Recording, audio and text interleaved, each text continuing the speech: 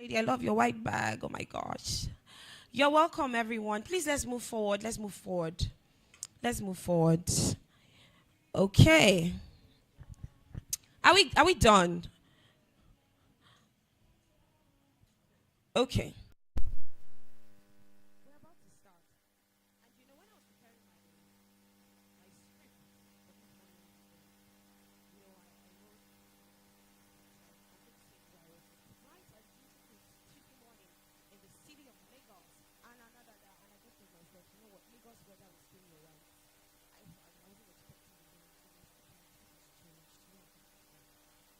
But it's still a bright and beautiful Tuesday morning in the city of Lagos. My name is Jennifer, and I'm absolutely delighted to be your host, your pilot, and your event guide for today's event. And I'll show you we're going to have an amazing, amazing time. We're reporting live from Radisson Hotel, not Radisson Blue. Please tell your friends, because we drove to Radisson Blue. All right, and I know many of us made the same mistake, but it's not Radisson Blue. It is Radisson Hotel, Ikeja, Lagos, Nigeria, West Africa. Amen. Distinguished ladies and gentlemen, do I show you I'm a pastor's wife? Amen. You want me to go Yoruba way? All right. Distinguished ladies and gentlemen, it is utmost pleasure and so much joy in my heart that I welcome you this morning to the Called Out Conference 1.0. And it was at this point I was expecting you to clap. Please, I want to feel your energy in this room. I will ask them to turn off the AC. I will do it again. And I want to welcome you to the Called Out Conference 1.0.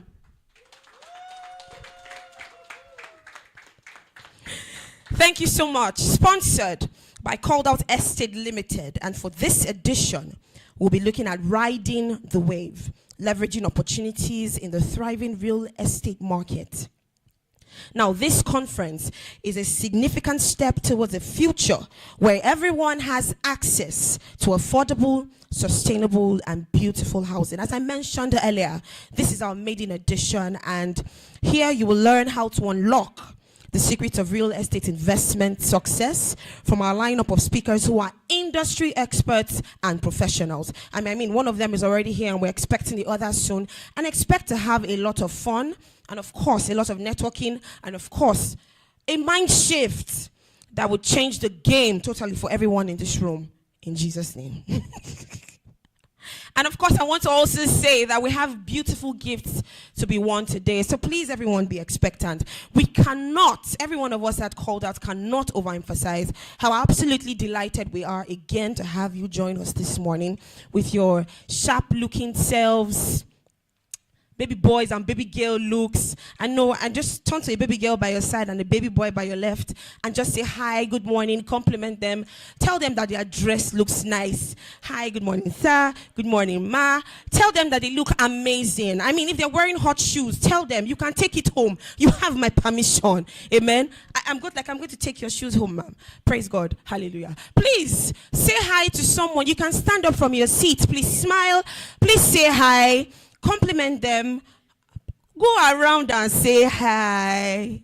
Say hi, please. Say hi to someone sitting beside you, on your left, on your right, behind you. Introduce yourself. Oh, well, we'll have time for networking much later in the event. Are we done saying hi? All right, everyone. Thank you so much. Thank you so much, everyone. And please, a very special round of applause for everyone at Called Out Estate Limited. Please, a very big round of applause for them. I can't hear you, everyone, for thinking and putting up together this beautiful initiative. And you know why? Because today alone, we're going to be learning how to identify hotspot locations to sell to high net worth individuals, mastering mobile marketing, strategic positioning, legal considerations, personal branding, and a lot more. I thought you would clap again. All right. Now, in my research, I found some of the most powerful quotes in the world on real estate investment. I read and I quote. All right. The wise young man or wage earner of today invests his money in real estate, and that is Andrew Carnegie. Another one says, buy land. They are not making it anymore, and that is Mark Twain. The best investment on earth is earth. Louis Glickman, and I love this one so much because it was table breaking for me. According to a Hebrew proverb, he is not a fool man who does not own a piece of land. According to the clergyman that we love so much, may the Lord give you understanding. I thought you would say amen. And you must know the clergyman I'm talking about. All right, without further ado, ladies and gentlemen, I want to call up someone very special to us. He's actually the reason why we're gathered today. Without him, we won't be here. In other words, he is the brain. So when I say the brain, you give me a clap. Are we ready? Are we ready? Guys, give me energy now. Ha! Okay, don't worry. We will meet in front. He is the brain. One clap. Are we ready? He is the brain, the chief responsibility officer, the visionary, a pace setter, an achieving achiever, the Odogu one of Calledout Estate Limited. Ladies and gentlemen, with a round of applause, please welcome with me the legend himself, James Legend, for his opening remark.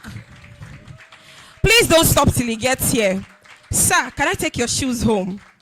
I will chuck tissue inside. Good morning, everybody. Okay, so you'd have to help me. Jennifer is MC. Me, I'm not. So if you don't make me feel like I'm saying something important, I might just drop the mic and walk away. All right, thank you all for coming this morning.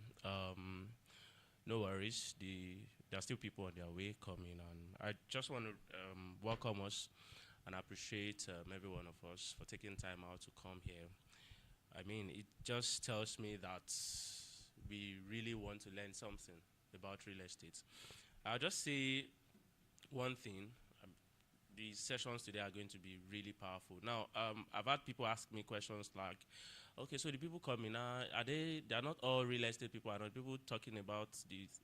I said, no. So real estate is like, I don't know what I can compare it to. You don't necessarily need only the people that are practicing in real estate. It is all encompassing. It's almost like the life you live, right? Real estate is very, very primary to life.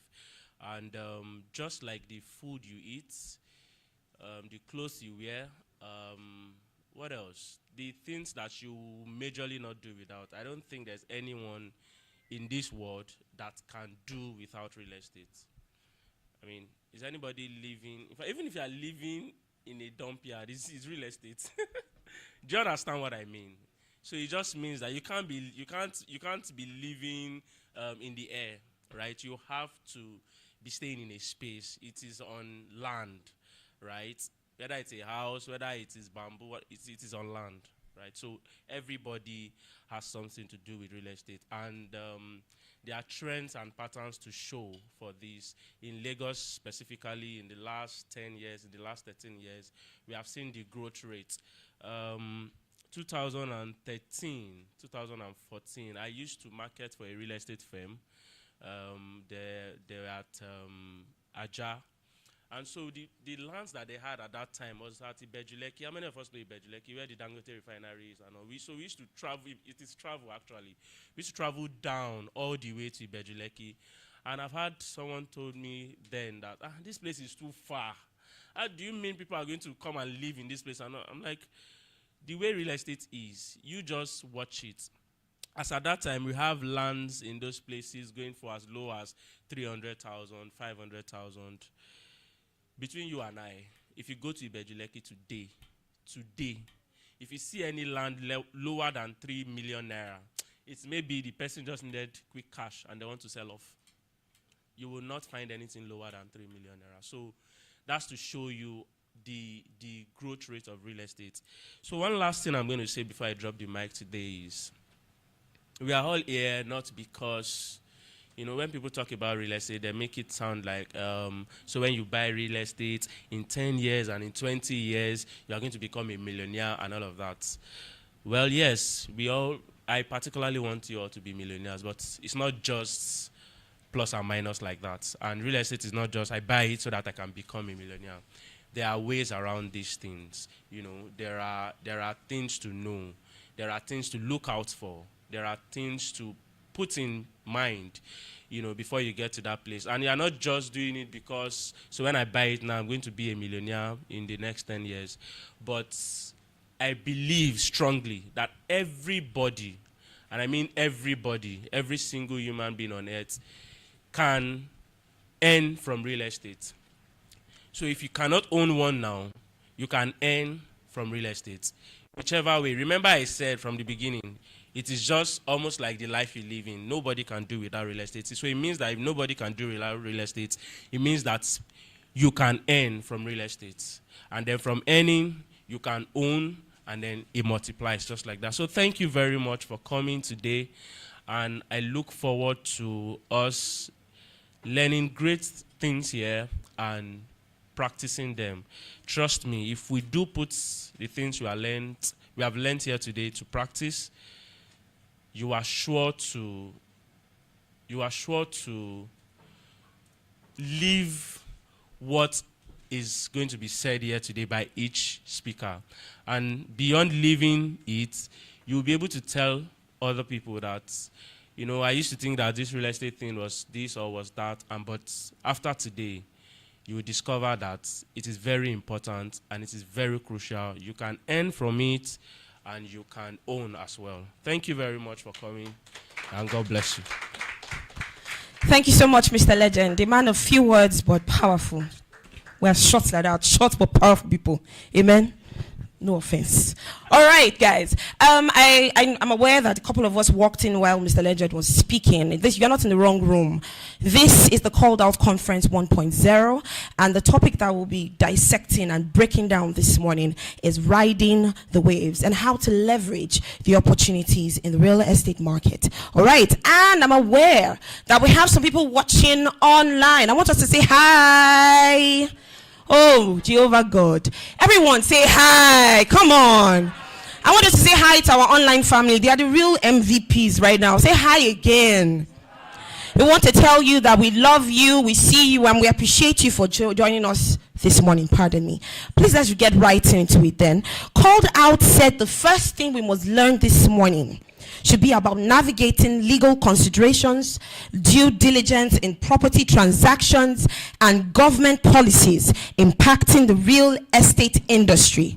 And who better to handle this session than our learned colleague? I know they'll be angry when I say our. They'll be like, Iwo Atitani, our. I have one in my house. They're very proud. No offense, sir. All right. So our learned colleague, who is going to be teaching us about this stuff this morning.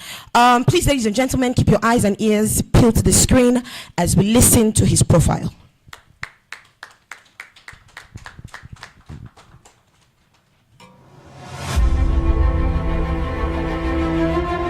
Wale is a multi-digital innovation based on development and the non-profit marketing building marketing under this portfolio opens up opportunities to freelance and marketing large corporations, small enterprises, South Africa, and cities across this has exposed managing global.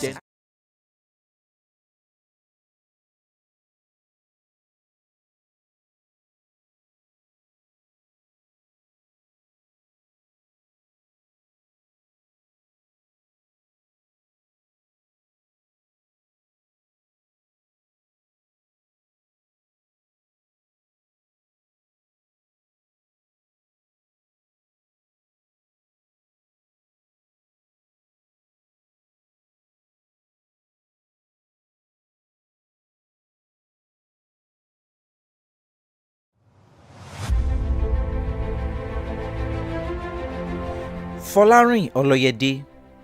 Folarin is a partner at CHLP Law, a multidisciplinary law firm based in Lagos, Nigeria. He became a solicitor and advocate of the Supreme Court of Nigeria in 2010. He has worked closely with large corporates and small enterprises in the course of his career. This has exposed him to the intricacies of how a business moves through the stages of development, startup, growth, expansion, and maturity. Folarin has negotiated and concluded a wide range of transactions in the real estate sector, ranging from acquisition to development to disposal of real estate properties. Folarin is an alumnus of the Joseph Business School, Lagos, a member of the Nigerian Bar Association and a member of Business Recovery and Insolvency Practitioners of Nigeria, among others. With a standing ovation, please make welcome Folarin Oloyede to the Calledout Estates Limited Conference.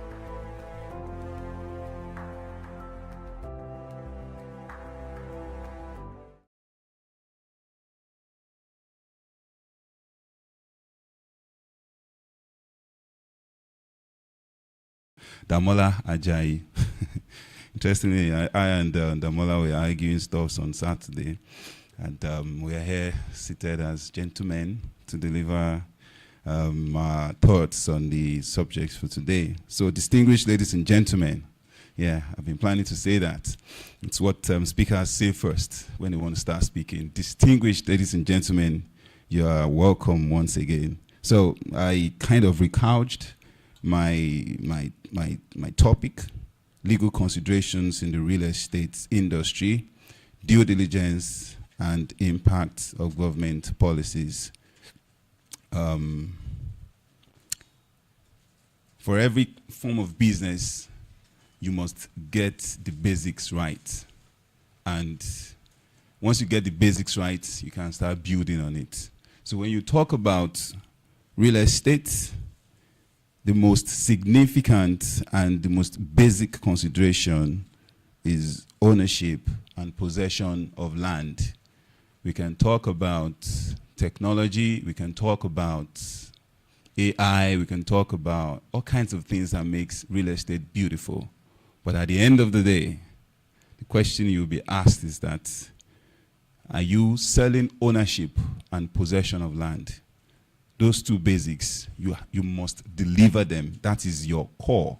And what I'm saying now applies both to the practitioners and the customers and the investors in that industry. So I have a couple of points that I will make. I've been told to deliver my thoughts in 20 minutes. Although the things I will have to say could take 20 years, but I'll do my best to do 20 minutes. And this is something I like to say wherever I speak somewhere. You're still not going to become a lawyer. You're going to need a lawyer eventually, all right? But just like we have things, we have a book that says, where there is no doctor, there's a book like that they use in places that if you can't access a doctor, what do you use and all of that? What can you do? So what I'm doing today is where there is no lawyer is basically what I'm trying to do today in my presentation. I'm looking for my slides, so the slides won't show. Okay, so ownership and possession of land in Nigeria. The business of real estate is very, very beautiful. There is over 900,000 kilometers square of land in Nigeria. There's a population of 200 million plus. There is real estate industry contributes 4.4%, 4.46% to the nominal GDP of the country. The sector added 8.9 trillion to the GDP in the last quarter of 2022, and there's a housing deficit of 28 million in Nigeria. So, no doubt that real estate is a real business, and yeah, it's not like crypto that is so complex. Anybody here invest in crypto? Because I want to ask you now, do you understand crypto? Because then there will be a lot of explanation and then fewer evidence. But real estate is very, I've given you these are the indices you look at to say, oh, is this a business? Is there a need being met? And is there something people are willing to pay for? Everybody wants to have a house. No doubt about that. My dad built his first house many years ago. We were living in Akoka, then we moved to somewhere in Songo. We were so excited, regardless of the migration from Akoka to Songo, like, this is our own house. So the need is real. Everybody wants to either own a house, live in a house, rent an apartment or something. So business falls in the category of the basic needs of man. So after food, next thing is food, clothing, shelter. So the business is very viable. So ownership and possession of land, these are the most basic and significant considerations in real estate. So what are the ways to establish ownership of land? In Nigeria, the Supreme Court, in a case called Idundun versus Okumagba, if you can memorize that, you go out somewhere, you just roll it out. Do you know this case? You know, they're like, oh, it's like you're a lawyer. You say, yeah, I roll with lawyers. So Idundun versus Okumagba is a Supreme Court case where the Supreme Court, in its wisdom, decided that these 5 ways are the ways you establish ownership of land. And number 1 is the traditional evidence. And that comes from the history and everything that you can narrate to establish that you own a parcel of land. And the next one is production of title documents. Number 3 is proving acts of ownership and possession over a sufficient length of time. Number 4, you prove acts of long possession and enjoyment of land. And number 5 is proof of possession of connected and adjacent land. The most prevalent one is title documents. When you talk about title documents, you're talking about C of O, deed of assignment, any document that you can register the lands registry. That's what that comes under the title document proof. And the other one is traditional evidence. These are the 2 most prevalent ones. So it's either you're producing, I have a C of O over this land, or you're establishing that I inherited this land from my father, whose great-great-grandfather was the first person to settle here, or was the first person to settle in this place. So you can establish ownership of the land. So ownership, proof of ownership is the foundation of everything. If you're unable to prove that you own a parcel of land, then you don't have anything. Land is immovable. It's not like something you have in your pocket. For instance, if you have a phone in your pocket, you don't really need to do a lot of proving that you are the owner. You say, oh, it's my phone and all of that. But land is not something you can carry around, or it's immovable. So your proof of ownership is very, very, very germane. And these are the various ways. So if you intend to acquire land, you must be sure that the person trying to sell to you has registered title documents, or the person has provable traditional history. So talking about traditional history, best thing is just get a lawyer that knows about it involved. But for you to also know about it, I'm talking to the practitioners now. Typically, when you want to engage the service of a professional, you are in a better position if you have an idea of what you need. You may not know how to get it. That's why you bring the professional in. So it's good you have an idea of what you need. So traditional evidence, whoever is proving ownership of land through this mode must be able to narrate to you how his forefathers got there, whether they traveled from one place to the other, whether it was by hunting expedition, whether it was by conquest, or by any other way. That the foremost father, the progenitor of that family, you must get the story of how that person got there. And they should as much as possible tell you how the present people, the people trying to sell, how they became the owners, how it transferred from the progenitor, the first person, up to the people currently selling. So this story is very, very important. You know why it's very important? Because somebody who has that correct story can send a C of O to the dustbin with ease. A good example is what happened in Magodo. Do you know that Magodo is phase 2, right? Or is it phase 1? It's phase 2. Yeah, phase 2. They actually have government C of O. That place is GRA, really. So government literally gave them the C of O and said, take this land. And these people who have the traditional evidence went to the Supreme Court, proved their story, and because you were Lagos State, I'm sorry, these people are the owners of the land. And these people have gone there, and eventually Lagos State government is having to settle with them. So traditional evidence is a very, very viable way of proving title to land. And one other thing you look out for is anywhere you find any single person trying to sell a parcel of land and is proving that he is the owner of that land through traditional evidence and it's just him, just run.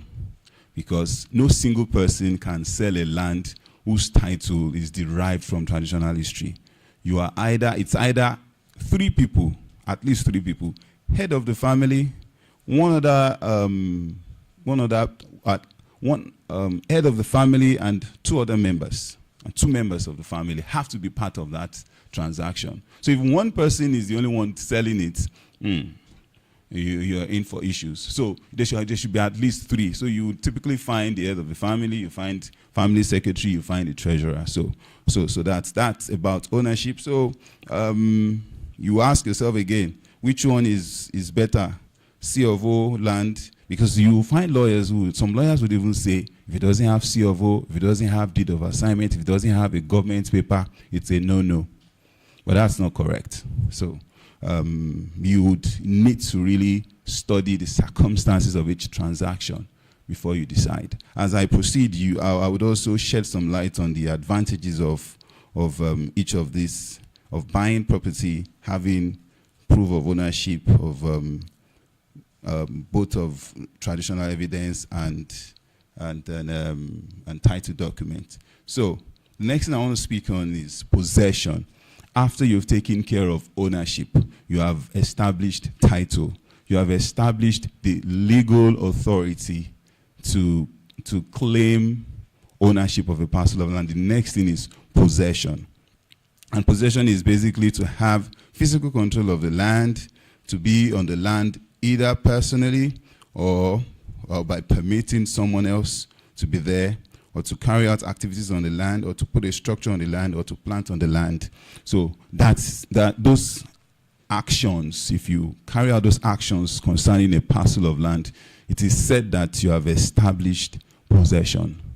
So you can have ownership of land and not have possession. All right? You can have ownership of land and not have you can have ownership and not have possession. You can have possession and not have ownership. So these two distinct factors have to be taken care of. So after you have successfully acquired land, after you have successfully bought the land, you have gotten the title and everything, the next thing is to take possession. Why you must take possession is that in law, there is a presumption in favor of the person who is in possession. So you can have all the proof and all of that to say, yeah, I'm the owner of this parcel of land. But there's a presumption in favor of the person who is in possession of the land, whether legitimately or illegitimately. Once there's somebody that has quiet possession of a parcel of land, there's a presumption in that person's favor. So if the matter goes to court, it is you who doesn't have possession who has to come and prove that you are the owner of the land. So the person in possession really doesn't have to prove anything. It's you who is not in possession that has to prove that you are the owners. And I've seen it. I've seen circumstances where someone who claims to be the owner of a parcel of land in trying to prove ownership, they failed. And the person who is in possession keeps the land, and by that court case alone, that person has established ownership of the land. So you must take possession. If you buy a parcel of land, especially if it is land, what we call land banking now, you just want to buy that parcel of land and keep it for some time, do at least fence the land. Once you fence the land, you are in possession. Some of the things I've seen, because I've done a lot of transactions that are not the typical C of O transaction. You know, you go into the into the bushes and all of that. And I remember one of those visits that I accompanied Mr. Legend to, and it was in the middle of, kind of in the middle of nowhere. But when you acquire land in such places, you must take possession, build a fence, do something, or maybe you just want to lease the place to a farmer, and the farmer recognizes you as the owner. So you must do something to take possession of that land. Fence the land as quickly as possible, and that will establish that you are the owner of that land. And what I've seen, even when dispute arises on when you have what you call a monile, whatever, as crazy as they can become, once a place has been possessed, you have fenced it, you have kind of scaled, or you have exited a particular kind of dispute. So the discussion would not be, you must leave the land, though. It will now be, maybe you give us something more, a little bit more, something like that. Your case is different from somebody who has not put anything on the land. If you have not put anything on the land, they can easily tell you, oh, you're moving, we don't know you, and all that. But the moment you have fenced your land, you have secured the land to a large extent. So that is that about possession. I'm trying to keep to time because speaking on ownership and possession, I'm sure we spent at least a year at the university to go through this. So I'm just trying to keep to time, and I'm hoping that you can pick one thing or the other to steer your interest in these subjects and go get more information. So don't forget, everything about real estate starts with ownership and possession of land. That is the foundation. You know, I like it. I like the beautiful part of it that, yeah, you can get on the computer and then punch in stuff and then, wow, it's, you know, I like all of that too. But don't miss the foundation of it all, because at the end of the day, the buyer wants to find out, can I get my land peacefully? Can I get title documents peacefully?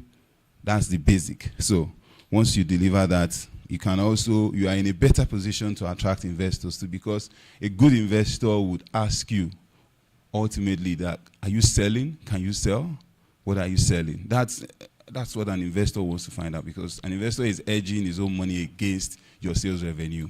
Because if the investor doesn't see the viability in your product or what you're offering, the investor is not going to leave, it's not going to drop their money. So ownership and possession. So next thing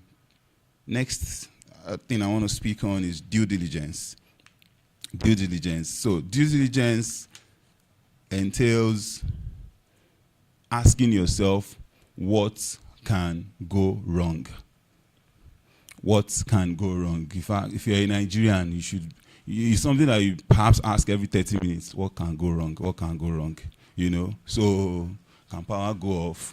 Can MTN just go crazy? Or can network, or can the Uber guy just say his fuel has finished halfway? You just ask yourself all the time, what can go wrong? So if you're in real estate business, whether you are investing in real estate, whether you're a consumer in the real estate sector, you always want to ask yourself, what can go wrong about this transaction? And one thing that I always say is that, see, lawyers can prepare the best of documents. Lawyers can, if you want the lawyer to give you a 100-page document just because you are buying a piece of land, he will produce it, trust me. But everything boils down eventually to the integrity of the parties involved. So you must, because if you go do business with somebody you don't know well, if you write all kinds of things, you will look for another lawyer that will cook something out of what you have signed. You will find a loophole. You will find, even if he doesn't find a loophole, he can outrightly just disregard the agreement. So your due diligence starts with, who is selling? Who is this person offering this thing I want to buy? That's who is the party? Who is that person? And how do you find out who you're dealing with? You would ask for information.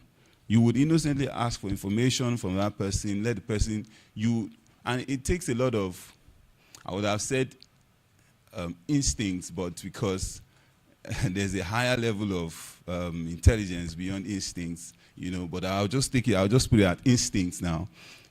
From your interaction with that person, you must be extracting information, even without the person giving you information. You must ask random questions. Talk things that don't relate to even what the transaction, just to test their values. Just say something random stuff out of nowhere. Like, I can just say, oh, a woman beat up her husband, and watch his reaction and say, and then from there, you just need to know who this person is, what the values of this person you want to know. So you have those kind of random conversations, and then you can also check social media. Just drop their name on social media. Drop their name on the internet. If they have dragged that person before, you see, okay, why did they drag this person? You see, oh, okay, he didn't do what they said he did. And then you can even go as far as searching the credit bureau, depending on the volume of the transaction. And if you're doing a 500 million naira transaction, yeah, I've just been told I have 5 minutes. So if you're doing a 500 million naira transaction, you want to know exactly who you're dealing with, their financial history. You want to check the credit bureau. Is their name there? Do they owe people? You want to even go as far as the NFIU, Nigerian Financial Intelligence Unit. Is this person wanted somewhere? Is this stuff like that? So you need to know who this person is. And the next thing is, once you know who is selling, the next thing is, yes, and you should also know who is buying if you are selling as much as possible. We have anti-money laundering laws. You don't want to find yourself caught in that situation where you have sold money, when you have received payment from a money launderer. And how to make sure you don't get in that situation is that it is the exact person you are selling to that you receive payment from. In fact, don't give your bank account. Please issue me a check or issue me a bank draft for transactions in certain volumes. That is if payment is not because you can't sell to. How people get involved in money laundering issues is that you sell to Mr. A, and then payments came from Mr. C. And Mr. A tells you, oh, yeah, it came from me. And you don't know who is Mr. C is. Then next week, EFCC knocks your door. Kanka, the money that came from this person is proceeds of crime. Say, I only sold land to who? To Mr. A. Where is Mr. A? Mr. A is nowhere to be found again. Who is Mr. C? I don't know Mr. C. Oh, you will explain and explain. And you don't want to get yourself in such situations. So that's the importance of due diligence on who you're selling to. And next thing is, where is the land located? The location of the land. Is it in Lagos State? Is it in Ogun State? Be careful, eh? So, because there's land that is supposedly Lagos State, but it's not Lagos State. For instance, some places in Ekpe, you could just be here and you're in Lagos State, and over there you're already in Ogun State. Just that difference can change a lot of things. Ikoyi and Obalende, they are in the same place. Do you know Dolphin Estate? There's a part of Dolphin Estate that is Ikoyi. The value of properties there is different from the part of Dolphin Estate that is regarded as Obalende. So you must get that right. Where is this property located? And the next one is what is the title document, and that takes us back to the proof of ownership. So your due diligence, you must get it right. As much as possible, get professionals. Get professionals. I know as a young business, you may want to cut costs, but be careful in cutting costs, not to cut your skin, not to cut yourself. Because those cuts, at times, you can bleed for a long time. So I'll move to my second to the last slide on government policies. So government policies, the intention of government policies is typically to help the society be fine and be okay. Most times government policies are not absolutely considerate of business people. Government needs to run a drainage through a particular way for the good of the society. Whether you have invested billions there, government is not so concerned like that. Oh, if you run a drainage here, the people will be happy. And government people make policies at times for political reasons. Like, if I do this thing, I'll get votes. So the intention of government in making policies at times is not in your own interest as a business person or as an investor. So you must understand that. So at times the intention of government is good, and the impact might might be otherwise on you as a business person. So you must understand government policies. You must understand the government in your business. Government to you might be local government, might be state government, might be an agency, might be the federal government. So any form of regulator, any person that you just have to comply with what they are saying is your government. So understand their actions, and the parting word I'm going to give in that on this subject of government policies is that do your best to be ahead of government policies. Do your best to be ahead of government policies, and the only way you can be ahead is to be an information savvy person. You must decipher what government is saying even before they do it. You know, you just heard the president randomly say things, and you heard the finance minister randomly say things, or you heard the minister of land say things. You must be thinking as a business person.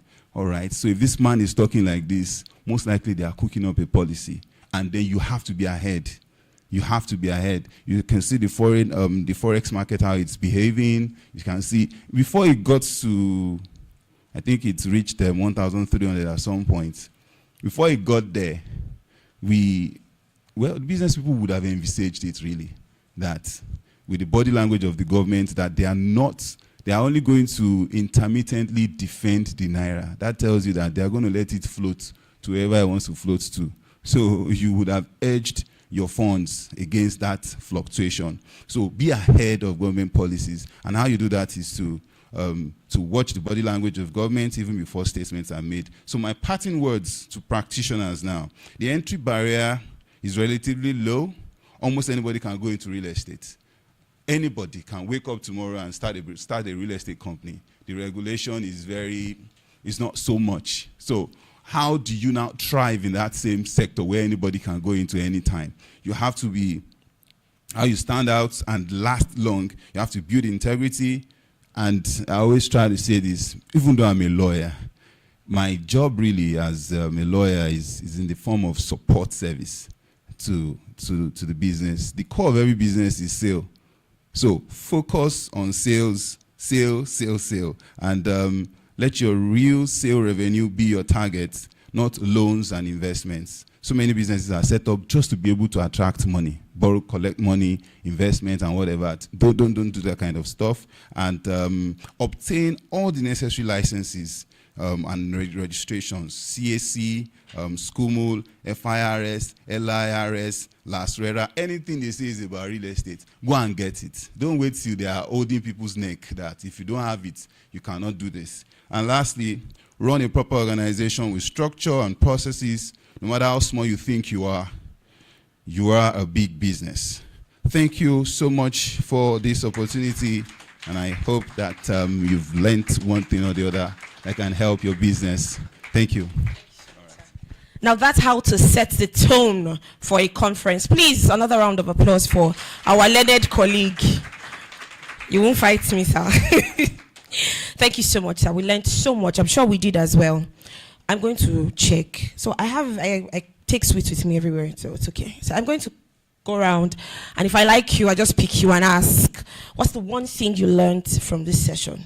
Before I give opportunity to people to ask questions, I will go from, I like your green native. You look patriotic.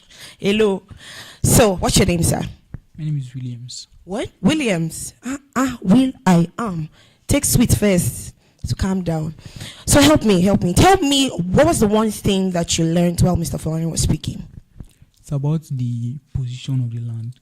When he said something that there are some places in Ikoyi that are in Dauphin Estate that are Ikoyi, and there are also some places in that same Dauphin Estate that is Obalinde. That is something that I'm just saying for the first time. Interesting. So there's Lagos, there's Ogun State. Don't be in between, right? Okay, you deserve my sweet. You tried. Let me come to another table. There's a lawyer here. I will not talk to him. Let me see. I like your white hair. I don't know. He just called my name, saying Jennifer. Hi, how are you? What's your name? Elizabeth. So what was the one thing you took out while Mr. Folarin was speaking? Okay.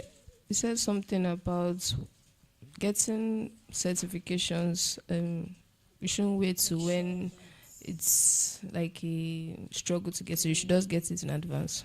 Interesting. Oh, yeah. Bah. Thank you so much. One more person, the lady in yellow. Hi. What's your name? Hi, my name is Uju.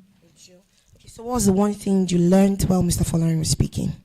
I think what stood out to me was when he said, try to know the owner, so know the person's values and morals and have conversations. So yeah, that stood out to me. Thank you so much. Here, you deserve it. I mean, there was something he was saying. We said, fence your land. I have story to tell. I can tell you. So I know a family member who his mother gave a land so many years ago, and you know he left it in Ekboma, and he's living in Lagos, and he travels, and okay, I think he had a burial ceremony and just decided, oh, I just want to go home, and he gets to his land and he sees a tractor on it, and somebody's harvesting yam already, and you know. He didn't fence the land. So when Mr. Folarin said, fence your land, I'm going home to tell him to fence his property. All right, guys. So please, if you have a question, we're going to take 2 questions from here, and we're going to take 1 from our online people. Online people, you are here. We love you. We see you. We are not left out. Please, I hope you're following, and I hope you enjoyed this session. So I got your hand, sir. And the fastest second person, you have a question for Mr. Folarin. Nobody else. I will force somebody. There are many questions. This topic cannot be exhausted in 20 minutes, but I think he did a fantastic job. Thank you so much, sir. So, sir, your first question. Good morning, ladies and gentlemen. Mr. Folarin, thank you very much. I really enjoyed your presentation. But I did a transaction in December last year, and a friend called from the US. We were childhood friends. That he had some people who wanted to buy property from Malaysia. So we did the deal, Lekki Phase 1. The deal was closed, 300 million. They paid directly to my company account. I'm the head of due diligence in my company. So they paid to my company account. We transferred. I think they paid in Forest, and we transferred. I was in charge of the transaction all through. So, after a week, EFCC came knocking on the door, just like you said. And then they needed to know the source of the funds. First, I'm not supposed to know the source of the fund. We just did a transaction. But the property, the keys and everything was with me. I had the keys with me. So they've not taken possession. So just after EFCC visited, 2 weeks after EFCC visited, the guys called me and said I should put the house on sale for less than the value. And he first asked me, he was smart, and said, how many units are remaining? I said, just 2. You bought 1, and somebody is on 1. But he has paid 30% to spread payment for 6 months. He said I should please put it, even if it's less than the value. I can even sell for 200. And the property was bought for 3 plus. So I knew something was fishy and all that. So they picked me. I went to their Ikoyi office, and I told them, I called my lawyer, and my lawyer said something that he had some discussion with them and got back to me and said, we should try and give them money. And I said, no, it's not supposed to be like that. My dad is a lawyer, but he's late. So I was thinking on my own as a professional, I'm a QS. I was thinking, I'm not supposed to give them money. The property is still available. The fund has been released. Property has been bought, and the property is still available. So if they need the property, there's an issue, then they should go to the property. I'll take them to the property. I don't need to release my commission. I don't need to release, because apart from commission that they paid me, they also paid COT charge, because I wanted to know why they were transferring the money to me. I asked questions, I was asking questions. Why they were transferring the money to me and not to the developer. So Mr. Folarin, at the end of the day, I was set free. The property, EFCC has laid claim to it, even if the guys were now threatening me. But what I wanted to know was that, was it actually right for EFCC to have picked me while the property was still available? Okay. Yes. Yeah. All right. EFCC, I would have said the almighty EFCC. EFCC, they can do and undo if there's such English. So you just have to make sure that when law enforcement comes knocking on your door, you're clean. they will always knock on your door, even if you're doing absolutely well.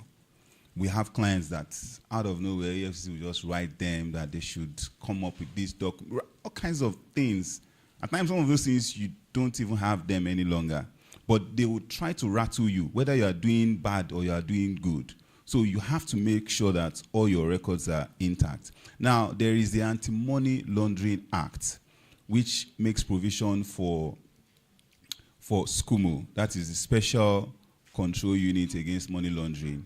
And there is what we call DNFIs, Designated Non-Financial Institutions. So if you're in real estate, you are regarded as a DNFI, and you have, as a DNFI, you have some responsibilities which you carry out on behalf of SCUMO. So they expect you to get adequate information about whoever you are receiving funds from.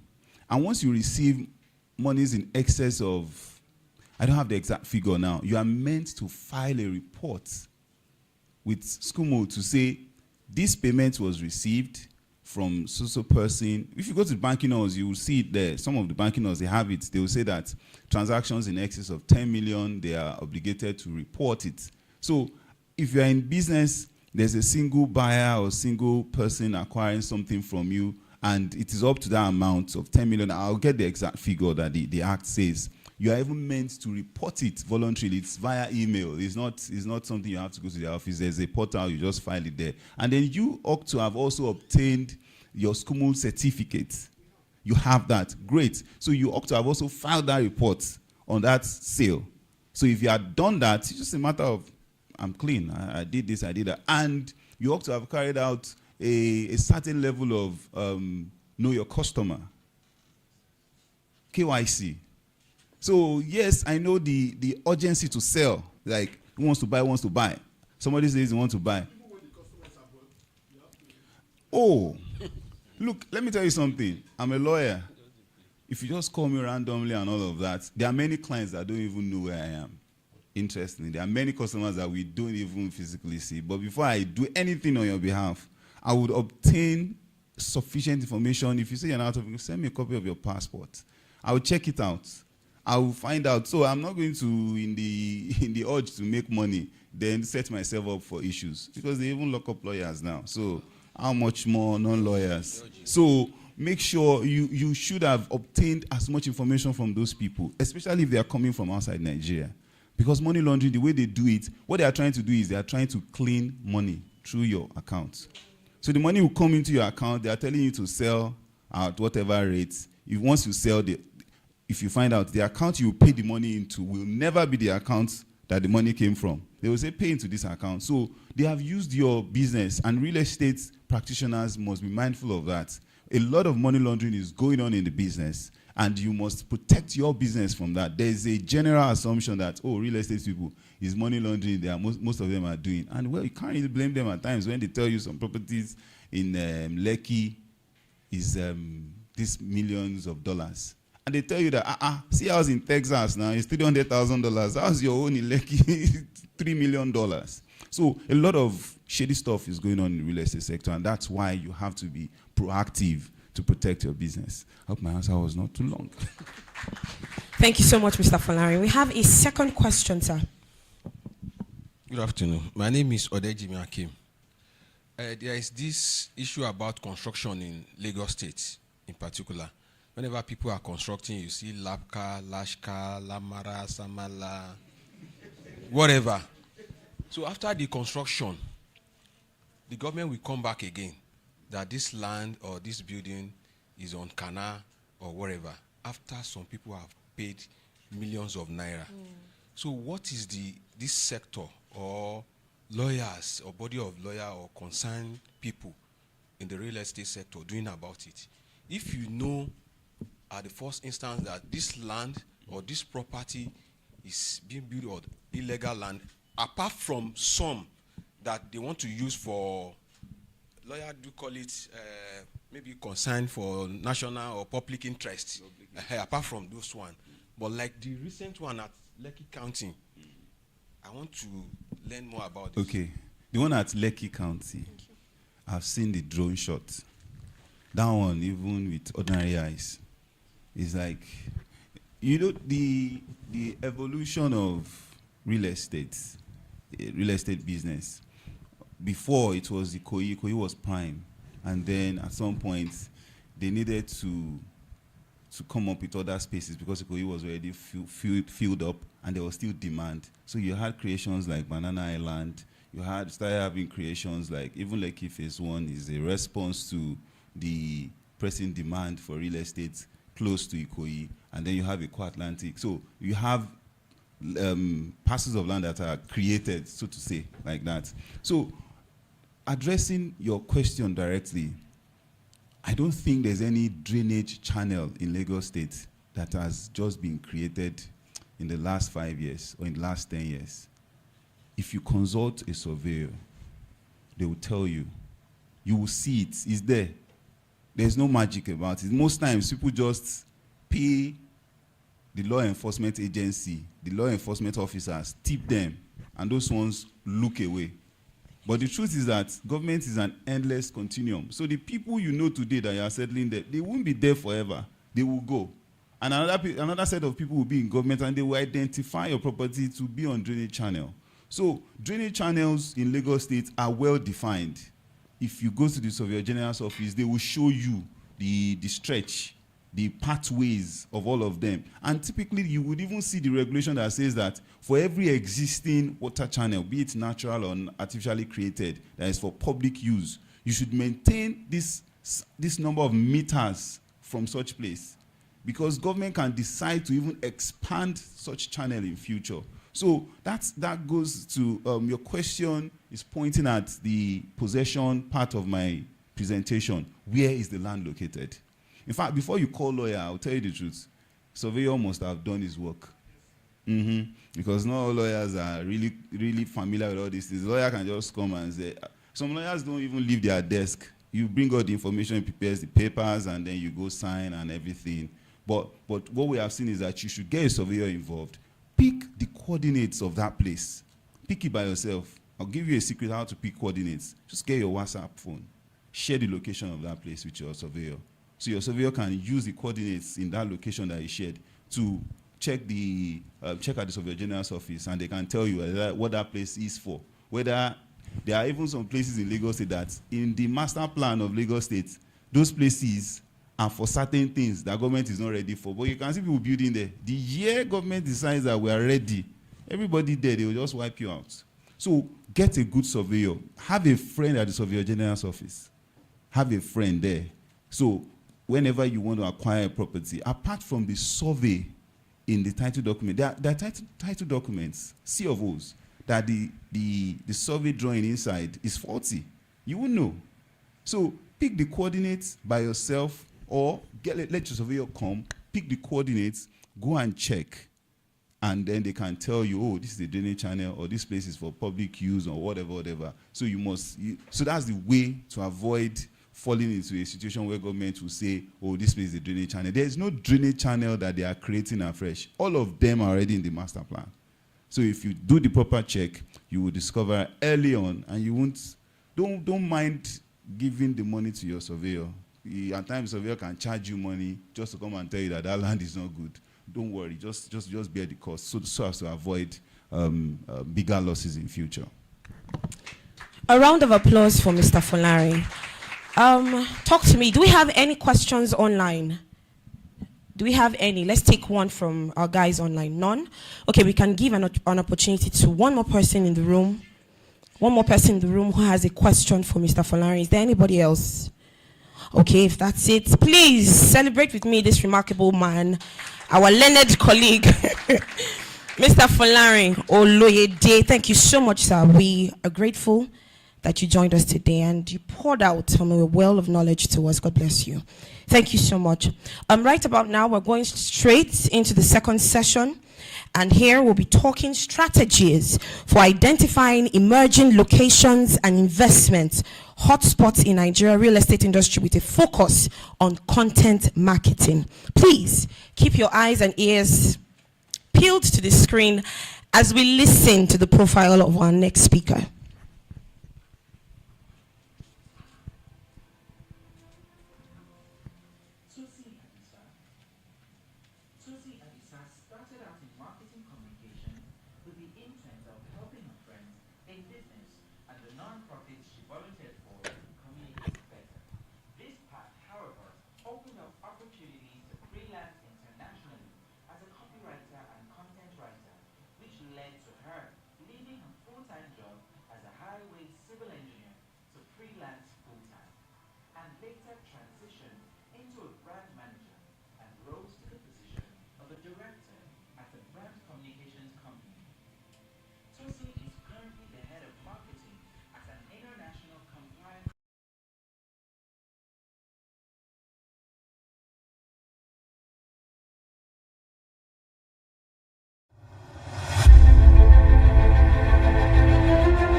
Dr. Folarin Oloyede. Wale is a partner in CHLP Vice President, a multi-digital innovator based in Lagos, Nigeria. Project marketing excellence, building policy advocate, driving growth, Nigeria, and building Cerebral Media.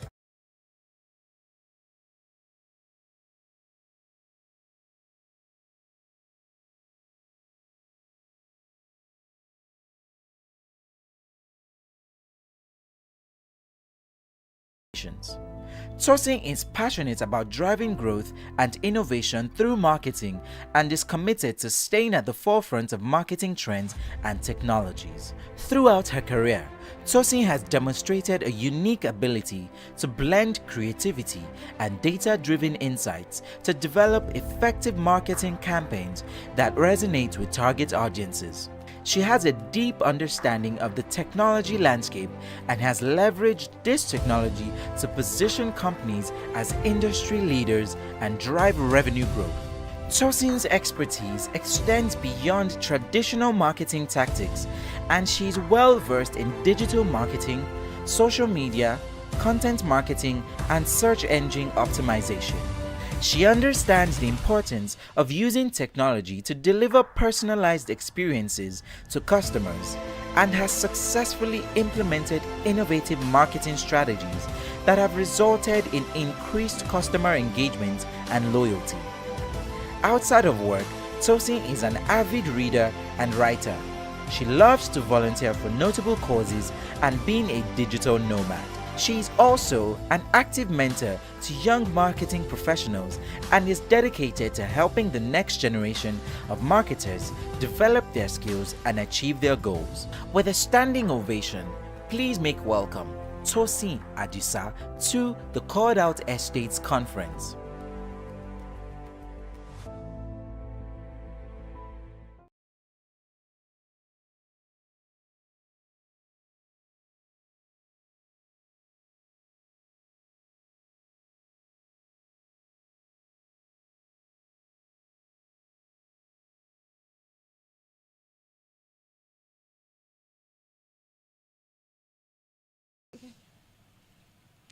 So I'm just going to ask for permission from Mr. Folarin.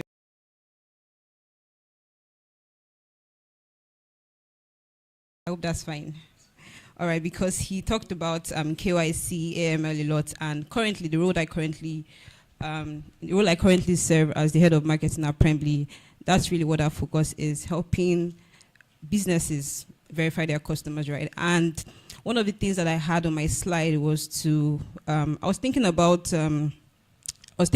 the financial industry and the real estate industry and how we don't see similarities, right? But there are really similarities in the sense that so financial institutions, right, have the fiscal cash, like of course they do investment and all of these things, right?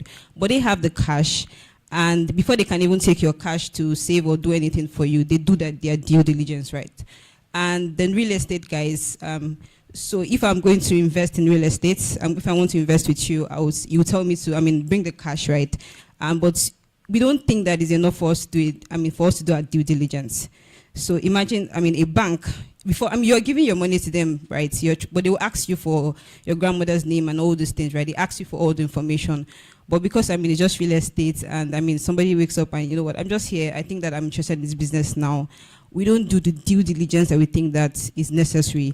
And it's really the same because, somebody's taking their money from the banks and they're giving it to you, they're trusting you that, you know what, I want to, in maybe 30 years, 50 years, when I'm gone or thereabouts, I want my generations to benefit from this. But we don't think like that, right?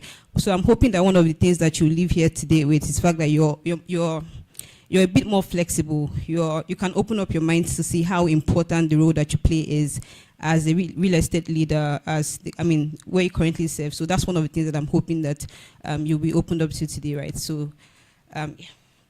So please, can we move the slides? Okay, so I have 20 minutes. Let me just quickly put up my timer. At least I will try.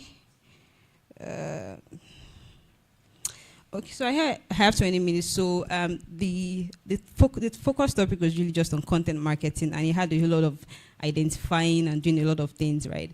I don't think that, I mean, across, one of the beautiful things about working in marketing communication is the fact that you wake up in the morning and then there's a new brief. So maybe you have to sell groundnuts for a client, and then you just really, so you take the groundnut and you really blow it up, right? Because you have to run a campaign around it and do all of these things, right? So what that means is that I've worked around the different pillars of marketing, from being a social media person to being a product marketer and different things, and also sold different products, right? So I don't think that I've worked in real estate, besides the fact that my first degree was in civil engineering, and I actually worked for a couple of years, and that was it, right? So my focus will really be on what you want your message to be.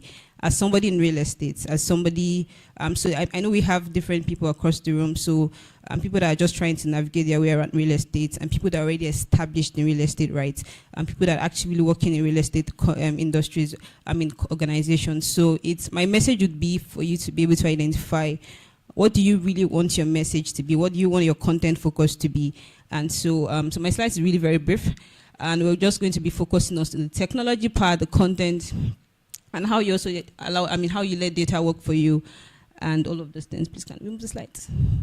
Okay, so it's a brief introduction of, I think I already did that, about who I am, where I'm coming from, and a general overview of what we'll be talking about, the industry, the highlights, and we're going to use a use case of the Airbnb.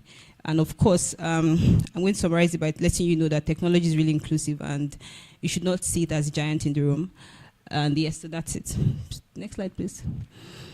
Okay, so, of course, preparing for this session today, and one of the things that, because I want to also talk from the technology angle, and so just assume that I'm just strictly talking to you about core technology, how to integrate technology into your business, right? One of the things that you most likely do is to now try to use the internet to say that, okay, what are the things that I need to do? Being in the real estate industry, how do I integrate technology into my current work and all these things, right? But I would say that, so right where you are, right now, everybody's, we are all technologically inclined. We are, it's a generation where everybody uses a smartphone, right? And I am a very big advocate of upskill, learn new skills. If you find a different interest, you want to move to a different industry, by all means. But what I'm not, I think I've also been seeing a lot of that is you saying that, you know what, this is where we think the money is, and let's try to jump from where we are. So if you're in this room, you're trying to navigate, okay, do I really want to stay in real estate, or I'm just testing the waters, that's okay. But if you're already in real estate, it's, you don't have to, and they call, you know what, you have to do, you go for all these trainings, and you're wondering, okay, do I really need to be in the center of technology to be able to leverage technology? No, that's not it. I'm saying that where you are, with what you have, it's in the simple things, in the small things.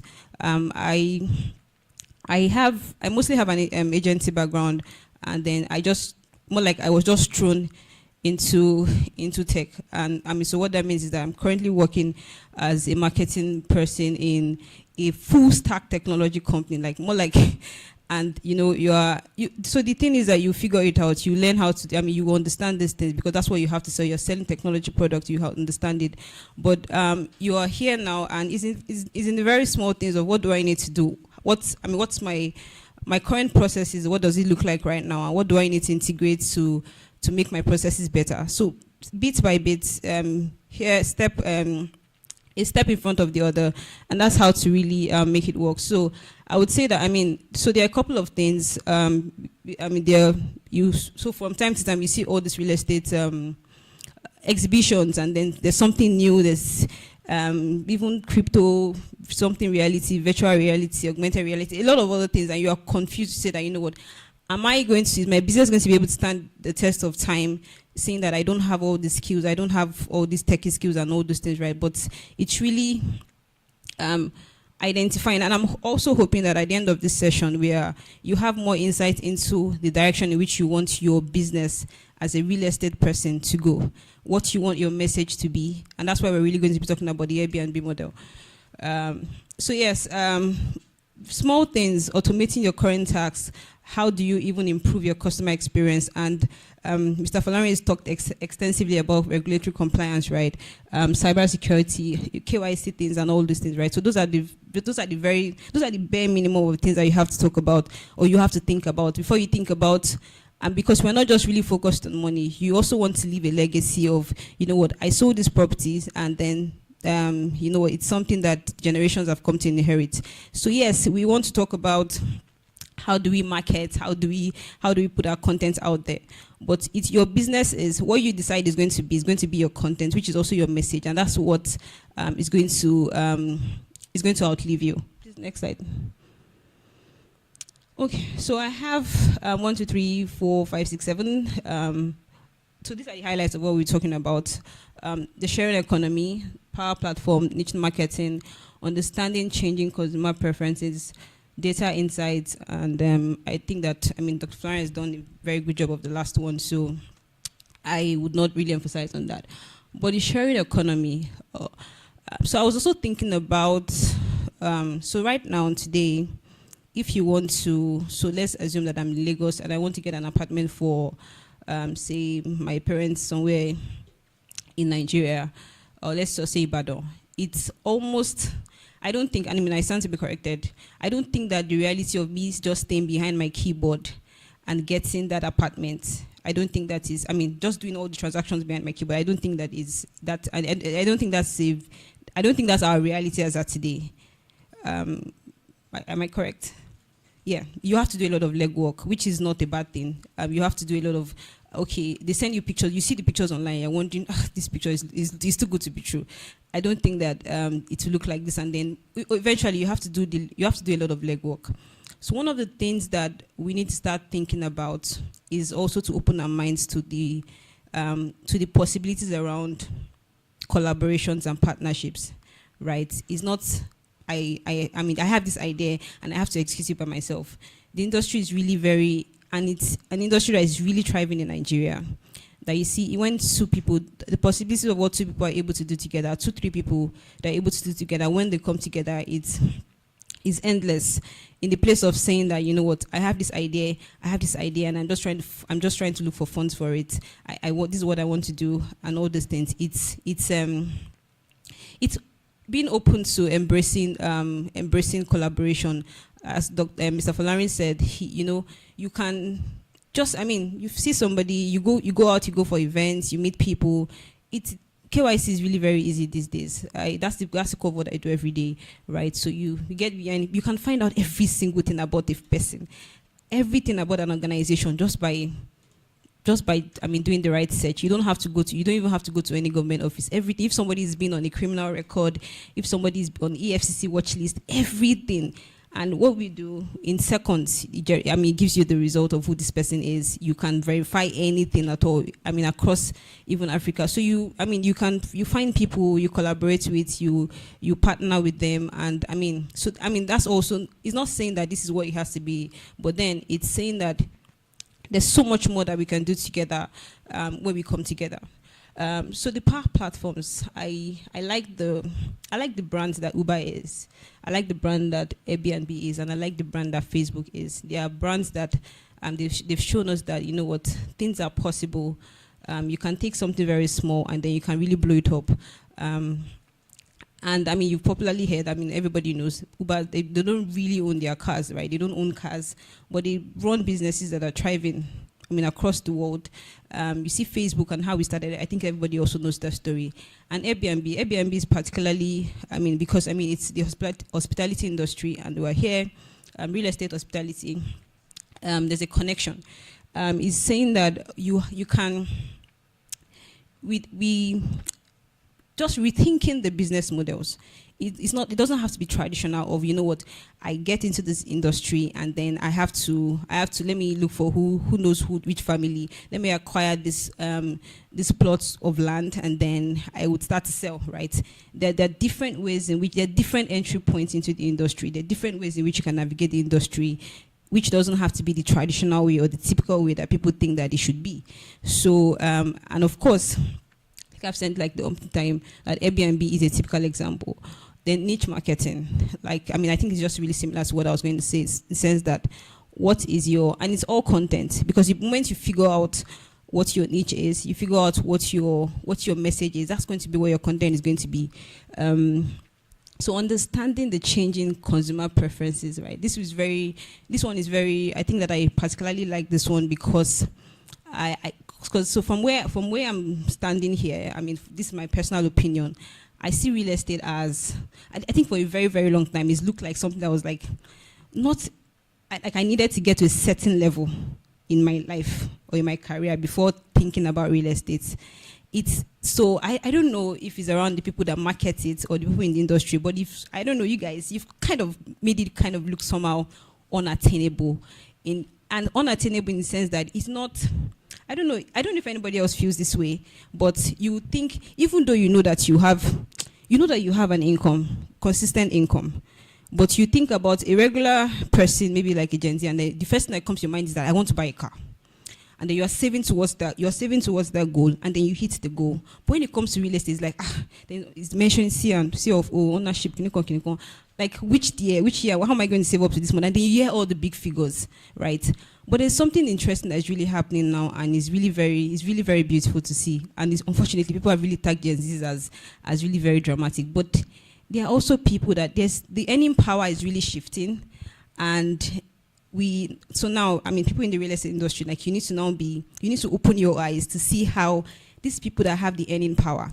So I've also been very observant in where I currently live to see that a lot of them, so you just pass and you wonder, this new house, how did it get here? So, but I live in Omole Phase 2, and it's you kind of call it old money, right? But you see that every day, in fact, the house beside my house, is the person's name that is the entire street. And we just woke up one day and they have broken down the house. Baba Shomide, what happened? They said they are selling, they want to reconstruct the house, right? So what I mean is that they had a bungalow, a very large compound, but you guys came to harass them that, you know what, I mean, they got into a deal. So they've built like 3, yes, I don't know what it's called, right? They've built 3 and they're done. Within 3 months they were done, and people are not even coming back there because they are old. I think they're probably in their 80s or thereabouts, and they're selling all 3, right? And a lot of these things are happening around. So you're thinking about, you know what, the people that have, so if I am a real estate person and I want to sell, and somebody comes to me, maybe like a Gen Z comes to me, and I'm probably looking at the old person, but these old people are actually selling their properties and they're looking for people to buy it, so that, I mean, they probably just give the money to their children or something, right? But we are ignoring the people that are actively earning, that are earning serious money, that are earning in foreign currencies, and have the buying power, because we have kind of also stereotyped them, and we think that, you know what, it's not. So again, the message is for you to be able to figure out what your message is going to be, what your content is going to be, what niche do you want to, who do you want to sell to, right? It's also understanding the trends, and we're also going to touch a bit on numbers and insight on all these things, like how, I mean, so right now, there's a lot of conversations around technology. Everybody wants to be in the middle of technology. You want to know what's going on. I think about last month, we joined the National Association of Microfinance Banks, and they had a retreat in Abeokuta. And it was just a lot of, if somebody gave me $1 for every time I had money points, and because again, they are microfinance banks, right? So we mostly had their CEOs and their EDs, like, so the people that actually own the banks. And so they are also like, they are in their 50s, 60s, and 70s, right? And everybody just felt like there was something that Money Point was doing that was not legit. Because, I mean, Money Point is equally a microfinance bank, right? And all of a sudden, Money Point is all over the place. You do transactions, PIM, you can, it's really seamless. And what is not, it's not rocket science. Money Point, they did the work, they did the groundwork. they infused technology into it. They went all the way before they transitioned from, they used to be team app, from team app to money point. They have done the work, right? But you cannot be stuck in traditional ways of doing things and you think that, you know what, all of a sudden things are going to change, right? So it's also really understanding the times. If we're talking a lot about technology, there are people, the people that are actually making technology happen, a lot of young people that are really, really earning, they're earning really well.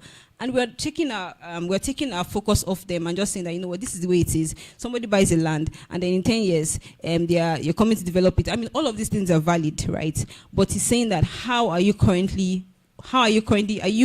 is your content, is your message focused to these guys? I mean, it's okay if, I mean, that's not, they're not your target group, right? But it's again, the focus of this is to open our eyes and see that there are different ways, there are different entry points into the market and how you can own your own message, right? So that's something to think about. Of course, data, insight, and trends. So data, right? You want to think about these guys, who's earning what now? If a lot of people are also moving, a lot of young people, I think the middle class, the middle class is really moving out of the country. What can we do in terms of, you know what, we are going, how can we also make them take ownership? Again, the conversation is around really opening your mind to the possibilities that are, I mean, in the industry that you currently play, to know that it's not one size fits all and there are different entry points into the market. Yes, so we've talked about this extensively. Next slide, please. Yes, so the Airbnb use case. Everybody, I mean, you know the story, how they started, and it was, they didn't find an investor, and somebody had said to them that, I mean, everyone thought that they were completely crazy because they didn't think it was a good idea. And it started in 2007. So in that same 2007, somebody, I think an investor that they had approached had said that, you know what, I mean, there just seems to be a lot of crime incidences, right? Somebody might kill somebody in one of the apartments, and so that was 2007. So imagine if somebody was coming up with an Airbnb idea today, where we now have, I don't want to say terrible things, but there's just, I mean, the world is a bit chaotic right now, and then you just would not see the possibility of this being a business that is scalable. But I mean, it happened, and they are here many years after. So Airbnb started in 2007. The two hosts welcomed their first 3 guests. And it has since grown to over 4 million hosts who have welcomed over 1.5 billion guests, however, in almost every country across the globe. Next one. Yeah, so the company has been very innovative in its marketing. I think this is really what I want to emphasize on, which has helped to attract many users. Overall, Airbnb has been successful because it is a unique platform that allows people to save money and have a more personal travel experience. So the company has been very innovative in its marketing. So recall that they didn't get any investor in the initial stages. They didn't even find, people didn't even believe in the idea, right? I also read somewhere that a couple of their friends had asked them that, are you sure that this is it for you? Like, you don't have any backup, because you need to have a backup. If this doesn't work, what are we going to fall back on? Because they didn't just see how this could become a business model. But they were really very, they knew. So what I left them with was the fact that, you know what, this is us, this is our idea, and we have to make it work. So what they did was to drive their message to the point where it became mainstream, right? So it became mainstream. So it's saying that somebody like you can now, put up your house on Airbnb, say that, I won't be around for a couple of months and I want to earn money. So it was their message. So again, there are different things in which you can say that, you know what, this is you can pick an existing message and bring your unique, your creativity to it, and then you redefine it as your message, right? But in this case, it was their message. There was nothing that was similar. There was nothing existing in the market. So they literally took that idea and they drove it through content, right? So again, it was 2007. So imagine all the different things they must have done in terms of marketing, but they believed in it. They stayed on that message to say that, you know what, this is what we believe in. This is what we think that our niche is going to be, and we believe that it's going to become something. And of course, everybody knows the story it's not the business that we are now talking about in the past. Is what currently still exists and continues to strive. So I would say that you could become a mini real estate mogul for yourself, even if your only claim to real estate was a rented studio apartment. So that's like the summary of what Airbnb summarizes, right? Is again, I know that I'm supposed to talk about, how you identify things and all these things, but this is how you identify it. You're saying that, what do you want your message to be? Some weeks ago, I had this like big auntie that every Saturday morning, she would take like 6 of us that, okay, my time, but they said I have 5 more minutes. Yeah. So every Saturday morning, there's, I think like 5 of us. So she was teaching us personal finance via Zoom, right? And one of the stories that she told us was that when she got married, her father-in-law, not her father, her father-in-law told her, kept driving home that message as, you, this girl, you must build a house. Because it's Ijebu. And according to her, Ijebu people are very big on properties. I don't know how true that is. That he kept telling her that, you, this girl, you must build a house. And that's her father-in-law. And then she was working for one of the FMCGs at the time. And she just said to, because he didn't leave her alone. He didn't allow her to have peace. And then she bought a land in Ikorodu. But right now, and that was like many years ago, right now, she's a 4 flat. She earns money from there every year. She doesn't live there, right? She doesn't live there, but the father-in-law is not he was not she didn't say that he was not a real estate anything, but he was just somebody that had a message to say that, you know what, anybody that is my generation would have like a property or something. And so he's passed now, but he left something. So with what everybody said so far, in terms of content, in terms of also regulatory compliance, what do you want your message to be? You don't want to be that real estate person that sells a property and then after 10 years they're swearing for you that we cannot find this person. This person, we cannot find him now because the government has come to take the property from you. So it's also everything is really connected, and that's also what Mr. James has said earlier, to say that, so even though I'm not somebody in real estate, but I'm talking to you, is knowing that it's like a web and everything is connected, where you want to do your due diligence, where you want to protect your customers, to say that, you know what, we're selling you this property, but it's going to stay, your generations and generations will benefit from it, and everything. We have the next slide. Yeah, so my summary would be that technology isn't for a select few. I just try to pinch. So don't think about it in the way that, you know what, it's that you have to be in the middle of all the AI and everything that is happening. That's okay. So please don't leave yourself behind. Don't also say that because I said that it's not, you don't have to also like try to jump things, right? But it's saying that where you are, what are the things that you can easily do? What are the things that you can get started with? Look at your current process and how can you automate? How can you streamline and be all inclusive? You don't want to be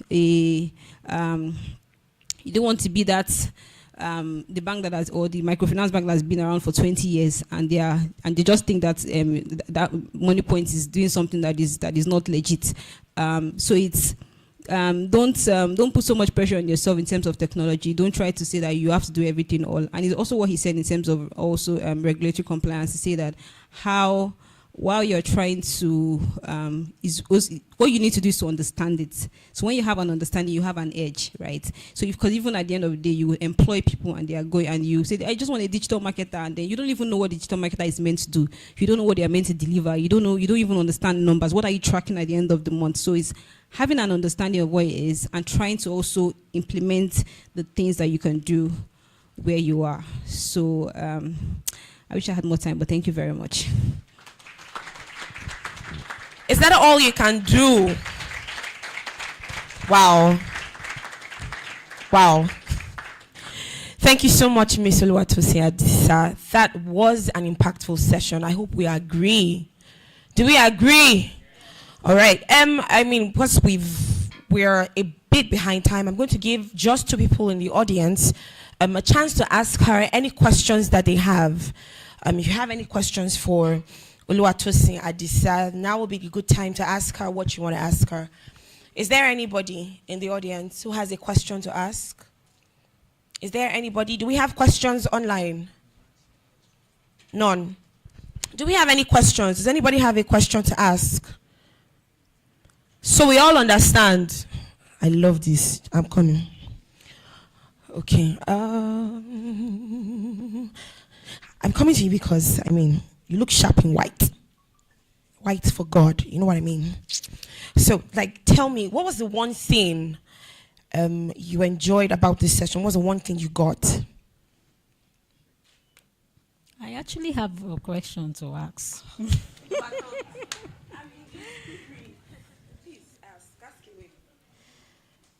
Okay, it's actually about. You spoke about technology, how to make use of technology. So my question is, for someone who isn't too good with social, Instagram, Facebook, and all that, so what would you advise the person? How should the person actually make use of this technology?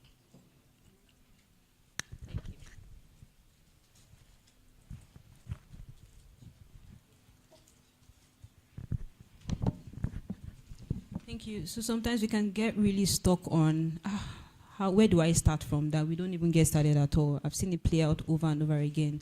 I also knew somebody that was, he's someone in real estate actually, and then he got introduced to our agency and he was like, he doesn't have time for social media, right? They're actively making their money. They know their customers. They know how they operate. So it wasn't even a function of, what we're trying to.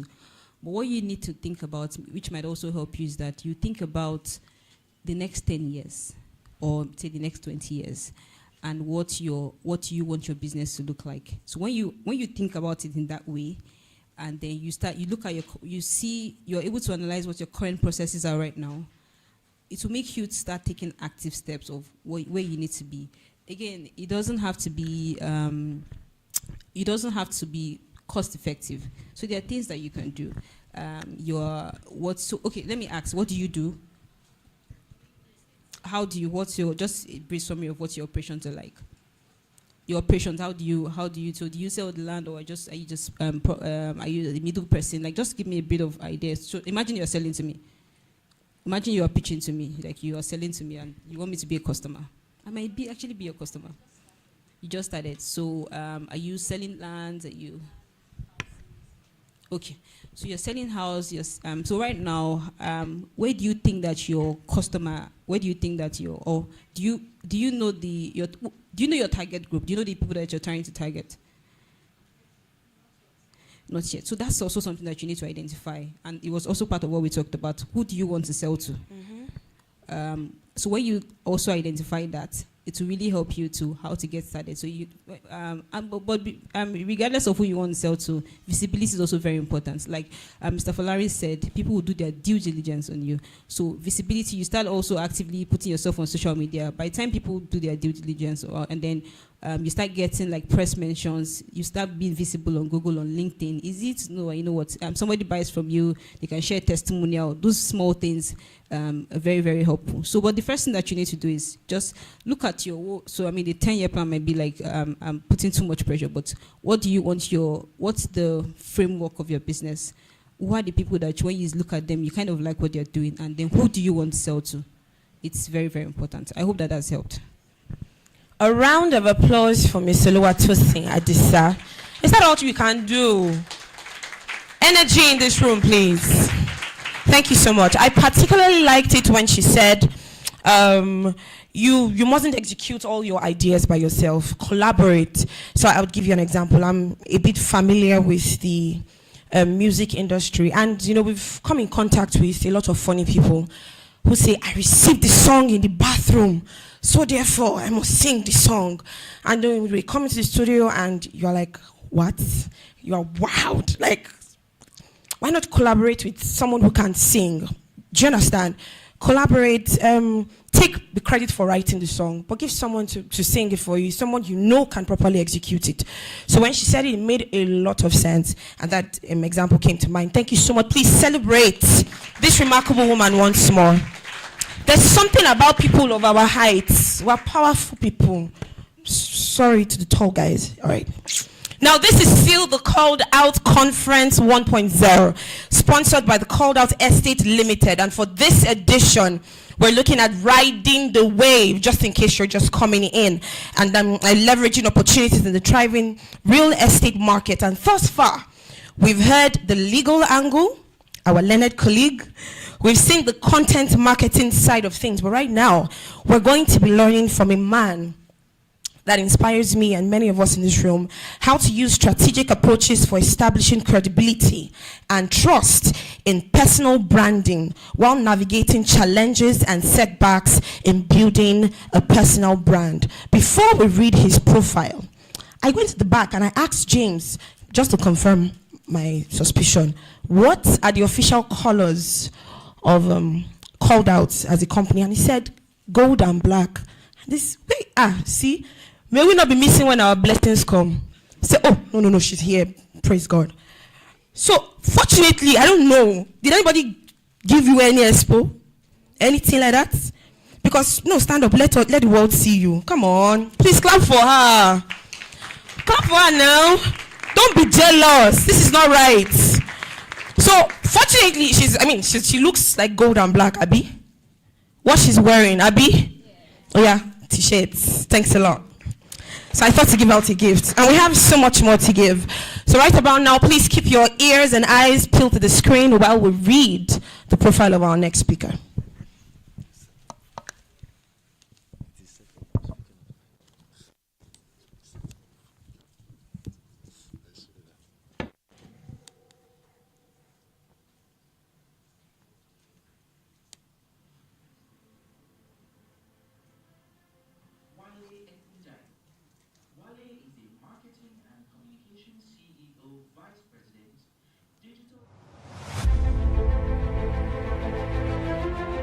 Wale Ekundayo.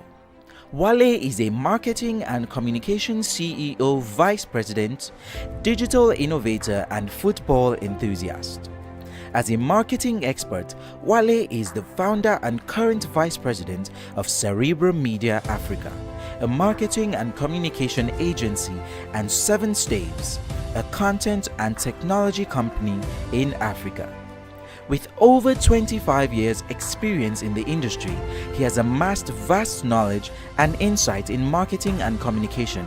And since Cerebrum Media Africa is strategically located in 3 African countries, Wale has worked with leading global and continental brands looking to reach the continent of Africa. In 2020, Wale founded Lille FC, a local football club. In its 3 years of incorporation, Lille FC has been able to host 2 major local club competitions in partnership with both foreign and local football bodies. Lille FC has also been able to export about $5 million of Nigerian football skills abroad. As a graduate of microbiology, his passion for data analysis and research led him to start a career as the data and research analyst at Low Lintas, the first advertising agency in Nigeria.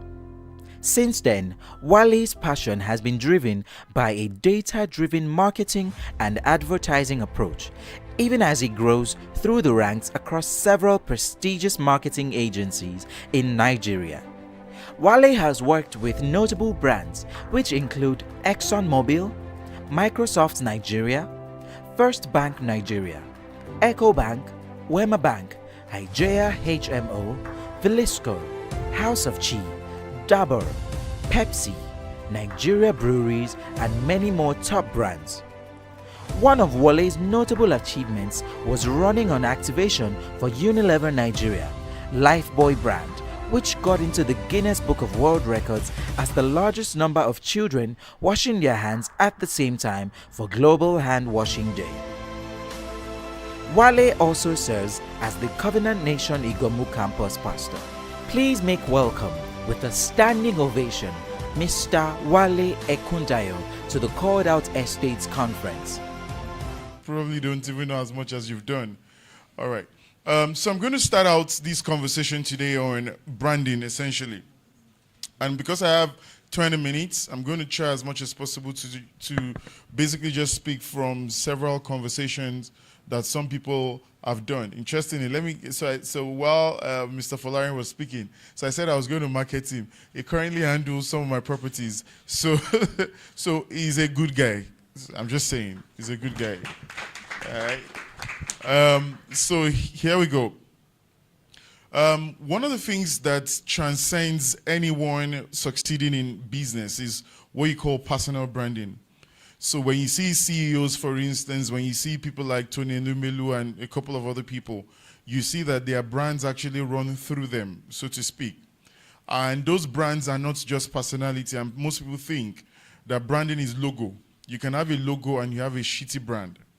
And it's important that you understand that what drives a brand essentially are value systems. What's beginning and end of story are value system. If you don't have a value, you can have a shiny logo, you can have all of those things. And in more recent times, you've seen quite a number of real estate organizations who are doing promo. And to be honest with you, the moment you see those things, it kind of puts me off, first of all, because I know that there is something fishy. Buy land and get cow. Buy land and nobody in their real sense, in their real mind would know or would think that this thing is good, so to speak, and that's me. Because usually, there are quite a number of perceptions that you must have when it comes to life in general, right? And one of the first things is when people don't trade with you on the concept of value, you really will lose in the end, all right? So there is can you put the script can you put the first slide? So understanding personal brand is about credibility plus trust. It is extremely important. I'm going to be sharing certain examples with you because time is of essence, and I like to do my own personal example because I can control my narrative. I know what's led us there. Sometimes when people say certain things, there are also some other hidden things that you are not aware of. So the first, I think about 10 years ago, so to speak, I was in India. My son had some situation and all of that, and so we had to do something. And somebody came to us in India to say, and now that you're here, you can buy a land and we can do a JV and all of that. It was probably one of the easiest transactions I've ever done in my entire life. And those guys said, since you're here, there is a land just there. It's about X amount of dollars. If you buy it, we'll build it in. And now, if you understand India, the land mass is big, but the functional ones are quite small. So you probably see in India that you hardly see people drive big cars or even have compounds. There are few people who have compounds like big spaces, like there are presidents, maybe people who, if you have a compound in India, you are a big man. So even what's called hotels don't have car park space, so to speak. Now, one of the things they did and they showed me was the fact that they are credible people. And I think I've been extremely fortunate with all of my land deals. If I tell you how I got most of them, they were in through most people. I went online. The first house that I bought was on Castle, right? And I met the man in his house in Magodo or so, and then the guy says, I can help you build the house and all of that. And it was quite honest. He did everything. He was an engineer and all of, but most of my transactions on land have been quite interesting, but most of the other people are not so lucky. Now we're talking about building a credibility base, so to speak. So the moment you really cannot show this credibility, one of the first things is this: if you are into property or any business at all, the moment you fail the credibility test, you have failed. It's almost like somebody coming to me and say to me, I'm going to be there by this amount of time. Let's say I'm going to be here by 1 o'clock. And the person does not show up by 1 o'clock. In fact, when the person is saying it, and he's saying it to you, but he doesn't have a wristwatch, you know that he's going to be late. And those are the things, those are the landmark you look at. There was a guy who came into my office and said to me, he says, that he wanted to borrow money from me. I said, okay. He started saying the story, the story was quite interesting and all of that. Until the part where he got to and he says, some of the people that I borrowed money from, he just said it in passing. Some of the people I borrowed money from, they wrote it off. I knew that the moment I borrowed this guy money, he's gone. So people are consistently looking at that. So real estate is not just about selling land. It's usually even about house viewing. Maybe you're a real estate person and you're renting houses to people. But your problem is time. You can never keep to time. And those are the things that are eroding your value system. Nobody would ever believe you. So it's better to say I am going to be late, because what we're trading in this entire space are these two value systems, credibility and trust. The moment the person cannot trust you to hold on to your word, I'm not talking about the big decision. Big decisions is that, say for instance, somebody asks you, who owns the land? And you start to stutter, which means you haven't done your due diligence. You haven't done anything. Now, these are, so you can say, I'm the CEO of 1, 2, 3, 4, 5. That CEO that you call yourself will be tested on the premise of those value systems. If those value systems are found wanting, not even on the premise of the transaction, on mundane, not natural conversation. They even, some people just lie unprovoked. They just lie, not because not anybody put a gun to their head or anything, but because they want to impress, they just lie unprovoked. And the moment somebody catches you doing that, that's the end. You see people post things online that they didn't do, projects they didn't do. You see them say, I'm in charge of this land, or I'm in charge of this thing, but it's not them. By the time you call them to say, let me go and see the land, they say, wait, let me call 5 people. But they've called this one, call this one, call this one, call this one. Oh God, who owns this thing? Now, credible people or people who are serious buyers will X you immediately. That's the truth. All right? So it's important. So your personal brand can be likened to your digital handshake. Every time you go on the digital space, you are leaving a footprint. People already know you. If you are the kind of people who talk a lot online, you are a social commentator on every single thing. They talk about sex, you are there. They talk about this, you are there. They talk about that. Now, people are looking at those social footprints. And when it says in this thing called branding, you have got to let your business be on your mind. What that means is that mind your own business. Let it be that people know you for this and this alone. Not that you are the one selling beans at some point, and at some point you are selling rice, at some point you are real estate. They say, what are you doing? You are all commerce purpose. You're everything, all enterprise. Now, people can't take you seriously, so you cannot say, this is what we do. So anybody who is in branding must be known for something, number one, and that thing that you are known for is not just the business, it's the value system. It is important that that value system becomes the extreme priority of yours. That's what brands are about. If I tell you now, what do you know GTB Bank for? Now, what? Bank, right? But beyond the banking system, can you, say for instance, somebody talk about OPay.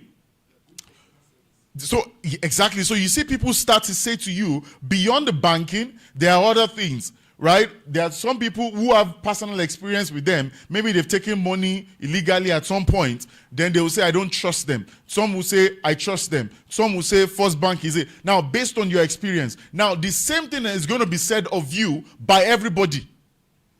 Your personal relationship, in fact, when somebody takes a chance on you to say, I want you to look for a land for me or a house for me, that is your first point of call to success or otherwise. Most of all the businesses we do at Cerebri are referrals, till date. Most of all the businesses are referrals. The guy who bought my second house, right, is a lawyer, and I met him online as well. He's from a certain type, he's from Edo State, right? And when we had the conversation, I've never met him before. I just went to the island and he said, this is the house and all of that. The guy does not like cheating. When you talk to him, you can see it in his face when he speaks. He will document everything on paper, and then he will give it to you and say, this is it. Now, 5 years down the line, we've had a transaction that dates back as 5 years or 6 or so, and he will show you that first paper that he did. It doesn't, so if lies are not part of the game, because I know a lot of people are changing things these days, right? Those things are the what you call the non-tangibles. Those non-tangibles are the things that form the essence of your brand. Once you lose it, you have lost every brand. You have lost your brand essence. In fact, if you like, go and bring all the best shiny colors. Say, we and GT Bank were the same. Orange and this. It doesn't matter. All right? Let's go to the next slide. So branding is not static. It is evolving. Once trust is broken, that's the end of branding. There is nothing you can say to anyone. Once trust is, and I'm saying this for emphasis. I recently moved to a new house, right? And when I was going to broker the deal, the guy who took us there, And so one of my friends said, "Oh, I can get somebody else who can." I spoke to quite a number of people about the property and all of that. They took me to different places and all of that. I didn't like it, but this guy said, "You will like this one," and I never met this guy. One visit, one. After explaining to him, this is what I'm looking out for. I said I needed something with a swimming pool. I needed this, I needed that. And he took me there. He said, "You will like this one." I don't know this guy from anywhere, right? But by the time we got there, I just told the guy we're paying for it. So most of these transactions, so to speak. Now, guess what? If I'm looking for another property, who am I going to call first?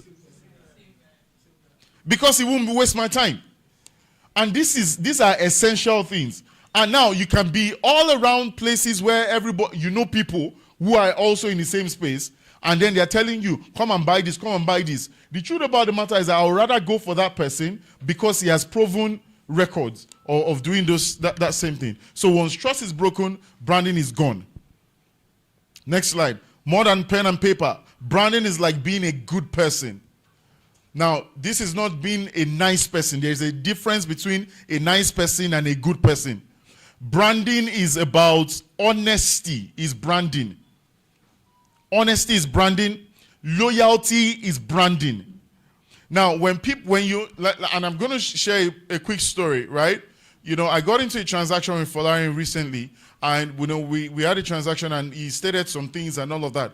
His first move on that particular transaction showed me that I'm on the right track. I'm at the right place. The same transaction I had given to somebody who had gone XYZ, done this, did that.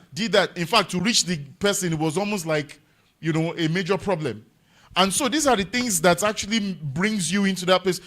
Recently I got back from somewhere, and my wife said, I had opened an OP. I said, OP for what? I said, who said? And this is what we're talking about. You are successful in business the moment your conversation goes beyond advertising and it goes to word of mouth. That is when you're successful. When people start to say about that, if you need your plug go, that this is not a paid advertising. When people are saying to you, if you need a lawyer, talk to this person.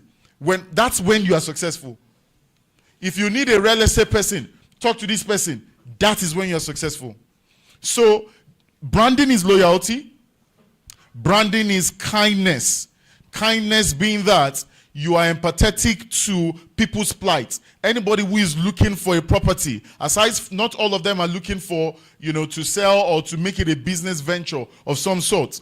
It is about kindness, understanding where they are coming from, why they need what they need. It is not frivolities. You might call it frivolities and say, oh, this is excess. You see somebody, I've seen a lot of joke about the Nigerian agents, for instance, and then they say, I can get you a property, don't worry. And then you get to the property, you say, don't worry, the bedroom, kitchen, everything is in one place. It says the room self-contained. Okay, is this what we asked you to do? All right? And so it's about empathy. It's about understanding the brief. The brief is that, there are people who are talking to you. Well, she made mention of something about, what's it called? I have a different school of thought on that Gen Zs, probably might be interested. They might have the purchasing power, but their mindset is totally different from the mindset of people who are actually purchasing property. The first guy who built my property, he has quite a number of property all over the place, and is kind of old. I think he's about 75 or so. And so his children that he raised, and all of that, they left the entire property. They are abroad. In fact, they have threatened him, which he eventually yielded to the threat. I think he fell in the bedroom and all of that, and he said, please come, we are not coming to Nigeria. Just come over so that we can treat you properly.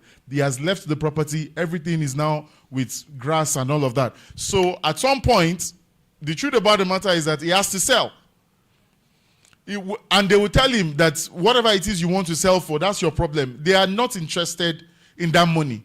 Now, the school of thought, the Gen Zs, and which is why it's important to know your customer, even when you are dealing on property situation. There are people who have the purchasing power, and their reason for possessing those property is totally different from other people's, what's it called? A Gen Z can have billions in an account and still be living in a rented property. It's a mindset. All right? Except people who are raised by older people and they are putting pressure on you to say that if you don't have a property, and it's not even their mindset, so to speak. You know, one of the, and I said to people at some point, I said, that property that I bought, you know, on the island, I had an equivalent of dollars at that time. You know the rest of the story. If I had kept that dollar that time and not touch it till date, it would have yielded a lot more. But somebody was telling me that it's a different conversation entirely. Because the truth about the matter is that a property gives you a negotiating power. A bank would not recognize you. I mean, there were some deals that we're going to do at some point. EcoBank gave us a deal for 1 billion naira at some point. And the only way we could get the deal was because I put my house document down. It wasn't the dollars. It was the house document that your name is on something and that you have vested interest in this country. Now let's talk. Even though we have found another route in terms of executing that particular conversation. So it's important that you understand these things. Your value system are the things that brings you respect. Is branding.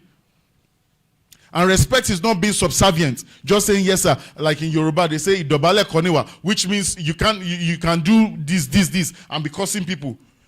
You know, that when we're growing up, people will say, you know, when somebody is older than you by 1 year, say brother, but you know, they can say brother, you're stupid. You know, so it's not a function of that. Next slide. Perception is important, and I'm gonna please tell me, just signal. All right. Perception is important. So there is what they call brand equity and reputation. There is what we call brand equity and reputation. Now you build brand equity over the years of consistently holding certain values.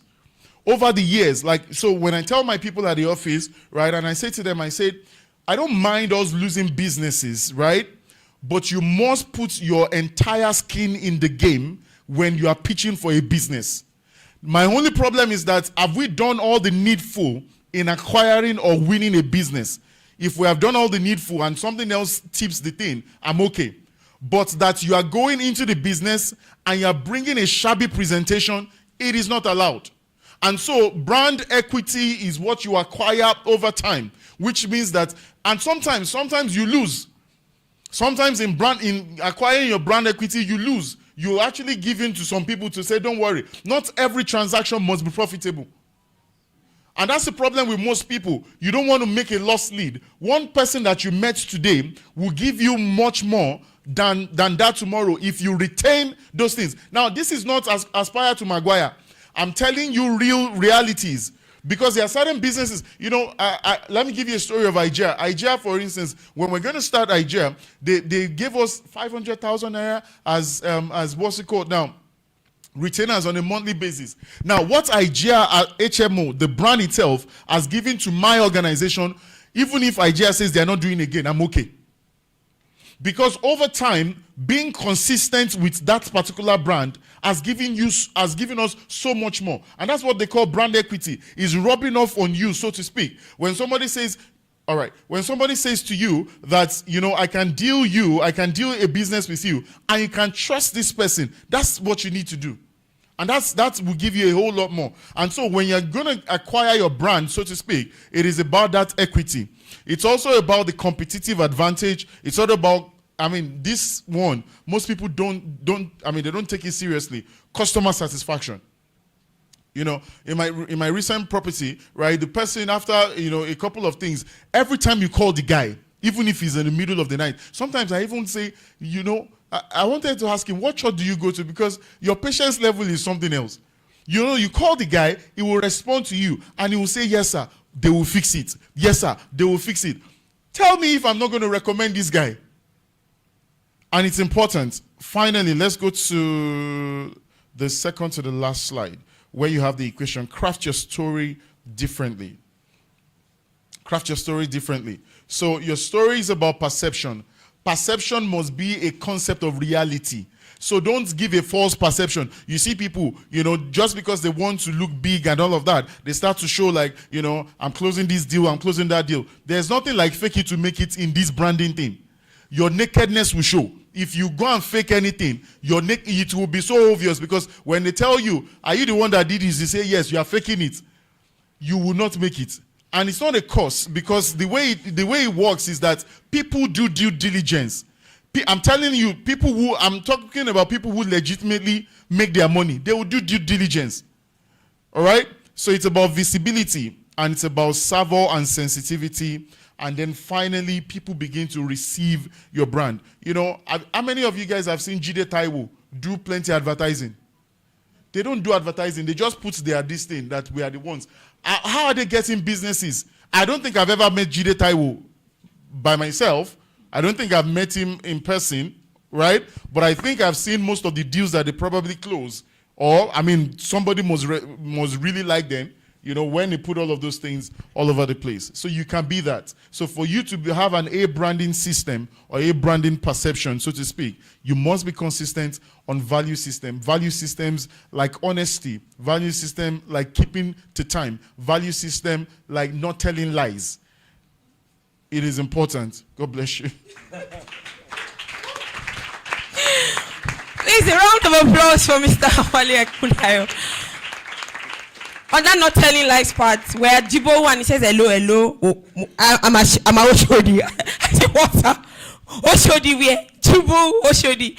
I mean, Mr. Wale Kundayo came to this place with a bazooka. Would you agree with me? He came out, I'm like, bro.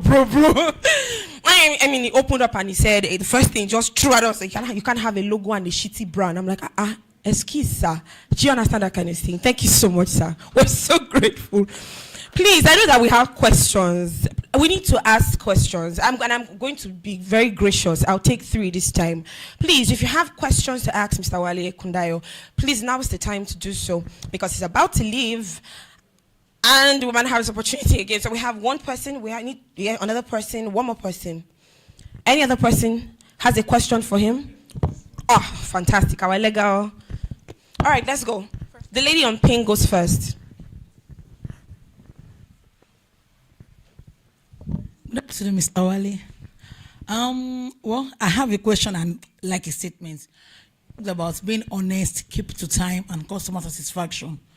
But you see, the word I of praise is different from, like, I don't know if someone is an agent here that's on the streets like me. Most of the people that build houses are developers that build shitty things, as you have said. So for them, it's not customer satisfaction. They don't care whether customers are satisfied. And the customers that are coming will just get what the developers are putting out.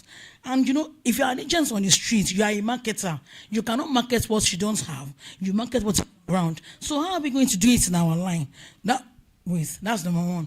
Number 2, you talked about somebody will say, oh, room self-contained, the toilet, the bathroom, everything.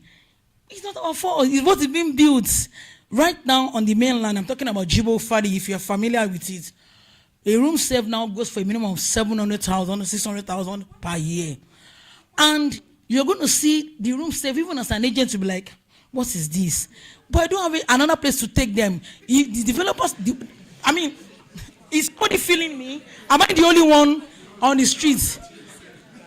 So everything you are saying, sir, is just your world. It's not our world.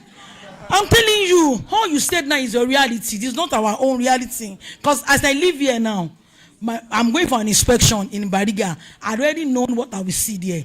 And if I take your reality with me, the developer will boost me out that, are you crazy? This is my property.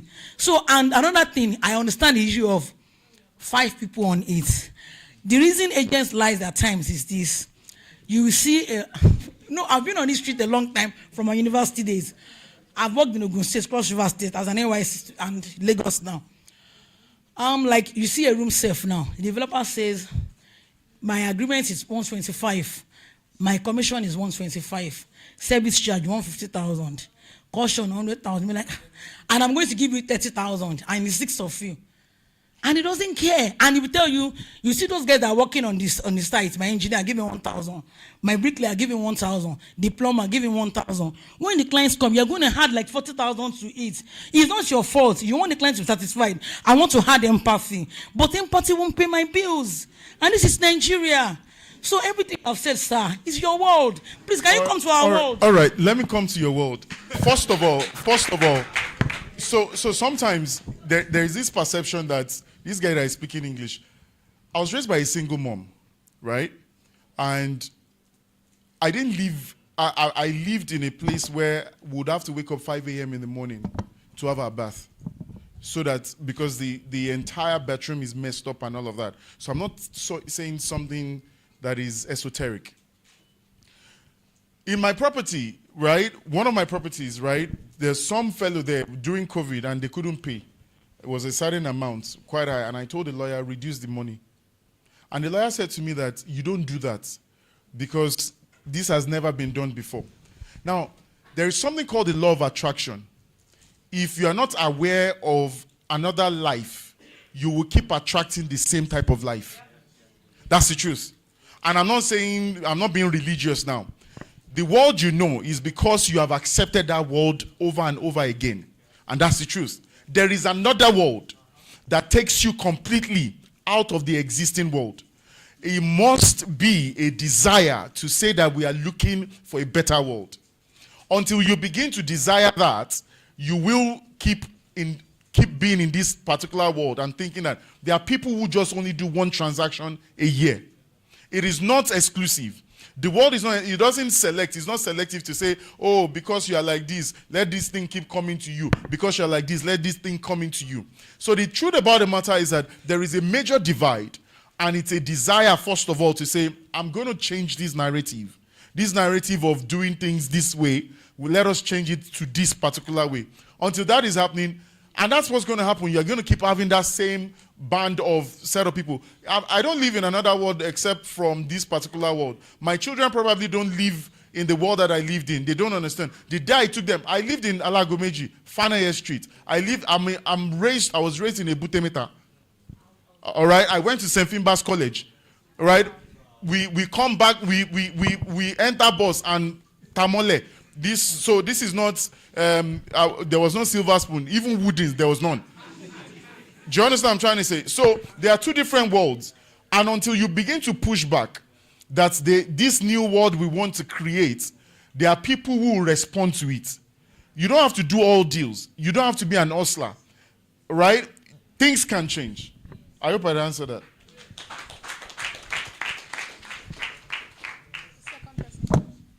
Okay, good afternoon, sir. Thank you for the presentation. And as regard branding, and the Ms. Tosin talked about collaboration. So what she was saying as regard agents.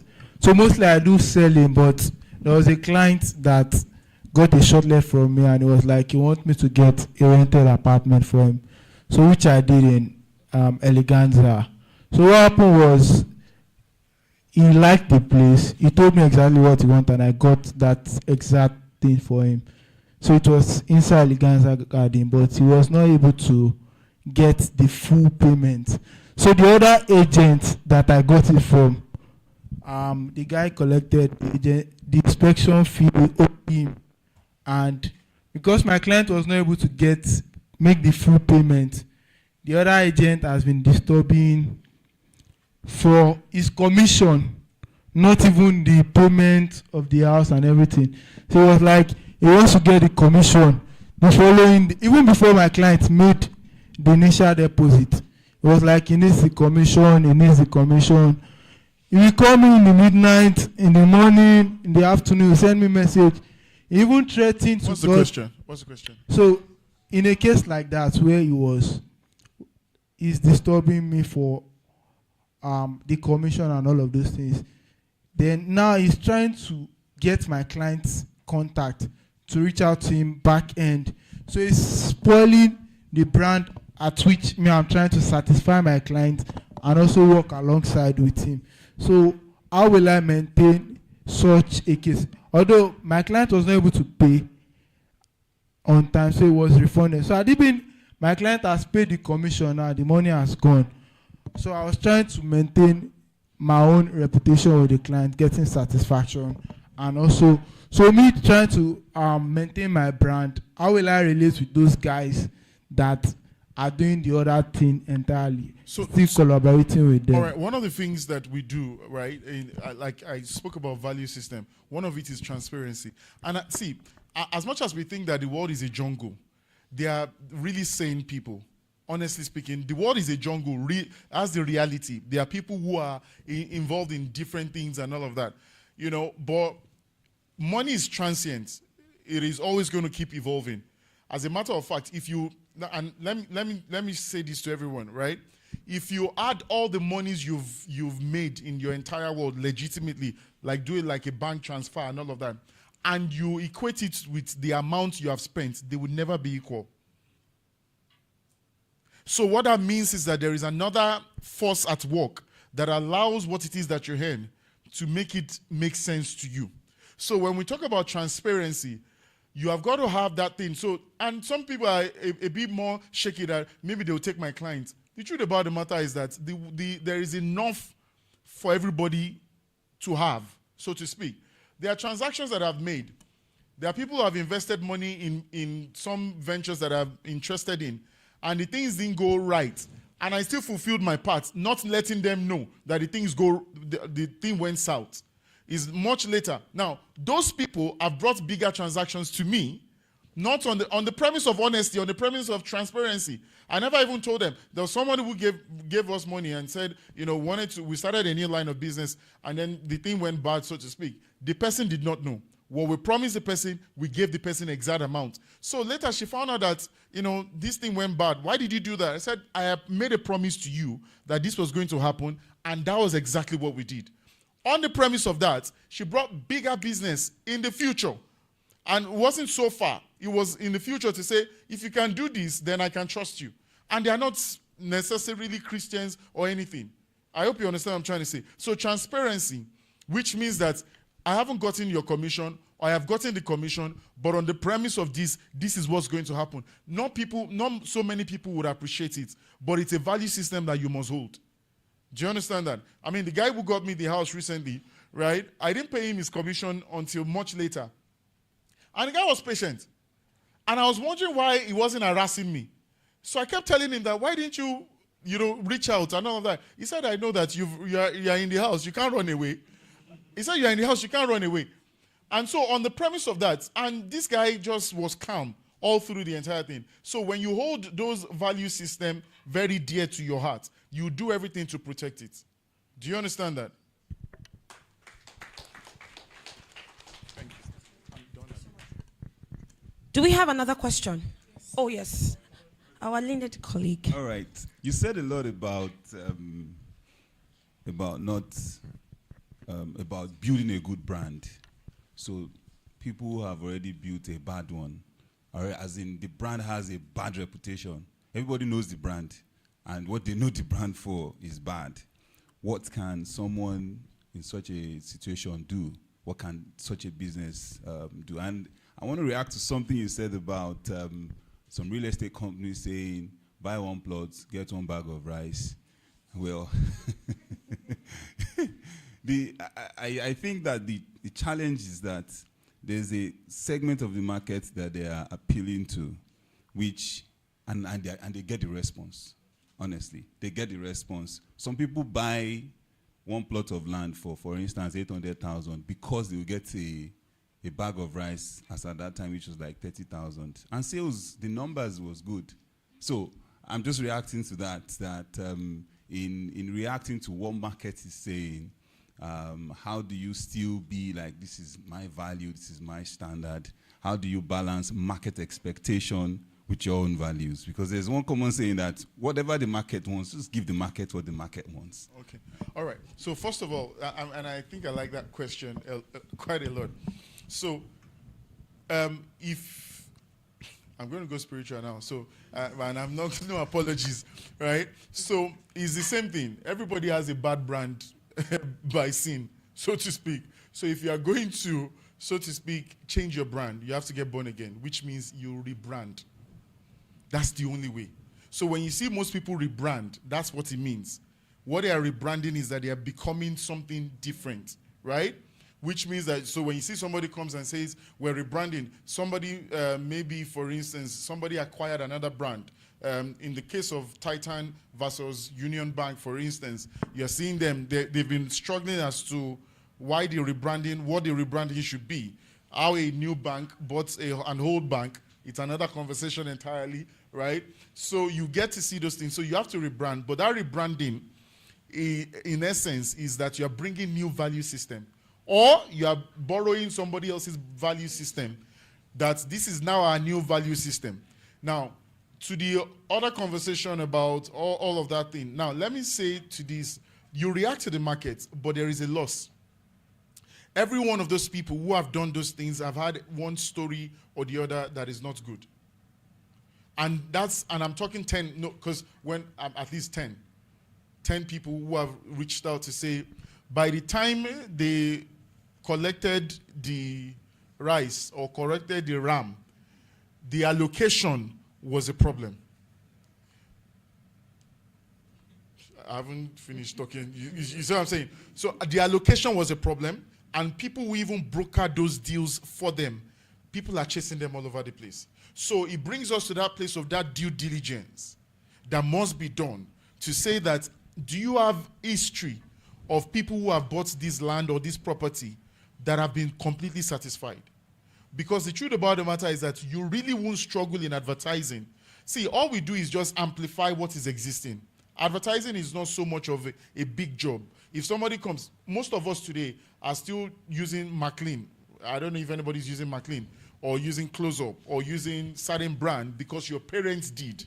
Those things, they delivered on their brand essence, which means that your teeth will still be hot after you are done. Your breath will be fresh, right? So those things are value system.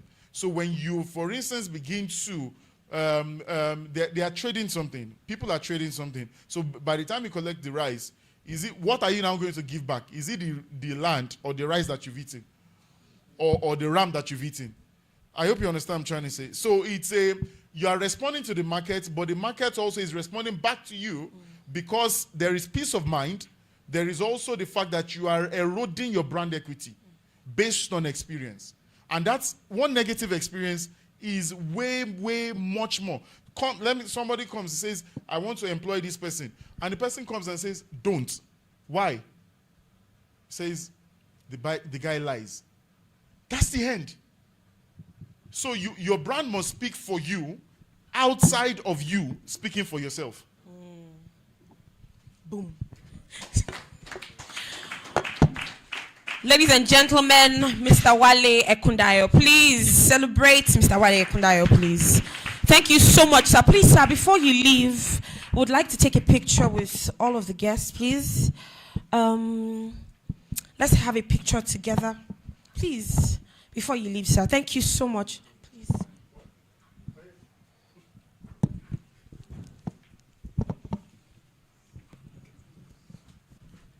Mr. James Legend.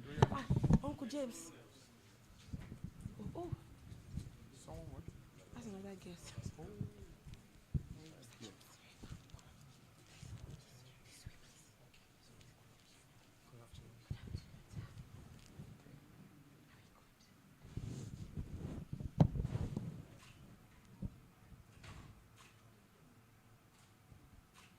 Something goofy, please. One more. Let's go. Thank you so much, sir. Thank you. Thank you. Please, a round of applause as he leaves. Please sit this way. Thank you so much. How many of you agree that with even some of these things that we have learned, we can go home, we can close? Abby, why are you people not answering me now? Sure, we can be going. But I love, who said no? Who was that loudest no? I heard no. Please give me t-shirt at the back. I have t-shirt at the back. Too late. Hello. Please, I need a t-shirt at the back. I heard that loudest no. I'm looking for energy. If you give me energy, I give you energy. Give you energy. Thank you so much, man. Thank you. All right, guys. So that I don't let your heads explode, we've learned so much this afternoon. I've been utterly overwhelmed by the amount of knowledge I've received this afternoon. I'm sure some of us are right now. And we're really grateful to Calledout Estate. Abby, are we not grateful? Please help me celebrate them. Amazing people for putting this together.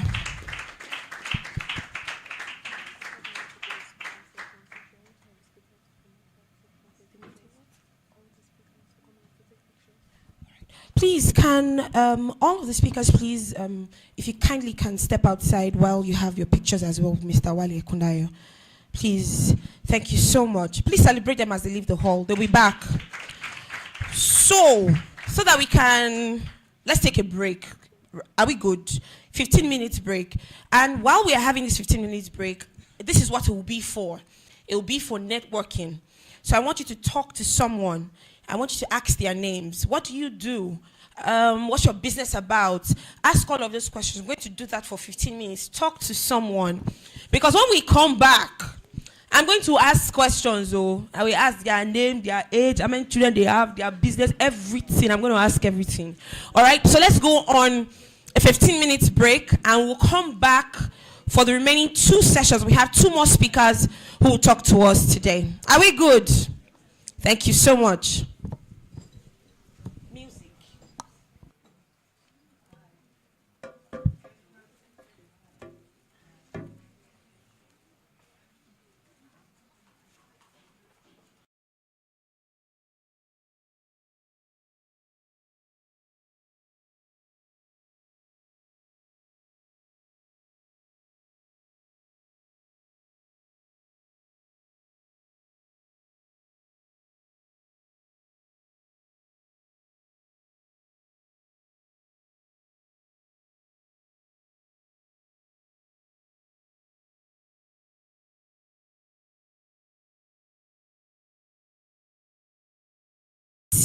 And then you have a light refreshment while you network. Thank you. You can step outside, turn to your left. We have light refreshment for us.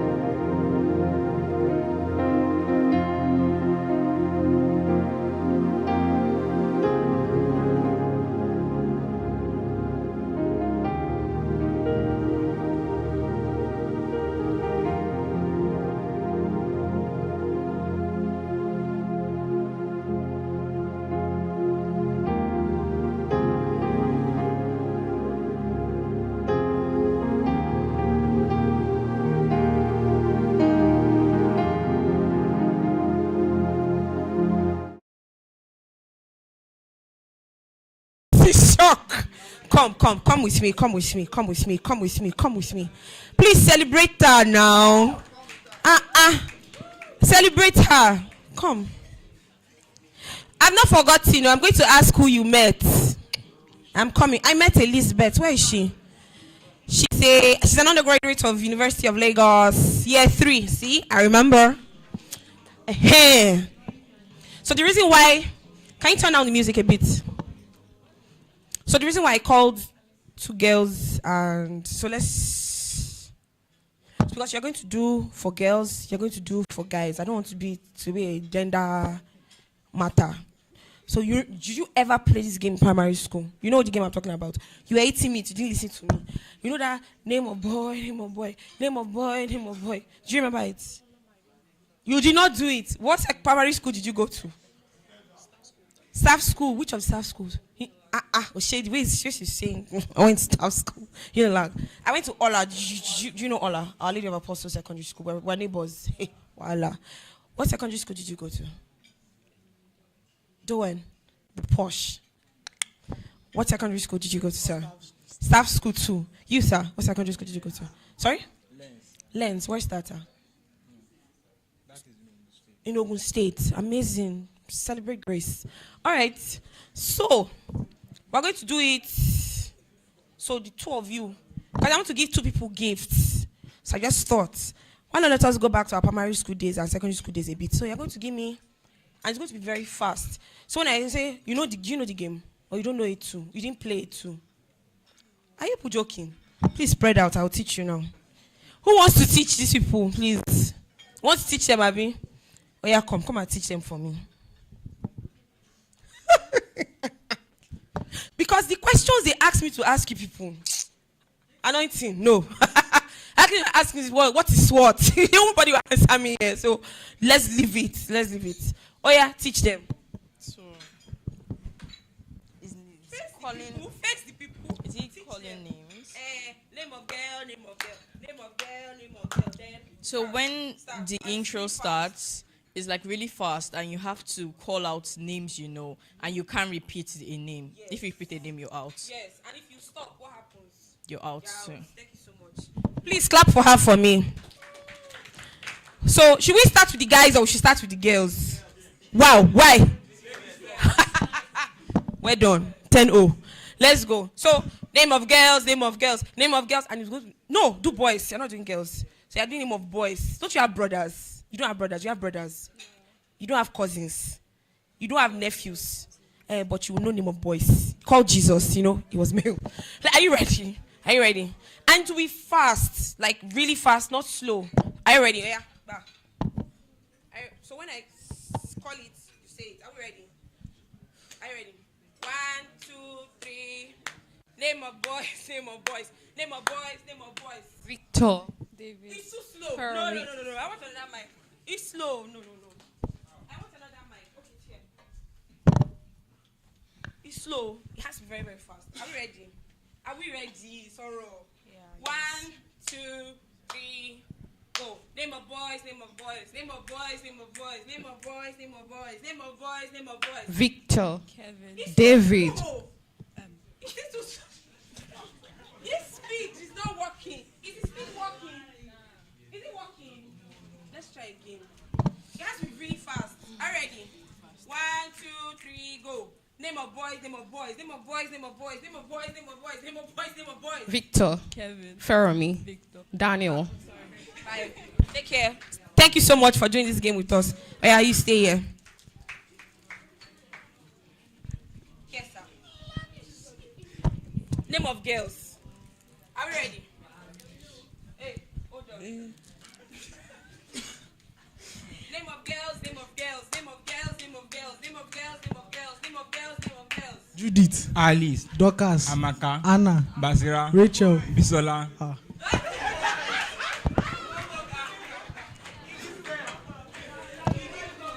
Wow. Bro, you are good though. How many sisters do you have? Just one. Just one. How many cousins? Is it a large family? You were calling the names. Calling the names.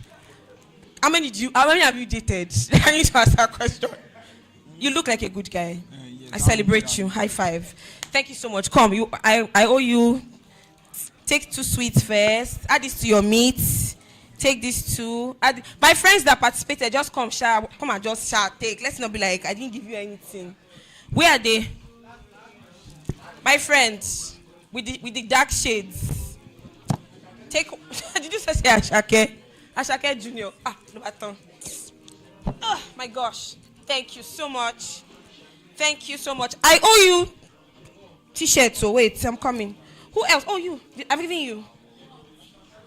I'm coming. We are the 2 people that won. Come, please. One for you.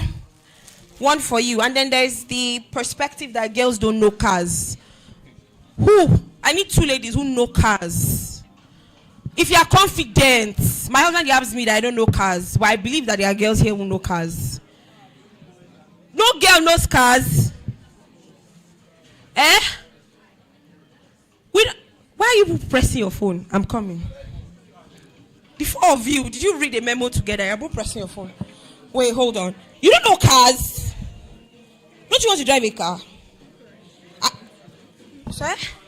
I said yes, I want. You want to drive a car? You do? How many cars do you know? Wow. It looks like this thing is looking true. I think people are proving the point that it's true. The girls don't know cars. We know cars now. Oh, yeah, 2 ladies who know cars. Come, let's do a face-off. The lady on the red glasses, come to me. And the lady with the scarf, you look happy. I said cars, come now. You should celebrate them, shout or clap for them or something. Come. Don't be shy. Come, let's do one more. I want to give out one more. I think I have another shirt here. Or maybe this time I'll give you a book because it's a car. I'll give you a book. Are we good? Face the crowd. Show them your beautiful selves. So we want to do this car face-off. Please inspire me. Are we ready? Are you ready for me? You think so? Oh, yeah. Back.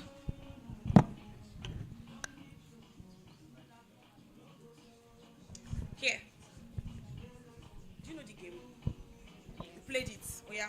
Do the call. Are we ready? Can you do the call? So we're thinking of. Oh yeah, let's go. Are you ready? Oh yeah, name of car.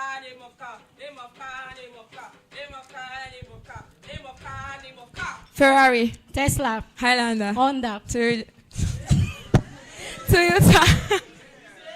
No, let's try one more time. Wait.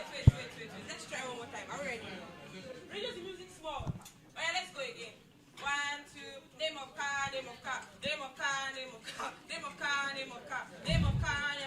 Go. Lamborghini. Tesla. Lamborghini. Should we give her one more try? We should not give her one more try. Yeah. This eye is not easy, but let's try. Let's do one more try. Yeah. Let's do one more from start. 1, 2, 3, go. Name of car. Go. Lamborghini. Toyota, Ferrari. Venza, Toyota.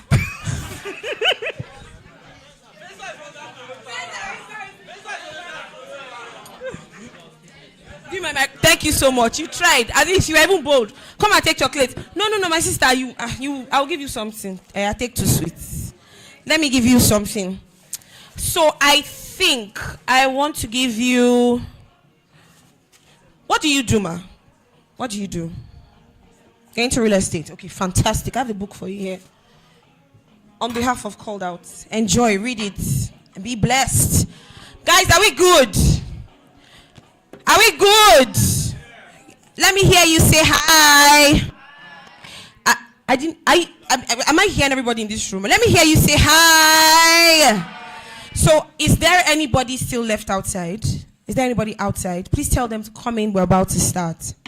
All right, welcome back, everyone. The Calledout, or this is still the Calledout Conference 2023, sponsored by Calledout Estate Limited. And for this edition, like we said earlier, we're looking at riding the wave, leveraging opportunities in the thriving real estate market.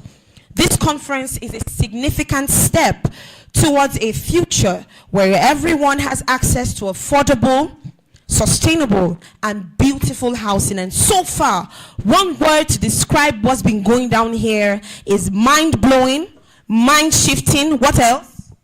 One word to describe what's been happening here. Inspiring. Another word. Insightful. You shows you went to university. Another word, please. Huh? Baton. Fire. Somebody said fire. Your views are well accepted. Another one. Amazing. Another one. Lit. Somebody says lit. That's fantastic. Another one. That's all right. Up, down, down, down. That's all right. I like you, sir. I like you so much. One sweet for you. Catch, sir. Catch. I like your energy. Thank you. All right, guys. So we have 2 more sessions rather this afternoon. Two more left, or rather this session. And right about now, we're supposed to hear from the convener, Mr. James Legend, but I don't know if he's around, because I'm about to call him to talk about Calledout Estate Limited and their products. So maybe we'll have that later. But let's listen to another of our speaker. So let's keep our eyes peeled to the screen as we read and listen to the profile of Mr. Damola Ajayi.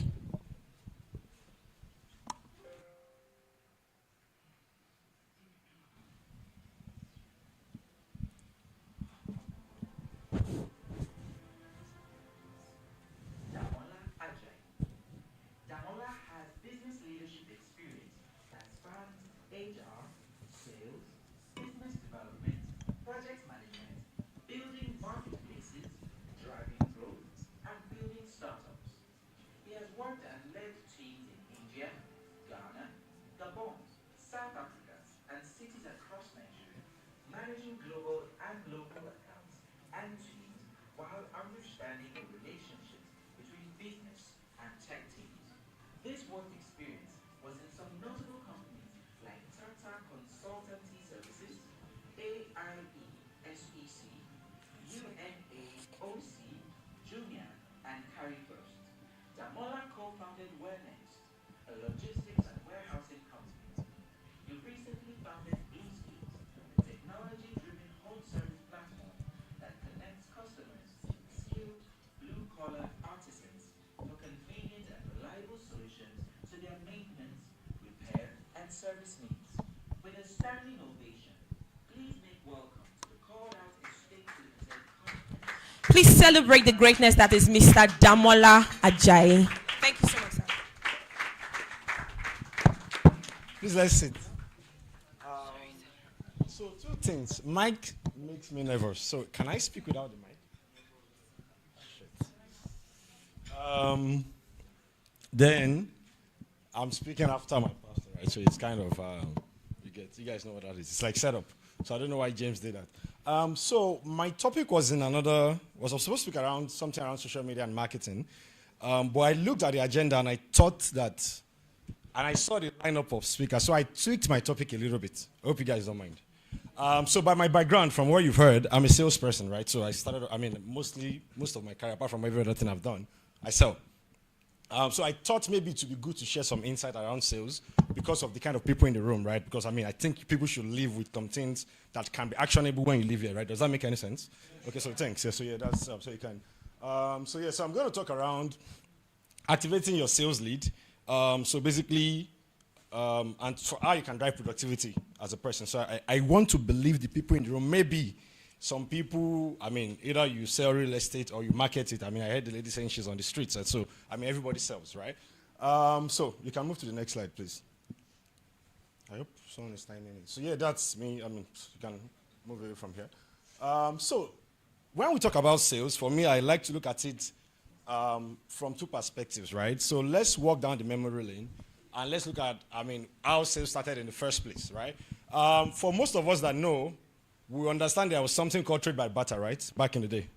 Right? Someone comes somewhere and drops an item, and another person, so someone drops yam, you bring your vegetables, and they kind of exchange, right? And that was how sales started back in the day. And of course, we transitioned into, at some point, people started to bring in the middleman trade. which maybe will reflect a lot of people in this room, which is kind of what you guys do.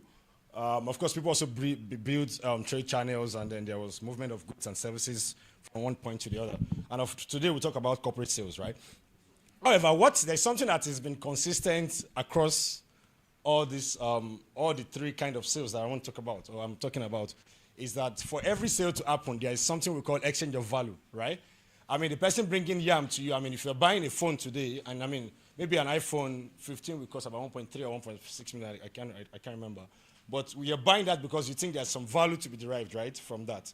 And if you look at it in the real estate space, right, someone is buying an apartment. I mean, the last speaker was talking about the apartment he got. He said it was specific about certain things he wanted, right? He said he wanted a swimming pool, he wanted something like that, right? So that is, if he's paying, and he said he changed some FX to do that transaction, it's because he's getting some kind of value from what is, right? If you buy this particular bottled water, it's because you feel maybe Nestle as a brand is important to you as opposed to buying Aquafina or any other one that we see. Let's go to the next slide. So having established that, right? So I'll go straight into why I said I want to talk around lead and sales generation. Lead generation rather. Why is it important for you to even generate leads, right? So what are leads? In the first place. So can anybody help? Leads. Can you try? Leads. When we say sales leads, what comes to your mind? What? Prospects. Leads are prospects, people that are intending to buy your product. Okay, let's give a round of applause, please. So leads are basically prospects or people that you think could buy your product, right? So in this case, it could be maybe the house you're trying to sell, it could be the land you're trying to sell, it could be anything. So, I mean, sorry, I should have defined that, but yeah. So that is what sales leads are. So again, why do we need to generate sales leads, right? I mean, everyone here, in a way, maybe I want to believe if you're here, you're selling a product, right? Either it's an apartment, it could be someone said he did Airbnb for his friend, I mean, the guy in red cap and stuff. I mean, some people sell houses and lands. I mean, depending on your scale of business, he was talking about the action of 300 million and stuff like that. So, yeah. So, I mean, for the first thing, why you need to generate that is to increase your visibility, right? The last speaker spoke a lot about branding and how you can position yourself and stuff, right? So for me, I think the first thing why you need this is that, again, if people don't even know what you do, then nobody will come and patronize you, right? I mean, that's the first thing. And I'll get some point of it where I'll talk about this visibility stuff. Then the second part, also, if it's related to the branding session he spoke about, is, of course, you have to establish your credibility. And he spoke fantastically well, so I'm not going to dwell on the credibility part and trust, yada, yada, yada. I think he did justice to that.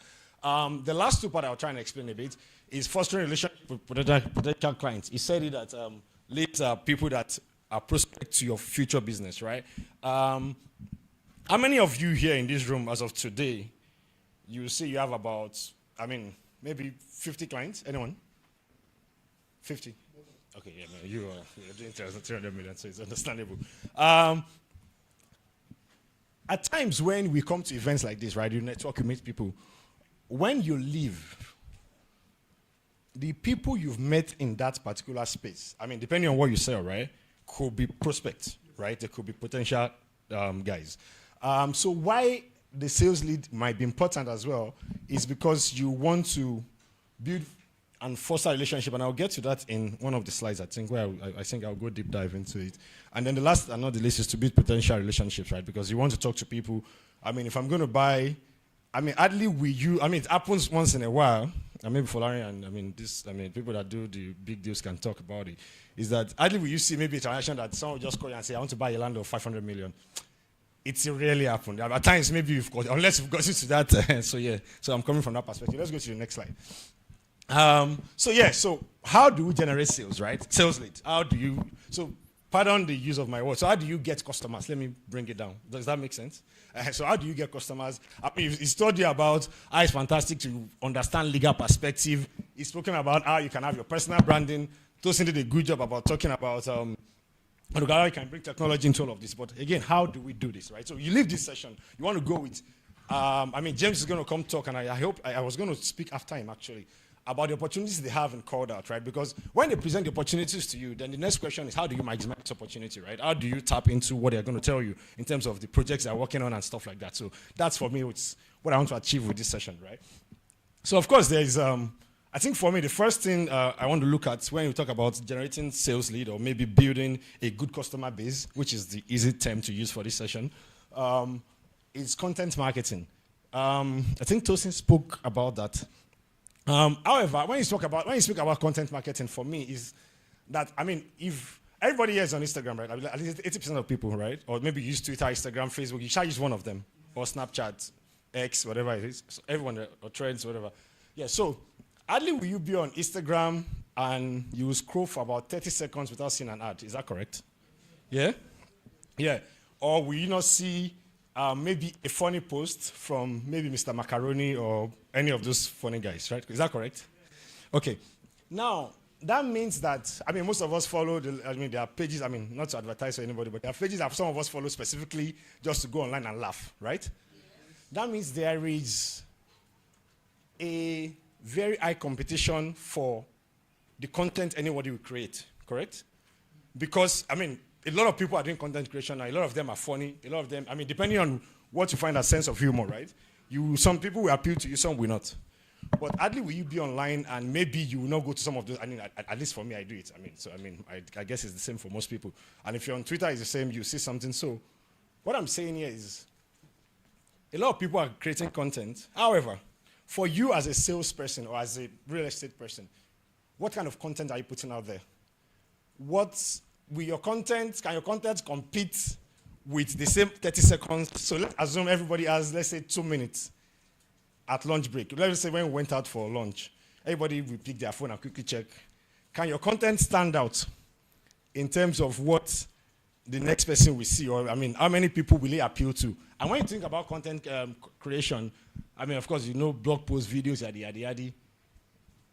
Someone spoke about, I think it was Tosin, about how you need to know your customer, and I think even Folarin spoke about it as well.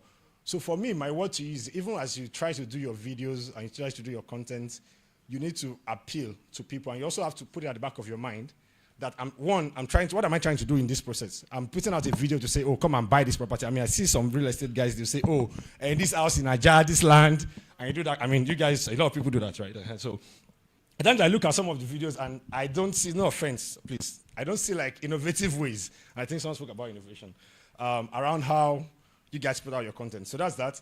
So I think you can create good content to get you leads. But creating this is the first step, right? Of course, there's engine optimization. So, I mean, for people that want to go a step further, and it's a bit about tech. I'm a tech person, right? So, but I'm a salesperson, so I will try and balance it. So I'll not use too much technical terms. SEO means they search for you and they can find you. So basically, if you search on Google today to say, let's say, the finest restaurants in Ikeja, right? Something will pop up. There's some top 3 names that will come up, right? Or let's say, the biggest club in the world. What will come up if you search on Google?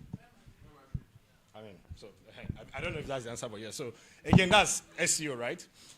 So SEO means that you've done something with, I mean, in terms of, I'm trying to know your technical terms, please. You've done something that will ensure that when someone maybe asks a question online and says, who can I buy a property from? Something like that. And it's your name that comes out. Yes, that's SEO in a layman term. So you want to get to that spot. Of course, it pulls data, right? Either from the articles you've created on LinkedIn or from blog posts. So, I mean, that's how Google works, right? It pulls the data and then it ranks based on how many people are visiting, those kind of stuff. So again, if your content is good and it is relatable to people and they are commenting on it and they're doing stuff, so it gives that traction such that if you ever have to do an SEO, I mean, of course, some of those things you also pay for them as well. And marketing people will tell you. They'll tell you that. I mean, so it pulls the data and then you can rank. It's like when you go online today and you say, where can I shop in Nigeria? One of the first things you see is Jumia, right? Because, I mean, not because I worked there, but, I mean, it's just the truth. It's like, because we have, like, a lot of data out there that, I mean, over time and stuff like that. So, yeah, of course, there's social media marketing. I will not spend too much time on. Everybody knows Instagram, yada, yada, yada. And that was a bit of my topic before I tweaked it. So again, everybody knows that. So when you have a good content, again, where do you put it, right? or where are the kind of people you are looking to meet? So let's assume you've done a good video. Let's even assume you have a fantastic video, you've done that. But again, where is your audience? I mean, so for some people, they won't take you serious if you advertise to them, let's say, for instance, on Instagram. That, I mean, maybe for a transaction of 500 million, maybe the guy would like prefer maybe a LinkedIn kind of advert. I'm just saying, right? And so some people would prefer maybe Facebook. I mean, so again, you have to now target each, and I think I have a slide on that. You target each person when we get to customer profiling. I think I will do some justice to that, and then you can know the right platform to put out the right message. And also, there are some platforms that maybe it's a 30 seconds message you have to put out, right, to attract the right customer. In some cases, maybe it's a 1 minute. So for some cases, it's like an article, then you have to maybe now link it to the Facebook, and it can click and then go, but they will see a short one in terms of what they can read, yada, yada, yada, and stuff like that. So, of course, you can also get customers through referrals. I think someone spoke about that in terms of if you've had good transaction before, they can also refer you to people, right?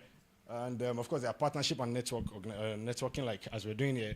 I mean, there are some networking. I mean, so again, when people go out, and I mean, when we go to a wedding, or you go to a birthday party, or you go to, I don't know, you go and turn up, quote and unquote. I think for me, every opportunity should be, you're trying to leverage it to help your business, right? Because at the end of the day, you don't, if you're looking at, and this is how we think in sales, right?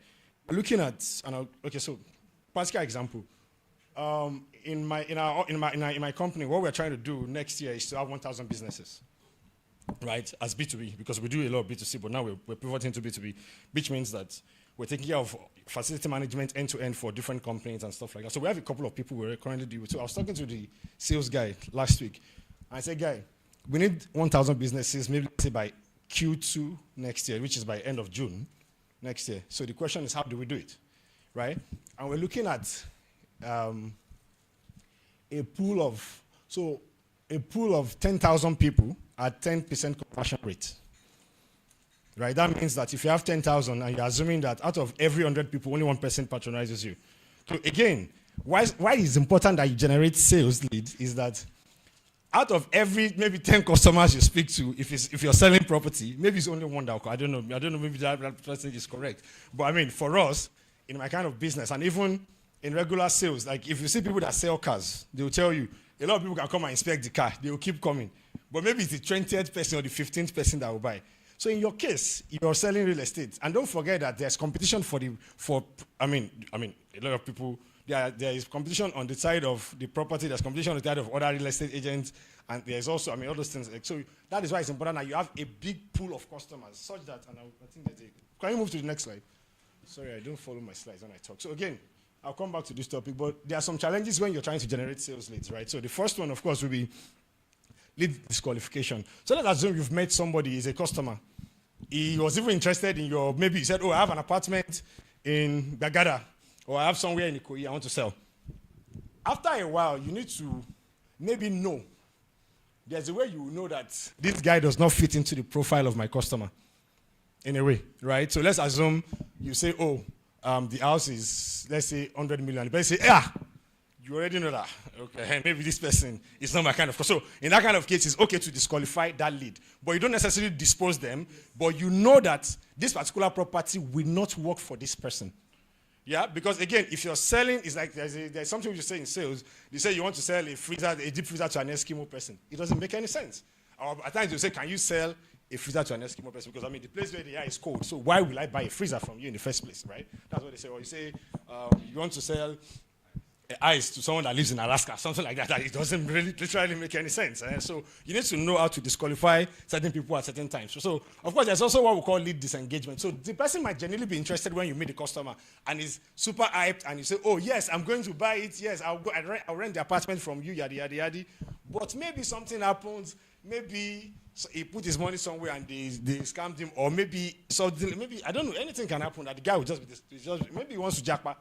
I will just be like, oh boy, I'm not buying again. Or as someone said, you're selling an apartment here for $3 million, and I just suddenly know that I can buy something $300,000 in Texas. So that kind of thing can make him not to be interested again. Of course, there's lack of personalization, and this happens a lot, right? So a lot of salespeople at times, or people, you want to get customers, and you just believe that when you create a WhatsApp broadcast and you send it to everybody, It's the same stuff, right? Just bombing people every Monday morning or every time. At times it's good, right? But at times also people want to feel loved, right? It's like, oh, dear Damola, I know we spoke at that event we met. Don't forget that I said I have this apartment that you might be interested in. Of course, maybe that person has told you certain things.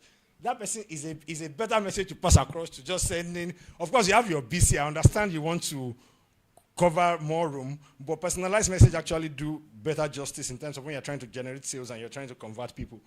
Of course, there is also an effective follow-up on your side. Maybe some people, you met them, the vibe was good, and then suddenly you forget about the person. And maybe 6 months later, I just remember that, shit, I went to call that conference, so, oh, that person I met, let me go and follow up. Of course, at times also there's a thin line between consistent follow-up when you're trying to generate sales and what do you call it, and then harassing people, right? At times when you are buzzing the guy, bros, no kid me, I beg. I know you're kidding me. So, of course, there's also the competitive part of the market, right? As I think I spoke briefly about this in terms of people who are offering the services, yada, yada, yada, and all. Next slide, please.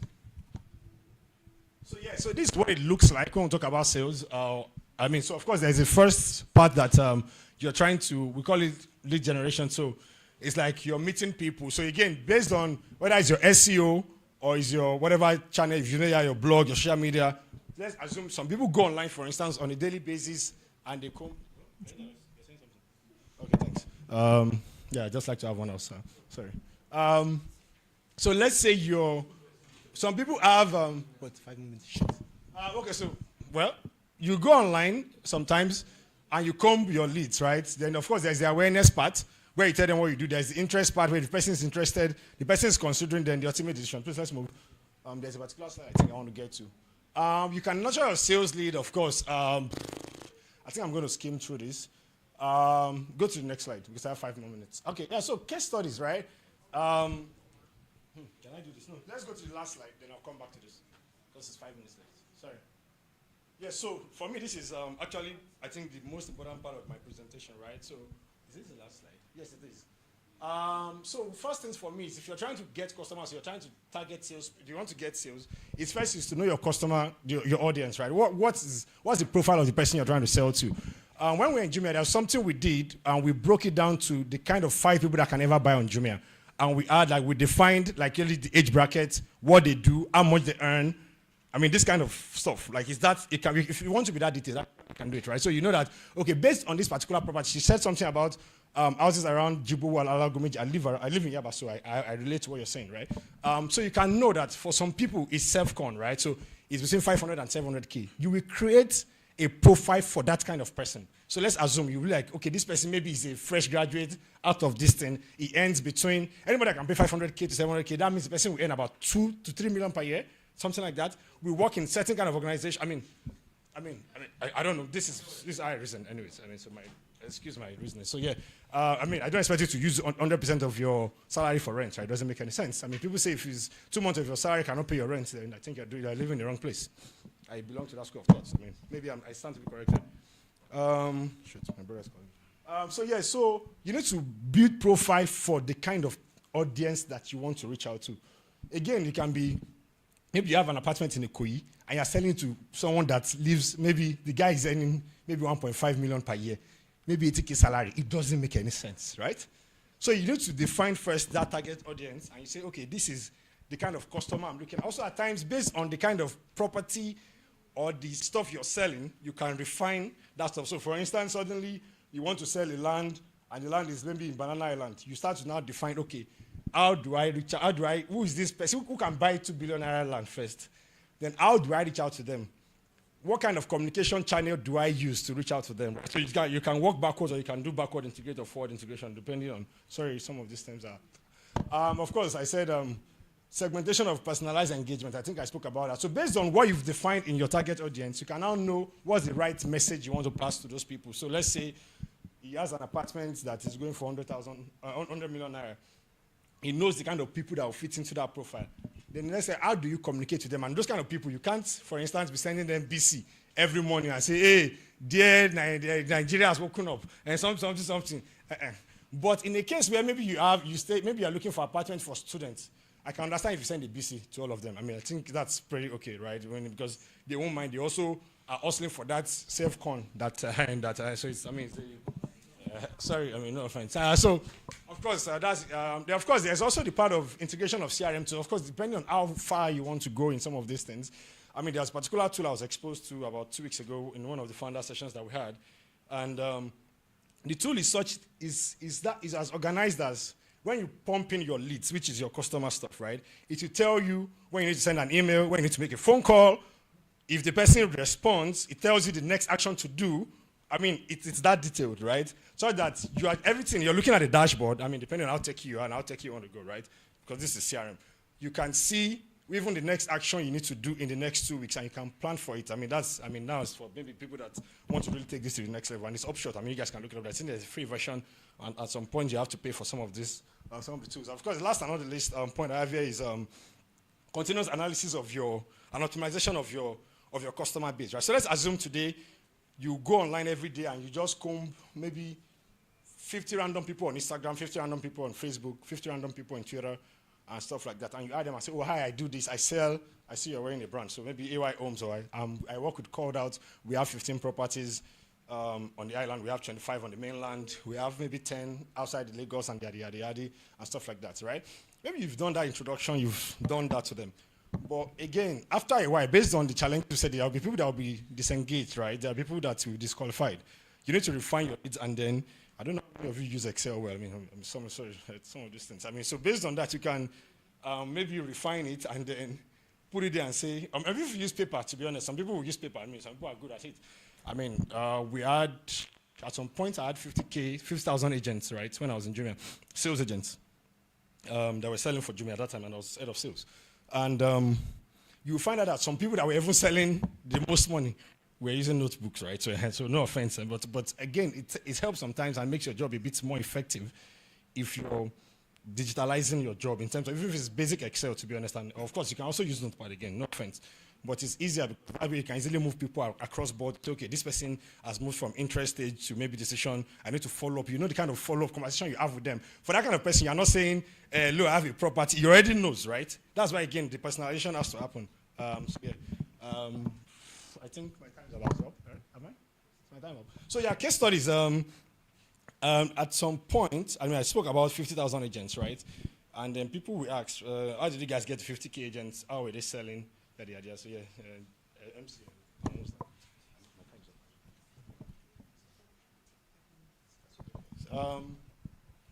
So for me, and at times, one of the things I used to tell them, and again, it was difficult to, I mean, imagine 50,000 people kind of reporting to you and selling for you. Technically, that was my job at some point. And then you have different categories of those kind of people, right? Because there are people that maybe they give you the 80-20 rule. There are people that give you the 20% to give you most of your revenue, right? I mean, maybe my target then will be in billions, about maybe 10 billion per month or something like this. And then you have to know that, okay, this thing will come from 20% of the people. How do you manage those kind of people versus how do you sell to? And that's what I'm trying to break down here. So because I understand that the energy in the room, maybe there are people different, depending on the cadre where you are in real estate. For me, I think the most important thing, if you don't remember anything I've said today, one, know your target audience. And you need to profile them specifically. Like, so you know that there's a Damola guy, he does this kind of job, he can afford, I mean, it's like people that do rentals. There are people that will call you and you know that, oh boy, this guy is not my customer. And it's not every customer that you should take anyways. I don't know about you, but it's not, I mean, I think even Pastor Ali said it right. It's not, every customer is not your customer. Don't be in that also to say you want to, I must get. No. If some people, let them go because they don't fit into that profile that you've built in terms of customer profiling. And again, if you see someone that's outside what you've built, of course, you can also learn, which is the last point. That you keep iterating and learning over time. Maybe there is a market woman segment, for instance, that you do not, or maybe a single mom segment that you do not consider when you're profiling people because you only thought about tech people that earn, or maybe you didn't think of the market women, or suddenly there's an opportunity, let's say in Yanakwaja, that for a property, and you think that maybe they can be interested in, then you include them in that kind of stuff. So yeah, thanks guys. I think that's... Thank you so much, Mr. Damola. Thank you so much, sir. Thank you. I'm sure that we learned a lot, and you know, while he was speaking, it made me ask certain questions, even as regards my own business, and what kind of content am I putting out? Does my content pop? Do you understand? And are they innovative? When people search for you, what do they find? That question was actually very important. So, you know, sexy nigga _ I am God, you know, on Instagram, duh. If I see that, I'm turned off first. Or your email address. Do you understand what I mean? Some of you understand what I'm saying. So it means that you're going back home today to change your email name, or you're going back home to change your Instagram name. Do you understand what I mean? Because when people see these things, these are the things they encounter first. Thank you so much, sir. So grateful. Does anybody in the room have any questions? And by the way, while he was speaking, he asked, does anyone have up to 50 clients? And you raised up your hand, sir. I have a book for you. That's okay. You need a book, sir. You need a book. I just wanted to encourage you, sir. God bless your business. Thank you so much. You see what I mean? You know, in this life, you know, when you start a conversation with, in this life, you say, oh, I have it. I'm so impressed. So, sir, what I'll do is, I've given you one before. Oh, Egba, thank you so much. You're welcome. So please, make the best out of it. Thank you so much. So does anybody, yes, sir, you have a question? Who else has a question to ask Mr. Damola? Second question. Any other person? Third question. All right. We have 3 questions. All right, let's go. Let's take them one after the other. So he starts first. Mr. Damola, thank you very much. You said something that was key. I've already started drawing my plan for next year. You said that you're targeting, like, for example, you just made an example that you're targeting with your company, you're discussing with your salespeople, that you're targeting maybe like 1,000 businesses. So I want to commend you for that, because I've not thought about the numbers. I think I'll be looking at 1,000 too. Thank you very much for that. That's by the way. Then secondly, you were talking about targeted market, targeted audience, that everybody can be your customer, right? That's true. But there's something I want to bring out. I think everybody will learn, including you. Most times I sell luxury real estate. I've worked in some luxury and all that. But just lately, I discovered that while I was doing luxury, a lot of times, like my mom was a banker, my dad was a lawyer. So I leveraged on their networks to do a lot of things. But I discovered that while selling luxury to a lot of people, like when you tell somebody about maybe 200 million naira land in maybe like Omolefeso, where Miss Tosin lives, for example, the person will tell you, oh, no, that's not what I want, but I have 60 million. Do you understand? And I want in this area, please, I want you to give me an advice. But let me narrow it down. It will help everybody. There was a time I was selling luxury real estate, and a girl came from the UK. She has been talking to me for like 2 months. So she came and said, Eddie, he called me and said, meet me up at, so I met her. And she told me that I don't want to buy any of your properties. They are big. But my mother gave me an inheritance in Badagry. So I don't want to go there. I'm afraid.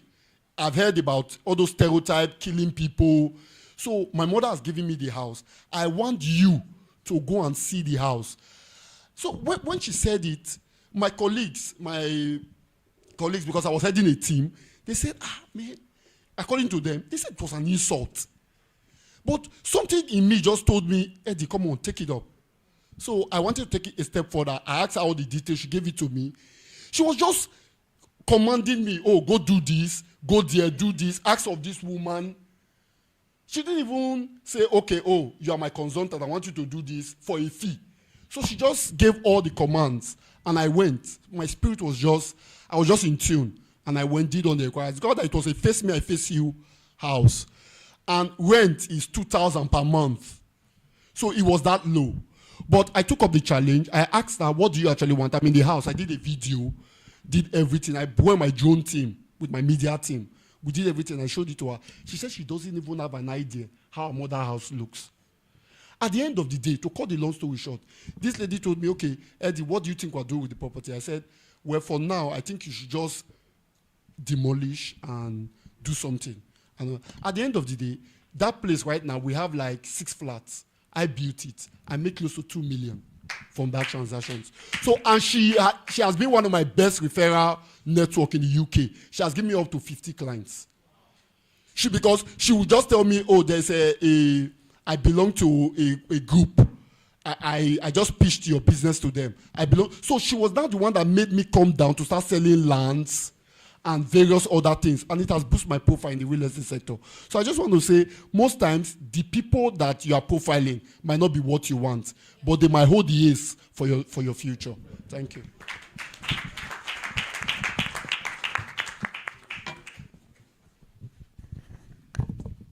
Mr. Eddie had already almost answered and said what I wanted to say.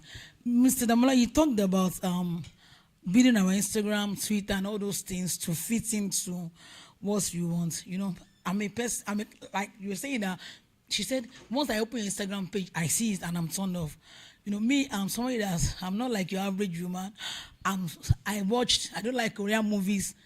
I am type of that. When I want to watch movie, I watch police procedural, health stuff. I'm very, very political minded and sports. So once you open my anything internet, you see me. My argument is always on sports, politics, religion, Christianity. Other than that, nothing else. I don't know fashion. I don't do fashion. If you talk about makeup, it's not me. I'll just be looking at no. But I want to really build my profile to fit in, so that I will have customers outside my base too, so that, you know, I'll be able to move up. Okay, thanks. If I hear you, you're saying, how do we build an effective social media profile, correct? Is that what you're saying? I will assume, and James is not in the room. So for me, if I come on your page, irrespective of, so again, people have personal pages and professional pages, right? So let's establish that, right? So if it's your personal page, it's okay, you can put anything there. But if it's your business page, I will assume that everything you put out there should be something related to that business. Now, you don't have to put maybe a property that you know will go up in 2 weeks, because again, people can come, and some people even do it, they put it and say, oh, then they put it next, sold out. Yeah, people do that. Again, if I come to any real estate person's page, I will expect to see either a real estate, a different kind of apartments, right? Whether they're available or not. Again, you can update people. And of course, over time, you need to put articles like, oh, maybe on a Monday you can have, you can have social media calendar. So let's say maybe on every Monday you're putting out something that's kind of motivational around the real estate space. On Wednesday you can put out a puzzle. But again, you play around the real estate space, right? You can, so again, I co-founded a business that was for warehousing and logistics, right? If you go on the page, we've created a calendar in such that I think on Monday we spoke about warehouses, right?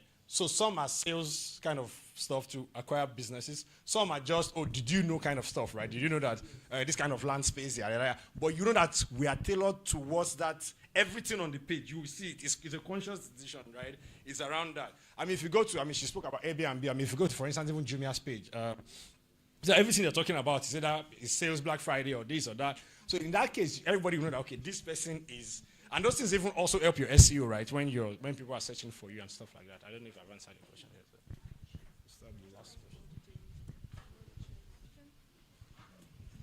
I have a question for you.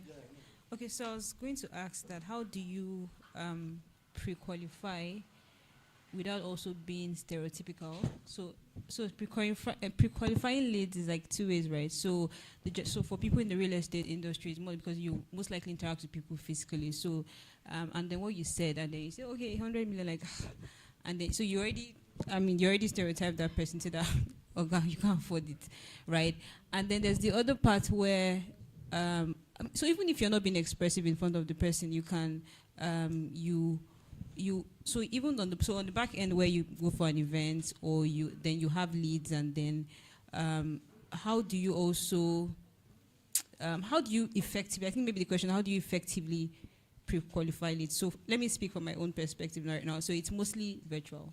My team is fully remote, and then a few times you have to step out, not a few times, a lot of times you go out there and then you speak to somebody, but then you're not trying to, so you can get leads as much as 10,000 leads from just a single event.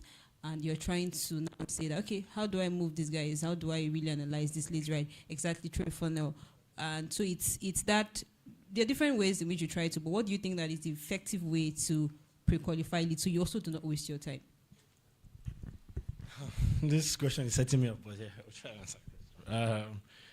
So I think pre-qualification of leads, right?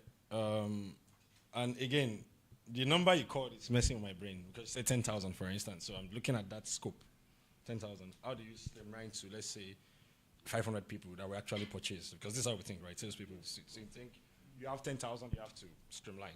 I mean, again, it depends on the, maybe I think one thing would be maybe the channel of communication, for instance. So, I mean, maybe 10K, let me not take 10K. Let's assume you met 100 people, and then you want to know how many of them are serious, right? So again, the first thing is you reach out, right, to everybody. And I put a disclaimer and say, some of this message could be personalized, right? If the population size is smaller. In a case where population size is in 100K, right? You might have to, of course, there is also a way you do it in broad terms, and you can, I mean, even with MailChimp, you can customize the person's name. It's as simple as that, right? With MailChimp, right? And a couple of other tools, right? I've got expect to be sending 10,000 emails one by one. I mean, it's not obtainable. In real estate, Tosin, I'm really trying not to answer the question. In real estate, what I would say, it could be, one, you've built your profiles. Again, I think for me, that's always the fastest way. You know, based on what profile, whether they fit in or not. In this case, let's assume 10,000 people.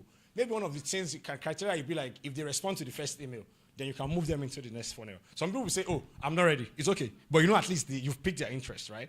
Again, what content are you sending to these people? All those things kind of matter, right? In terms of, are you sending it? And some people maybe, after a while, maybe the first email might not go, might not be nice, quote and unquote, to the person. So, because every day I get emails to say, oh, come and buy property in Ekpe. Most of the time. Also, when you send emails, you can see who opened it and who didn't, right? Depending on the tool you use. Again, so all those things a bit kind of matter. When I use the example of maybe 100 million person and the person said, oh, no. Again, sometimes, and he said it, Eddie said it, at times you go below what you've planned for, to be fair. Again, you can say, oh, it's only maybe students that, maybe the students can have an uncle that can even buy the bigger property. Again, right? So again, some of those things, I don't know, they're intertwined, but yeah, I don't know if I've answered you, but yeah, maybe not, but yeah, I'll take it with you offline. Please, a round of applause for Mr. Jamola. Thank you so much, sir. Thank you for being an absolute blessing to everyone in this room. Do you agree? Definitely. Thank you so much, sir. A round of applause for him again. All right, before this session came up, I was telling us that I was going to bring up Mr. James Legend, the legend himself, the Odogu one of Calledout Estates, to talk about Calledout Estate Limited and their product. So he's here, he's seated here, I found him. Thank you, ladies and gentlemen. Please welcome again the convener of this brilliant idea, Mr. James Legend.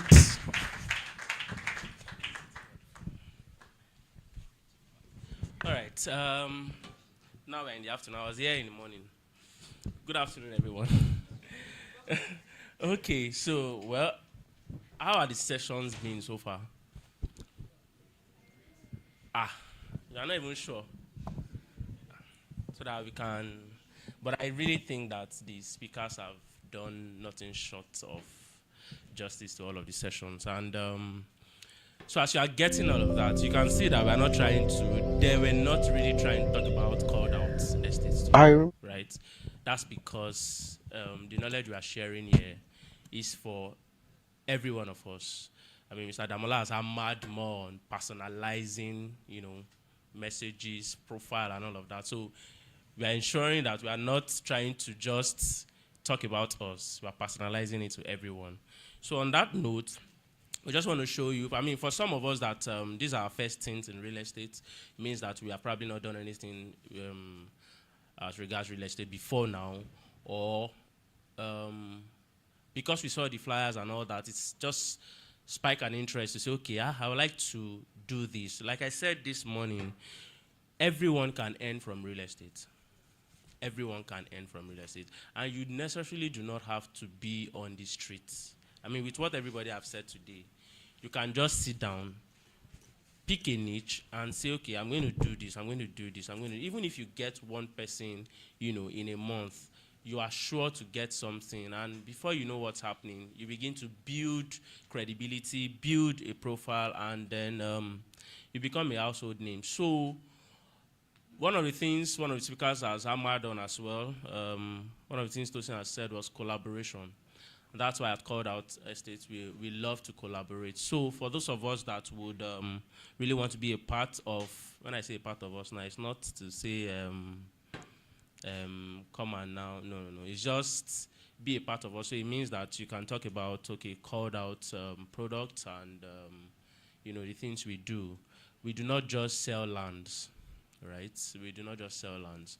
We want to ensure, someone brought to my attention, sorry to digress, this morning.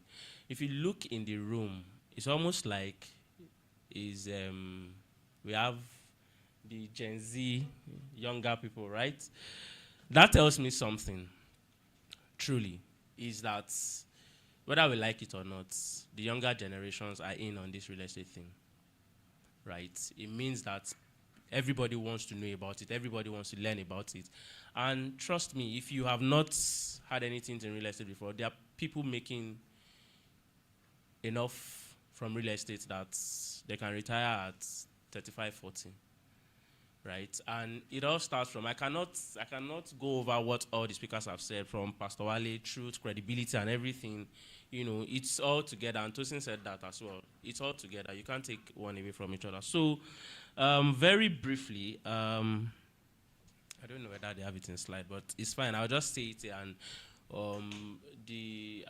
where are people? You are going to help. So for people that want to be a part of us, you can register on the website. If you go to our website, if you need help with it, I think Sarah and some people can help you. You just go to our website and there's a place where you can fill your details. So we'll be in touch with you. We can share with you all the products that we have. And this conference doesn't end here. It means that we'll keep in touch to, like I said, for those of us that, we are just starting out, we will continually give you materials, trainings, and all of that to help. There's support everywhere. Okay, I've started conversation with this person, or I've done this, I've done that, so how do I continue? So first off, we have an estate at Ekpe. Now, I know a lot of people will say, Ekpe, all those places. And when I was talking this morning, I talked about how some people also said Ibejuleki was far. If you go to the same Ibejuleki right now, if you will see anything, you will pay with, you will strong your face, because it's going to be real deal. And, really, I won't call him, but there's somebody in this room, when he bought from us, and he told me that, this same Ekpe, it wasn't up to 2 years, 1 year ago, that someone brought the offer to him for 300,000 per plot. And I was like, Ekpe, what are we going to do at Ekpe? Ekpe is too. But now, you will see lands at Ekpe going for 1 million, 1.something million, and that's just the beginning, trust me. And how many of us heard of Lagos Film City that was just inaugurated recently? So with projects like that, you expect that, the value is going to keep rising. So we have an estate at Ekpe Eden Garden, phase 1. We are on the next one very soon. I thought someone was going to clap, because we are not yet 5 years old or 7 years old, but we are doing that. And we have various investment schemes as well. We also have building projects. So real estate, like we have said, is not just one thing, but I'd always advise. So I'll say this story. If you give birth to a child, that's a newborn baby, the growth of the baby is in phases, right? It means that the teething, crawling, and all of those things, the baby is growing like that. But imagine if you have an adult. I don't know how God did Adam. Maybe Adam was an adult, or that came. I don't know whether he exhibited baby traits. But I'm just saying, if you have an adult that hasn't yet been a baby, I don't know if that's possible. But just imagine that you have an adult that has not yet been a baby before, and then you now start teaching how to say ba ba ba, how to say, how to say all of those things. It's more difficult. But when you have a baby, it's easy for the baby to grow into that phase of being an adult than for an adult to come back to learning how to be a baby and then going back to an adult. So usually, for starters, it's always advisable to start with lands. And when you're starting with lands, it's always more advisable to start from places that you call remote now. because that's to teach you a lot of things. When Folarin was talking, you remember him saying he has had experiences. These are not things that you could have learnt anywhere, but hands-on experiences. So if, for instance, you are just commencing and you decide to go and start with buildings, so you want to sell a property that is worth 300 million, like Mr. Eddie here has done, you know, it will seem like a very Herculean task. Like, how am I supposed to do that? Who do I talk to that will have 300? You know, some of us actually feel like some people don't have 300 million in this Nigeria. Who do you want to go and meet that will give you 300 million? Right? So it's easier to start small. So I can talk to somebody that will give me 500K. I can talk to somebody that will give me 1 million naira. And then you keep growing like that. The same person, if you've built enough credibility, the same person that's giving you 500K will one day give you 5 million.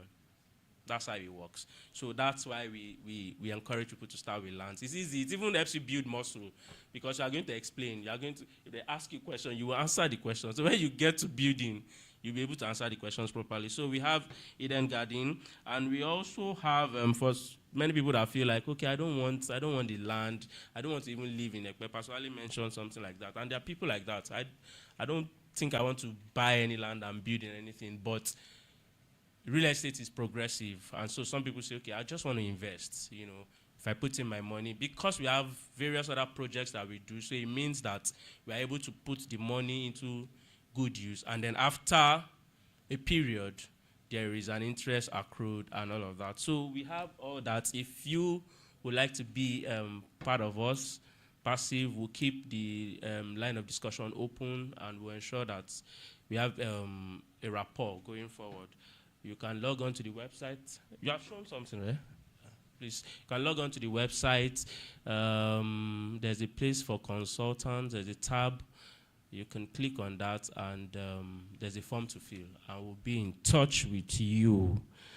All right. Thank you very much. Yeah. Thank you so much, Mr. James Legend. If you have further questions to ask, please, you can talk to any of the ladies wearing the called out shirt at the back. All right, sir.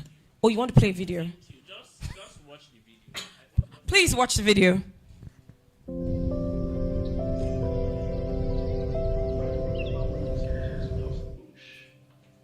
No one else lived here at that time. It was just bush and water. Some places were even flooded. I was like, I wasn't concerned about whether it was worth investments at that time. But now, apparently, our house is worth hundreds of millions. I remember when this place was just bush. No one else lived here at that time. It was just bush and water. Some places were even flooded. I won't lie. I was concerned about whether it was worth investments at that time. But now, apparently, our house is worth hundreds of millions.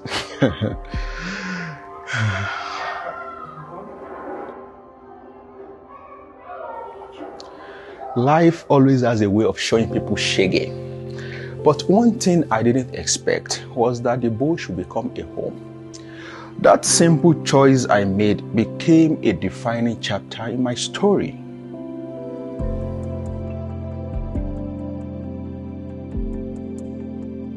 And that is where Calledout Realty comes in. They understand finding the perfect home, even in the most unexpected places, can make all the difference in starting.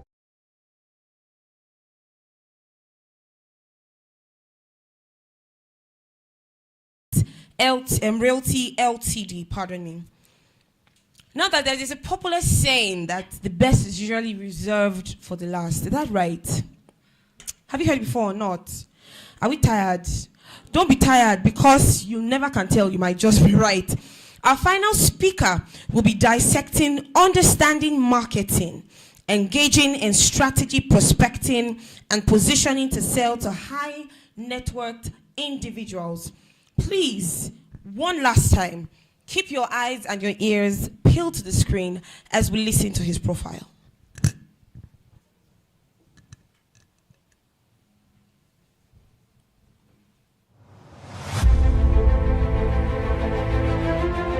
Dr. Adedeji Kowobari is a passionate dentist, inspirational speaker, and business management consultant with about a decade experience in the field of dentistry.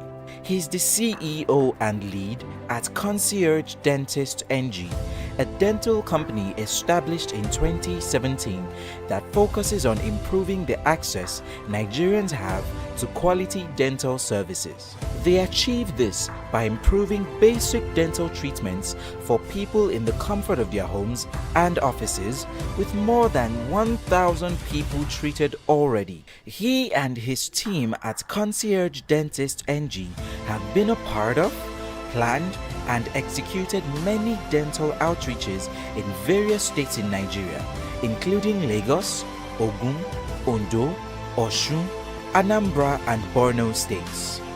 He is the convener of the Dental Success Bootcamp, a full-day training for dentists where he helps them have a good understanding of the business of the industry. He is also the convener of the Dental Practice Growth Bootcamp, a full-day bootcamp strictly for private dental clinic owners and administrators who are interested in practicing growth and profitability. With Concierge Dentist NG, he has been able to provide business management and consulting services to top dental practices, helping them with organizational structure, recruitment, marketing, strategy, and profitability. He is the founder of Smile for Naija, an organization partnering with government, corporate, educational, and religious organizations to provide oral health awareness, screenings, and treatments in undeserved communities across Nigeria. With the maiden outreach in 2022, they provided basic dental treatments for more than 400 people in Okitipupa and Akure in Ondo states. Dr. Deji Kowobari has been a guest on various radio and television stations talking about oral awareness and the dental industry. He has also been guest speaker, facilitator at several business and entrepreneurship conferences and events. He is the recipient of the 2020 JCI 10 Outstanding Young Personality in the Healthcare category. He also received an award in recognition of outstanding contribution to finance talent development and building early career professionals at the 2022 ACCA Annual Summit. Dr. Adedeji Kowobari engages his audiences through a warm and relatable speaking style. He combines his in-depth business knowledge and experience with real-life stories and practical examples to ensure that his presentations resonate with diverse audiences. His talks are interactive, encouraging participation and providing attendees with actionable takeaways. He enjoys reading, meeting people, and playing football. With a warm and a standing ovation, please make welcome to the Calledout Estates Conference, Dr. Adedeji Kowobari.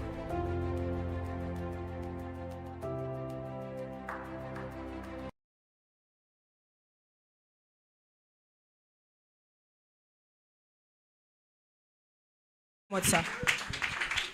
Thank you so much, everybody. I never knew the profile was that long.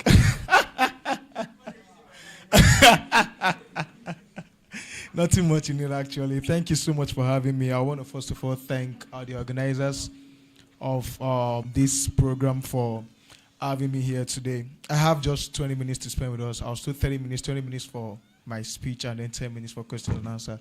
I want to kind of restructure that to be maybe 25 minutes for me, then we could use 5 minutes for question and answer. So it's always a huge task when you're speaking last, actually. You know, especially while I was listening to the speakers, I kept seeing parts of my presentation that they've touched on. So it's kind of making my job a bit easier, you know, and then I'm sure we're going to have a very nice time together here this afternoon. My sessions actually are always thought-provoking, and I'm someone who believes in action much more than just speeches. And that's why when I speak, I expect people who listen to me to write their action points from what I'm saying, not just what I'm saying. don't bother writing what I'm saying, because some of them might just be information to you. And if the organizers want to share my slide with you, I think they have the permission to do so. But most importantly for me, the most important thing that we can take from this speech today is, if in the next 5 years or even 2 years or even 2 months from now, I meet you somewhere on the road and you tell me, oh, I listened to you at Calledout program or conference, and then you said something, I acted on it, and I had this result. For me, that's the most important thing. For me, that's the most important reason why, I've come to speak to you. So I expect you at the end of this session to have action points. I love one old Italian proverb that says that between saying and doing, many a pair of shoes is worn out. Maybe because Italians are known for making good shoes, they had to coin a proverb out from that between saying and doing, many a pair of shoes is worn out. And for me, the understanding of that is that most of the time we say things, say them, and say them over again. Before we act on them, most times, it takes a lot of time. It's important for us as individuals to make sure that the time between where we get an information and when we act on it is shortened. The distance between where we get an information and when we act on it, we try to shorten it. Because you see, business or entrepreneurship generally, it's a game of energies. It's a game of emotions. It's a game of energy and a game of emotions. And you see, action is the most important thing. I was discussing with a friend of mine who runs a dental clinic sometime last week in Yaba. And I told him, I said, especially in this economy right now, bills are showing up fast and furious. You can't be making money slow and steady. You can't be setting targets or going up after your goals slow and steady. Bills are showing up fast and furious. It's very interesting and good to know that we have a lot of, in quotes, young people here. Very nice, very awesome. It's good for you to be at a program like this, to listen to people who have gone ahead, in an industry you're interested in. I am not primarily in the real estate industry. Quite a number of our speakers are also not primarily in the real estate industry. But the beautiful thing about business in life is that someone who has gone ahead in business can as well speak to other business people in different industries. The reason is because every business is the same. What differentiates business is the technical aspect, right? What differentiates businesses from one another is just the technical aspect. For every business, there are two aspects. It's just like when I do trainings for dentists, I let them realize that there's the clinical aspect of being a dentist, and then there's the business aspect or the administrative aspect. The same thing happens in real estate, happens in banking, happens in the oil sector, happens in every other sector. So even if you are equipped with the technical aspect of your industry, it's equally important for you to also be equipped with the business aspect of your industry. Can I have my slides, please? It's also important for you to be equipped with the business aspect of your industry. Can we just go to the next slide? Yeah. Next slide, please. Yeah. Okay, so let me start from this part. What's your story? I will have given one or two people the opportunity to share their story with me here today, but I think because of my time, I'll just quickly need to go on. The reason why I usually ask audience this question most of the time is because stories are powerful, especially for someone who is an entrepreneur or someone who is into business. And the reason is because I'm going to talk about three things, three features of stories that you need to have at the end of this slide. For example, for someone like me, how did I end up becoming a business person in the dental industry? I was a core member working in a dental clinic here in Lagos, and at some point, the owner of the hospital, because it's both medical and dental, we just had a room upstairs for dental. The owner of the hospital came to me and said, we're not making enough profit. So she wasn't going to be paying me my full salary again. Salary then in 2016 was 80,000 naira. So she said she wanted us to do this package of, at the end of the month, we share the profit on a particular percentage. And then, so she said I was going to be taking 40%, the hospital was going to take 60%, which was a very good one at then. So when she said that, the first thing that popped up on my mind was, how much does this hospital need to make from the dental clinic for me to still have my full salary?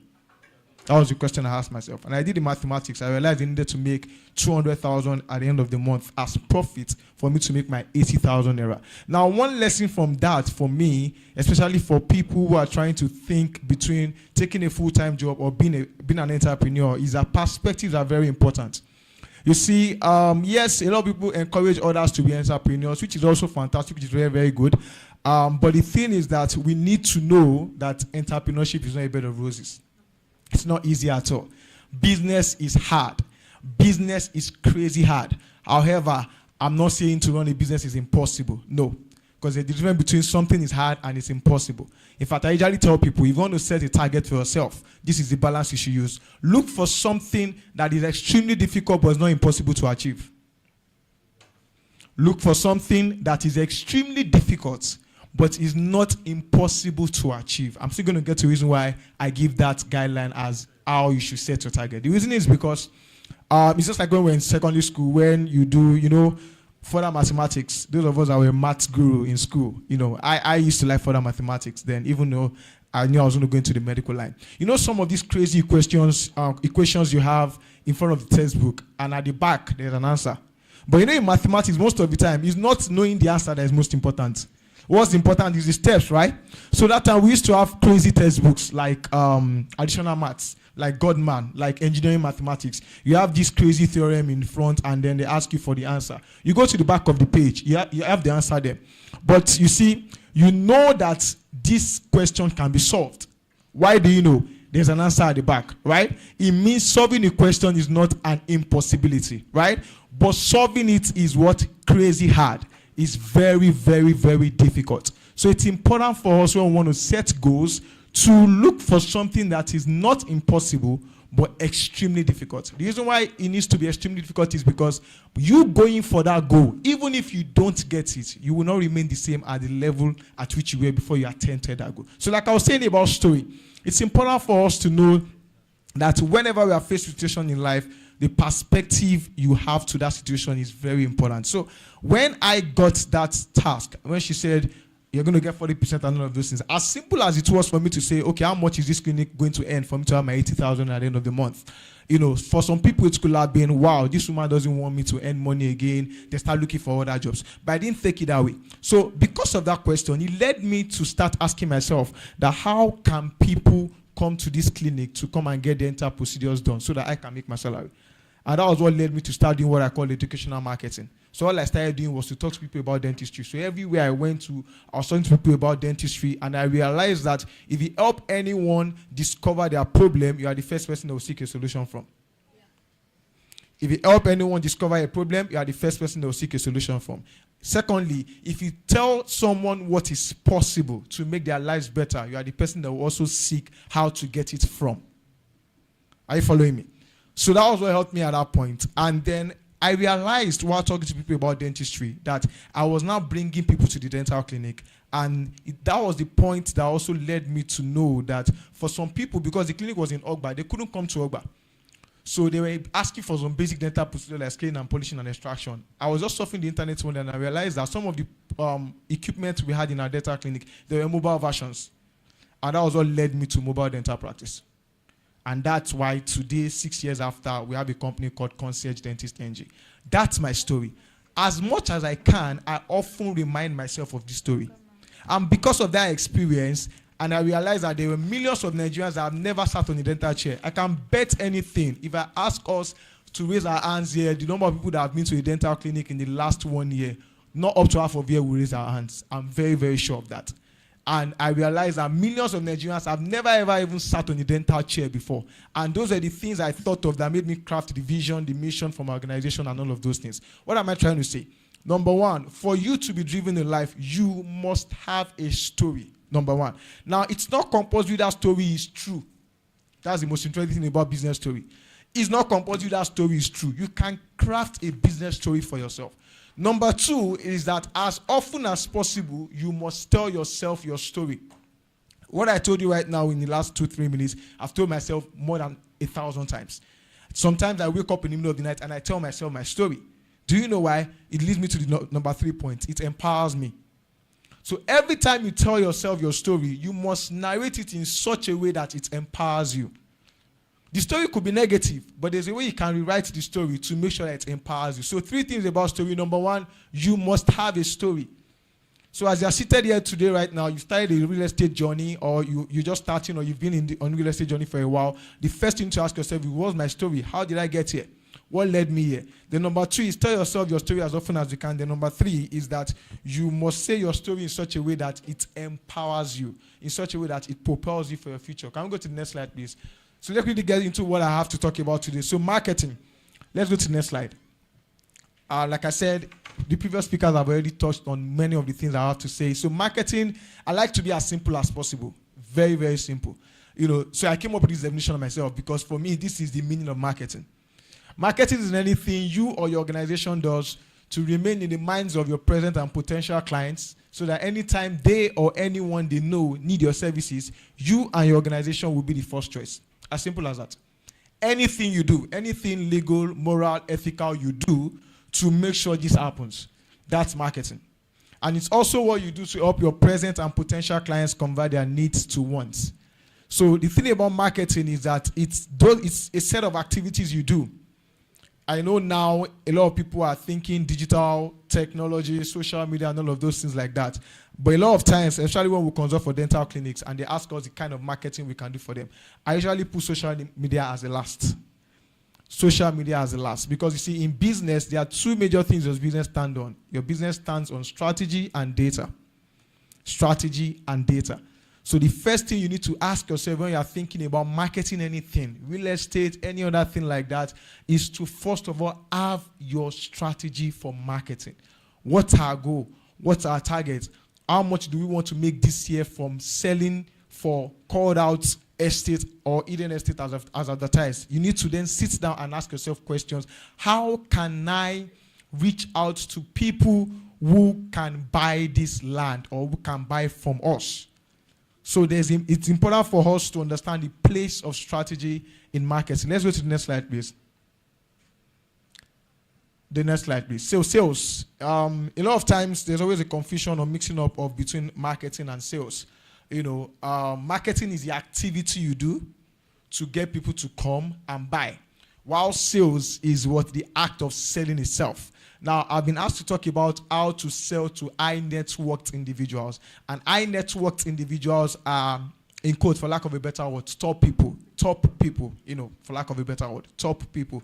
If you are going to sell to high-net-worth individuals, what it means you are selling top things to them.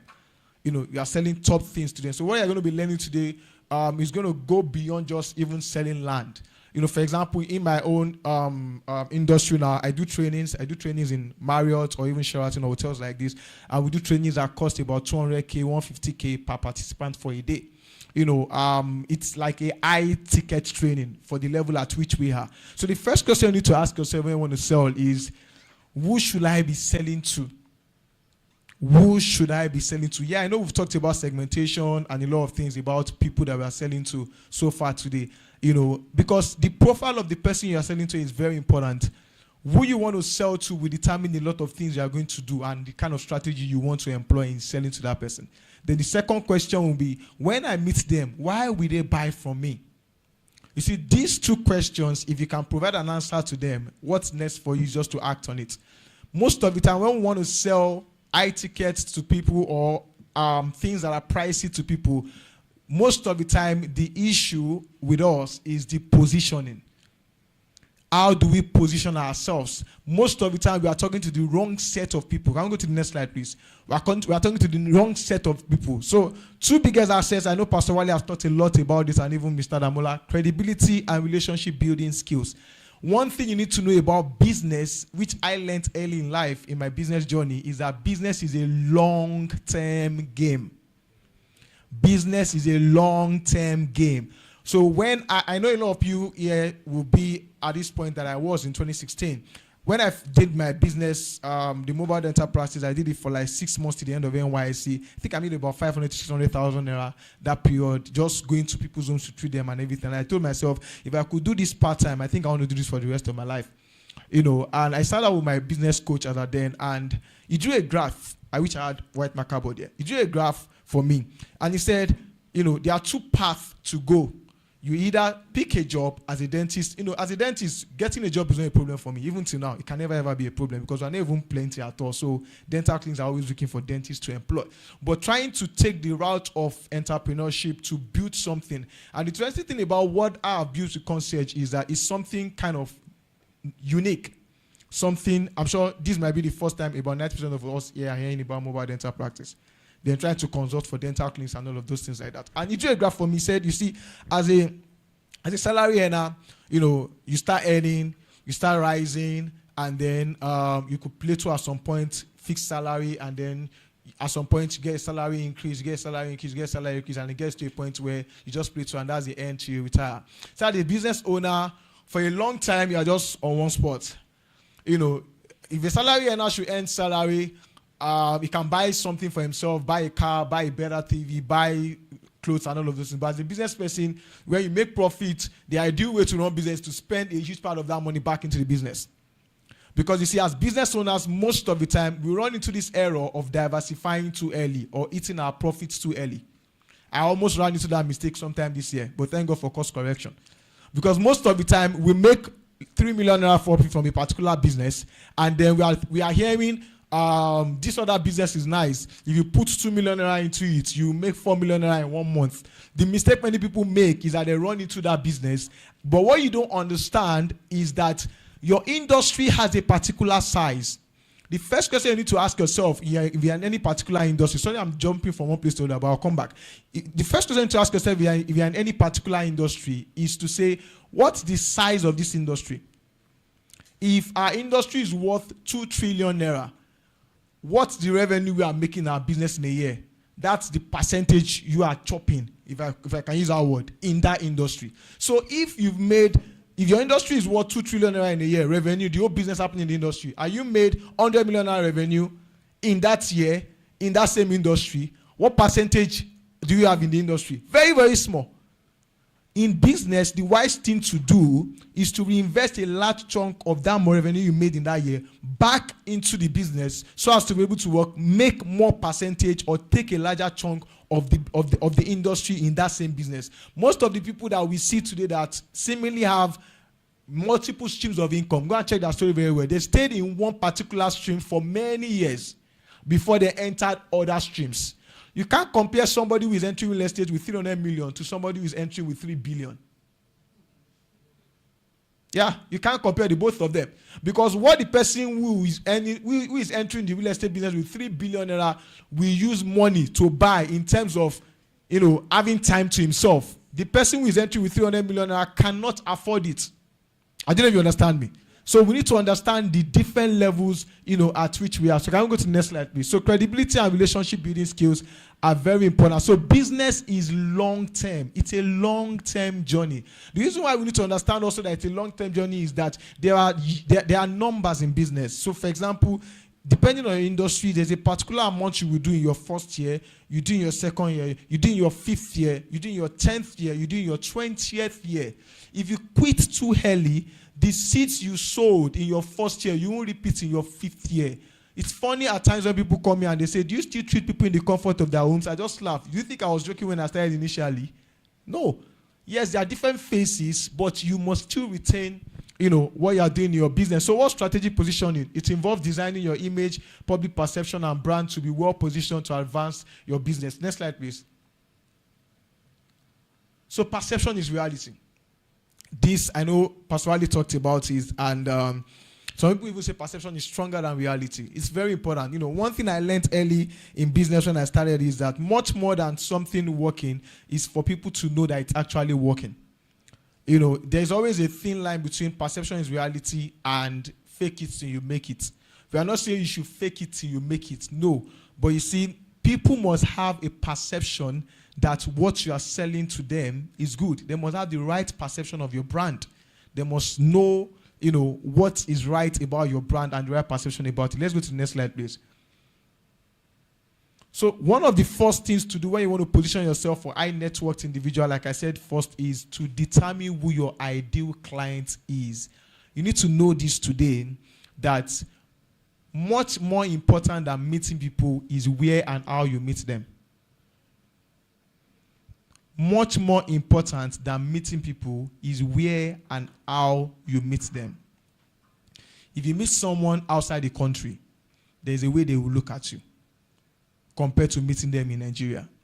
If you meet someone in a hotel like Radisson, there's a way they will look at you compared to meeting them at the bus stop.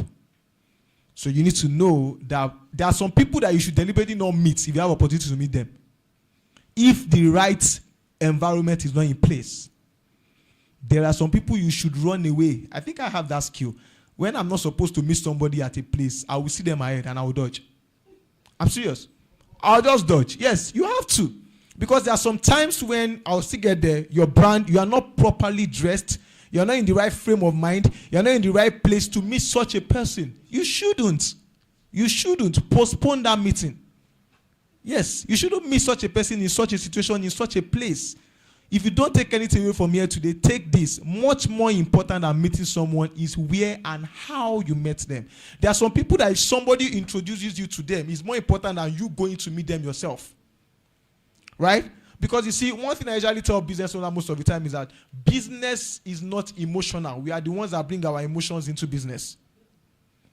Business does not send emotions. Business is basically about strategy and data. What strategy do I have? Because you don't bring your normal self into your business, and say, this is how I am. And you want to sell to a high net worth individual, and you're just going anyhow, you're wearing flip-flop, you're talking anyhow, you didn't dress well, you're not looking smart and all of those things like that. You've not prepared your presentation. No.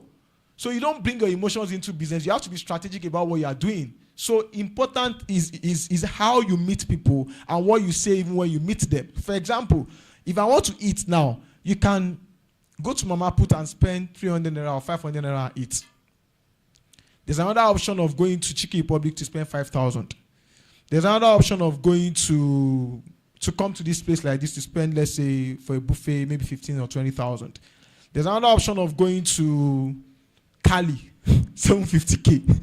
Everybody's going to eat.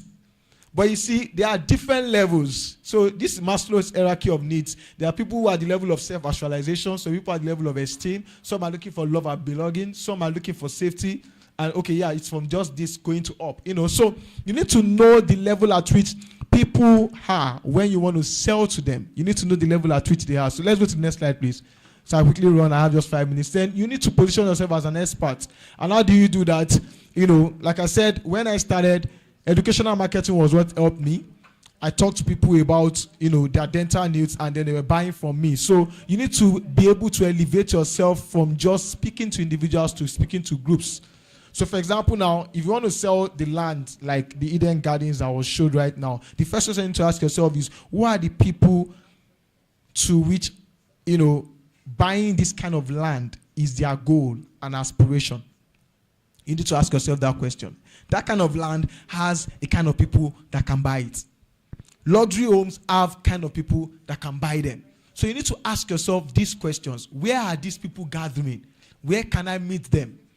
Selling consulting to people or selling trainings to people, I've realized that if I want to sell a program of 150K to someone now, I've realized that it's better for me to look for people who 150,000 is not a big deal to. It's just logical. But it's more difficult to get them. But you see, as a business person or someone who wants to make money, you must embrace hard work. You must be happy when something is tough. What happens most of the time for many of us, and I'll tell you this, is that when we want to meet a particular goal, we kind of analyze how difficult it is to get it. But most times, we don't focus on doing the hard work. We try to look for shortcuts to make sure we still achieve the goal. Does anybody agree with me? Most of the time, we know something is difficult, but we don't focus on giving the input. So you see, most of the time when we have goals, there's the input for your goal, then there's the outcome. Most of the time, instead of focusing on the input to get the result, we keep fantasizing about the outcome and looking for shortcuts to meet the outcome. That's what happens to many of us. When I started doing trainings in the dental industry, it was expensive. 2021, asking people to pay 100K to come for a full day dental training. They're like, who are you?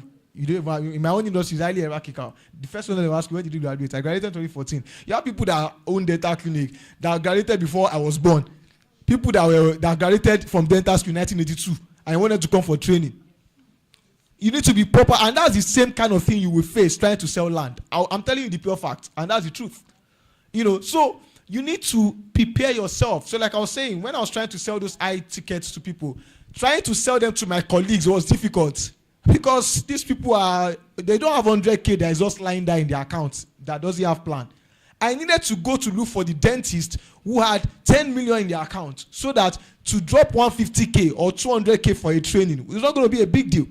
But you see, it's more difficult for me to do that than to speak to people because you see, most of the time, let me just tell you this for free. The easier it is for someone to buy your product, someone to buy your product, the better for you. Do you know why? Because the easier it is for them to buy for you, the easier it is for you to even upsell to them. The easier it is for you to upsell to them. If I sell a training to somebody and the person begged me for discounts to give them 100K instead of 150K, that person will give me problem compared to somebody that paid the money once. I don't know if you've experienced it. Those who beg you and give them discount to buy your product or your service, they are the ones that will give you problem when anything goes wrong. Do you know why? They gave you their whole life. Yes, they gave you their whole life. They gave you almost everything they had in their account. So they want to maximize the service you are trying to offer. So you see, go and look for better people. I'm not saying you are discriminating or you are relegating them, but for your own peace, for the ease at which you will even enjoy providing the service for them. Sorry, I've lost my composure right now, and I have to. Go and look for people that, I'm serious, and that's why positioning is very important.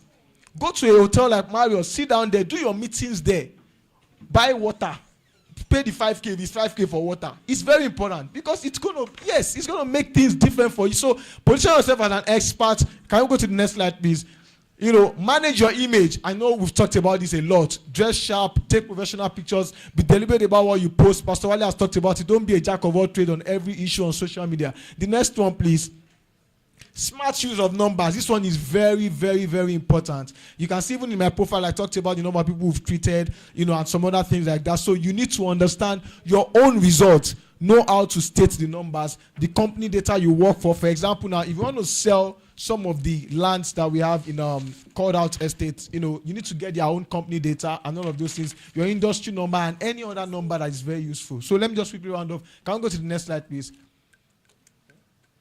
Talked about this. Can we go to the next one, please? Yes, Mr. Damola did a very good job about that. Data collection. Yes, I won't have enough time to talk about it. Let us go further, please. You need to analyze your data. When you collect data, when you do marketing, most of the time, the problem with marketing, most times for people, is that they do marketing, they don't monitor their marketing activity. How many leads did this generate for us? How many people bought at the end of the day? How many marketing styles do we even have? How many platforms are we marketing on? Are we monitoring them? Because the results you generate from there will determine the amount of percentage of money you give to those marketing gigs again at the end of the day. Let's go to the last one, please. The last two slides. Let's go to the last one. Okay, it's okay. Yeah. So let me just touch on this in just 2 minutes and I'll be out of your face. I'm so sorry. You want to win, you see, it's important for us to set big goals, like I said earlier. It's very, very important for us to set big goals because profits are the cost of the future, like Jim Rohn usually says. No matter the amount of money you think you have today, inflation can catch up with it. Crazy economic conditions can catch up with it and all of those things like that. There's one principle I usually teach people, especially when it comes to achieving success, especially as a business person, is the concept of positive pressure. And that's number 2 on this list. I have 10 things I've written here on how to achieve, results. Look for problems and enter them. When I say these things, it's always controversial. This is the last thing I'll say and I'll get out of your face. Look for problems and enter them. I told someone something some few days ago. I said, if something is not improving actively, it is diminishing passively. Just time will tell. There's nothing like static. An organization cannot be static. An organization cannot be just coasting and just standing. You are either improving, you are either making profits or losing money. And that's why one of the ways to actually improve yourself or make more as an individual is to look for problem and enter problems. It's the concept of positive pressure. You see, when you are comfortable, when you think, yes, I've landed and all of those things like that, you start diminishing. One way I usually explain it is nothing is actually a problem. It's only a matter of the time it came. A single lady, we have many single ladies here. A single lady that gets pregnant out of wedlock is a problem. Most of the time. A single lady that gets pregnant as a married woman is not a problem most of the time. The difference is where you were when you got pregnant. Pregnancy is not a problem. Pregnancy is not a problem. It's just a matter of who got pregnant and what is the status of the person. So a good leader projects an issue before it becomes an emergency. And that's the principle I live my life by. I tell people, look for problem and enter them. You see, if there is no problem ahead of you, you will not run. You will be comfortable. You will be very, very comfortable. So for example now, you need money. Let's say 500,000 naira. And then I tell people, if you want to raise money, go and look for something that will not allow you sleep. So have you seen this scenario before on Twitter where someone comes and says, please, someone ordered 700 packs of food. Or maybe we have like 700 turkeys in our house and then there is no light. I need to finish selling all of these 700 before the end of 2 days. Have you seen something like that before on Twitter? Most of the time, do you know they finish selling it? They finish selling those things most of the time. Do you know why they sell it? Because there's pressure. They must sell it. You see, we don't do what we should. We only do what we must. As humans, we don't do what we should. We only do what we want, what we must. And you see, we don't do things until our reputation is at stake. So anytime you want to achieve a goal, go and put your reputation at stake. Yes. Go and chop bese somewhere. I'm serious. Be laughing. If you don't chop bese, you will not look for the money. I'm serious. If you think about it well, let me tell you the last thing. You are not strong until you have no other choice than to show strength. You don't know how strong you are yet, oh. Let's say there's lion that want to enter this place now. You see your strength. You see what the kind of wisdom you did not think you had before. You will display it. And that's why I usually tell people, if you want to achieve results, go and look for a problem and enter it yourself. Because the problem you enter yourself is better than the one that came to meet you. The devil, when the devil sees you, the devil says, this one has problem already. I'm not going to him. But when the problem come by itself, you are just sitting down. Go and enter problem. I'm serious. Enter problem by yourself, you achieve your result. Thank you very much.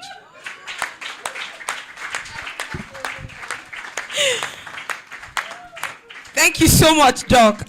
How many of you agree with me that aside from this dentistry thing, we should open church for Doc because I don't understand.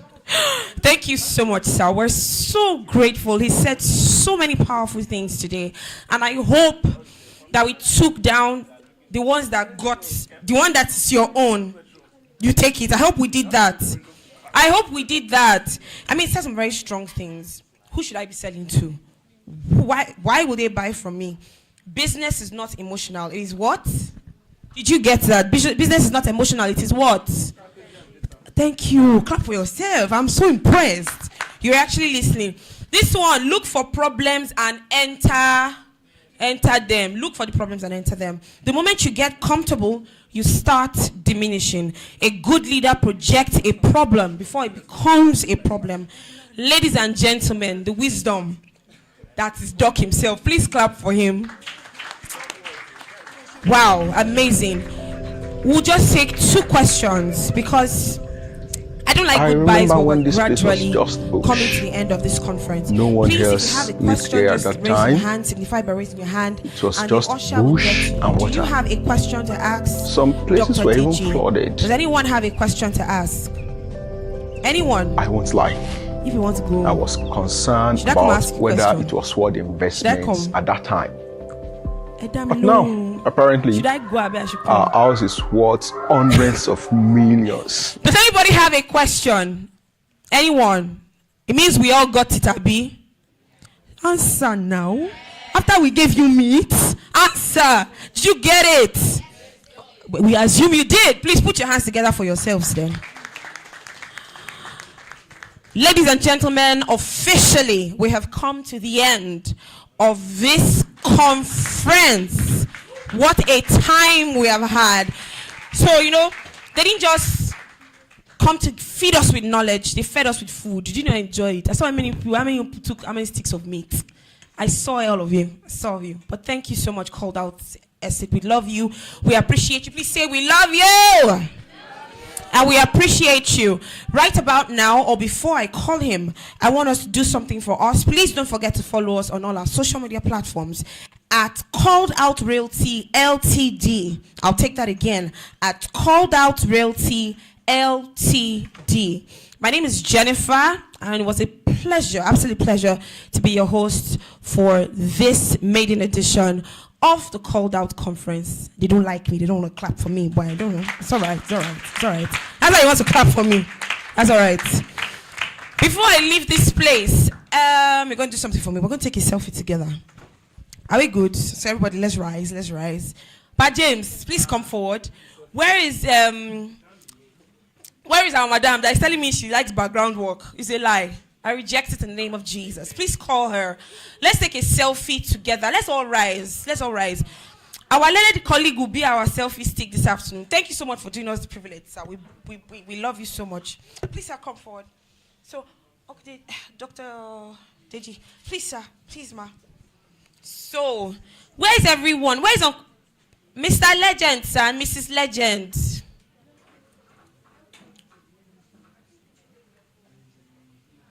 Let's wait for them. Okay, Sarah, please come. You and the guys, come. Ah, she has run away because she heard it. She come and take selfie. Please come, sir. Guys, let's come together. Don't be shy. Don't be shy. It's too late to be shy. I've eaten our meat. Come. No. I want us to. We're going to face this way, right? Then we're going to do a video. I want Mr. Just a one video. And in the video, we'll just shout, Calledout conference, right? 1.0.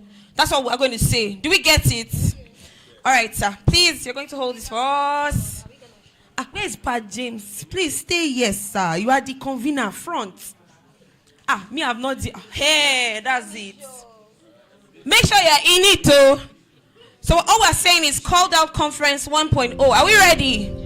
Are we ready? 1, 2, go! Calledout conference 1.0! Shout! Woo!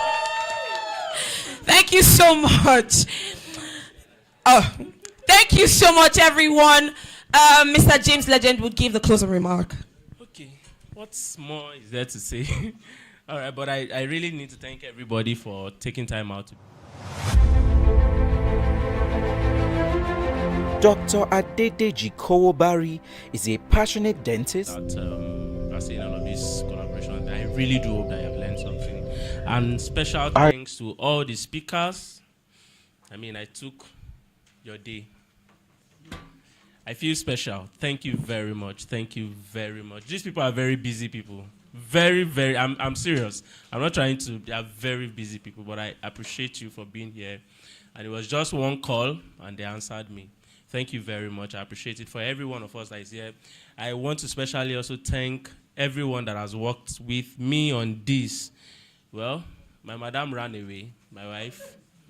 She does not like to be in front of camera, but I appreciate you. I appreciate you very much. The media team, everybody, thank you so much. There's no way we would have done this without you. It's my prayer that we are really going to move in leaps and bounds in all of our goals this year and beyond in Jesus' name. All right, guys, thank you so much. So if you're yet to follow us, please do, so that we can keep you up to date on all that is happening with us. And also, for those that want to join us again, please check the website, or you can just put down your details at the back so that we can get in touch with you. I promise you there's something for everyone, right? I'm done. Yes, thank you. Please, a round of applause for him again. We have closed officially. Don't worry, we're going home, all right?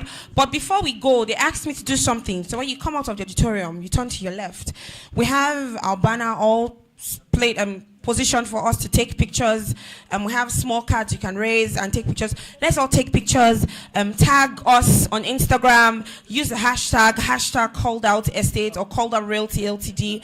Whatever suits you. But let's share, spread the love, spread the word online, and let everybody know that we were here. Something went down today. Thank you so much, guys. God bless you, and good night.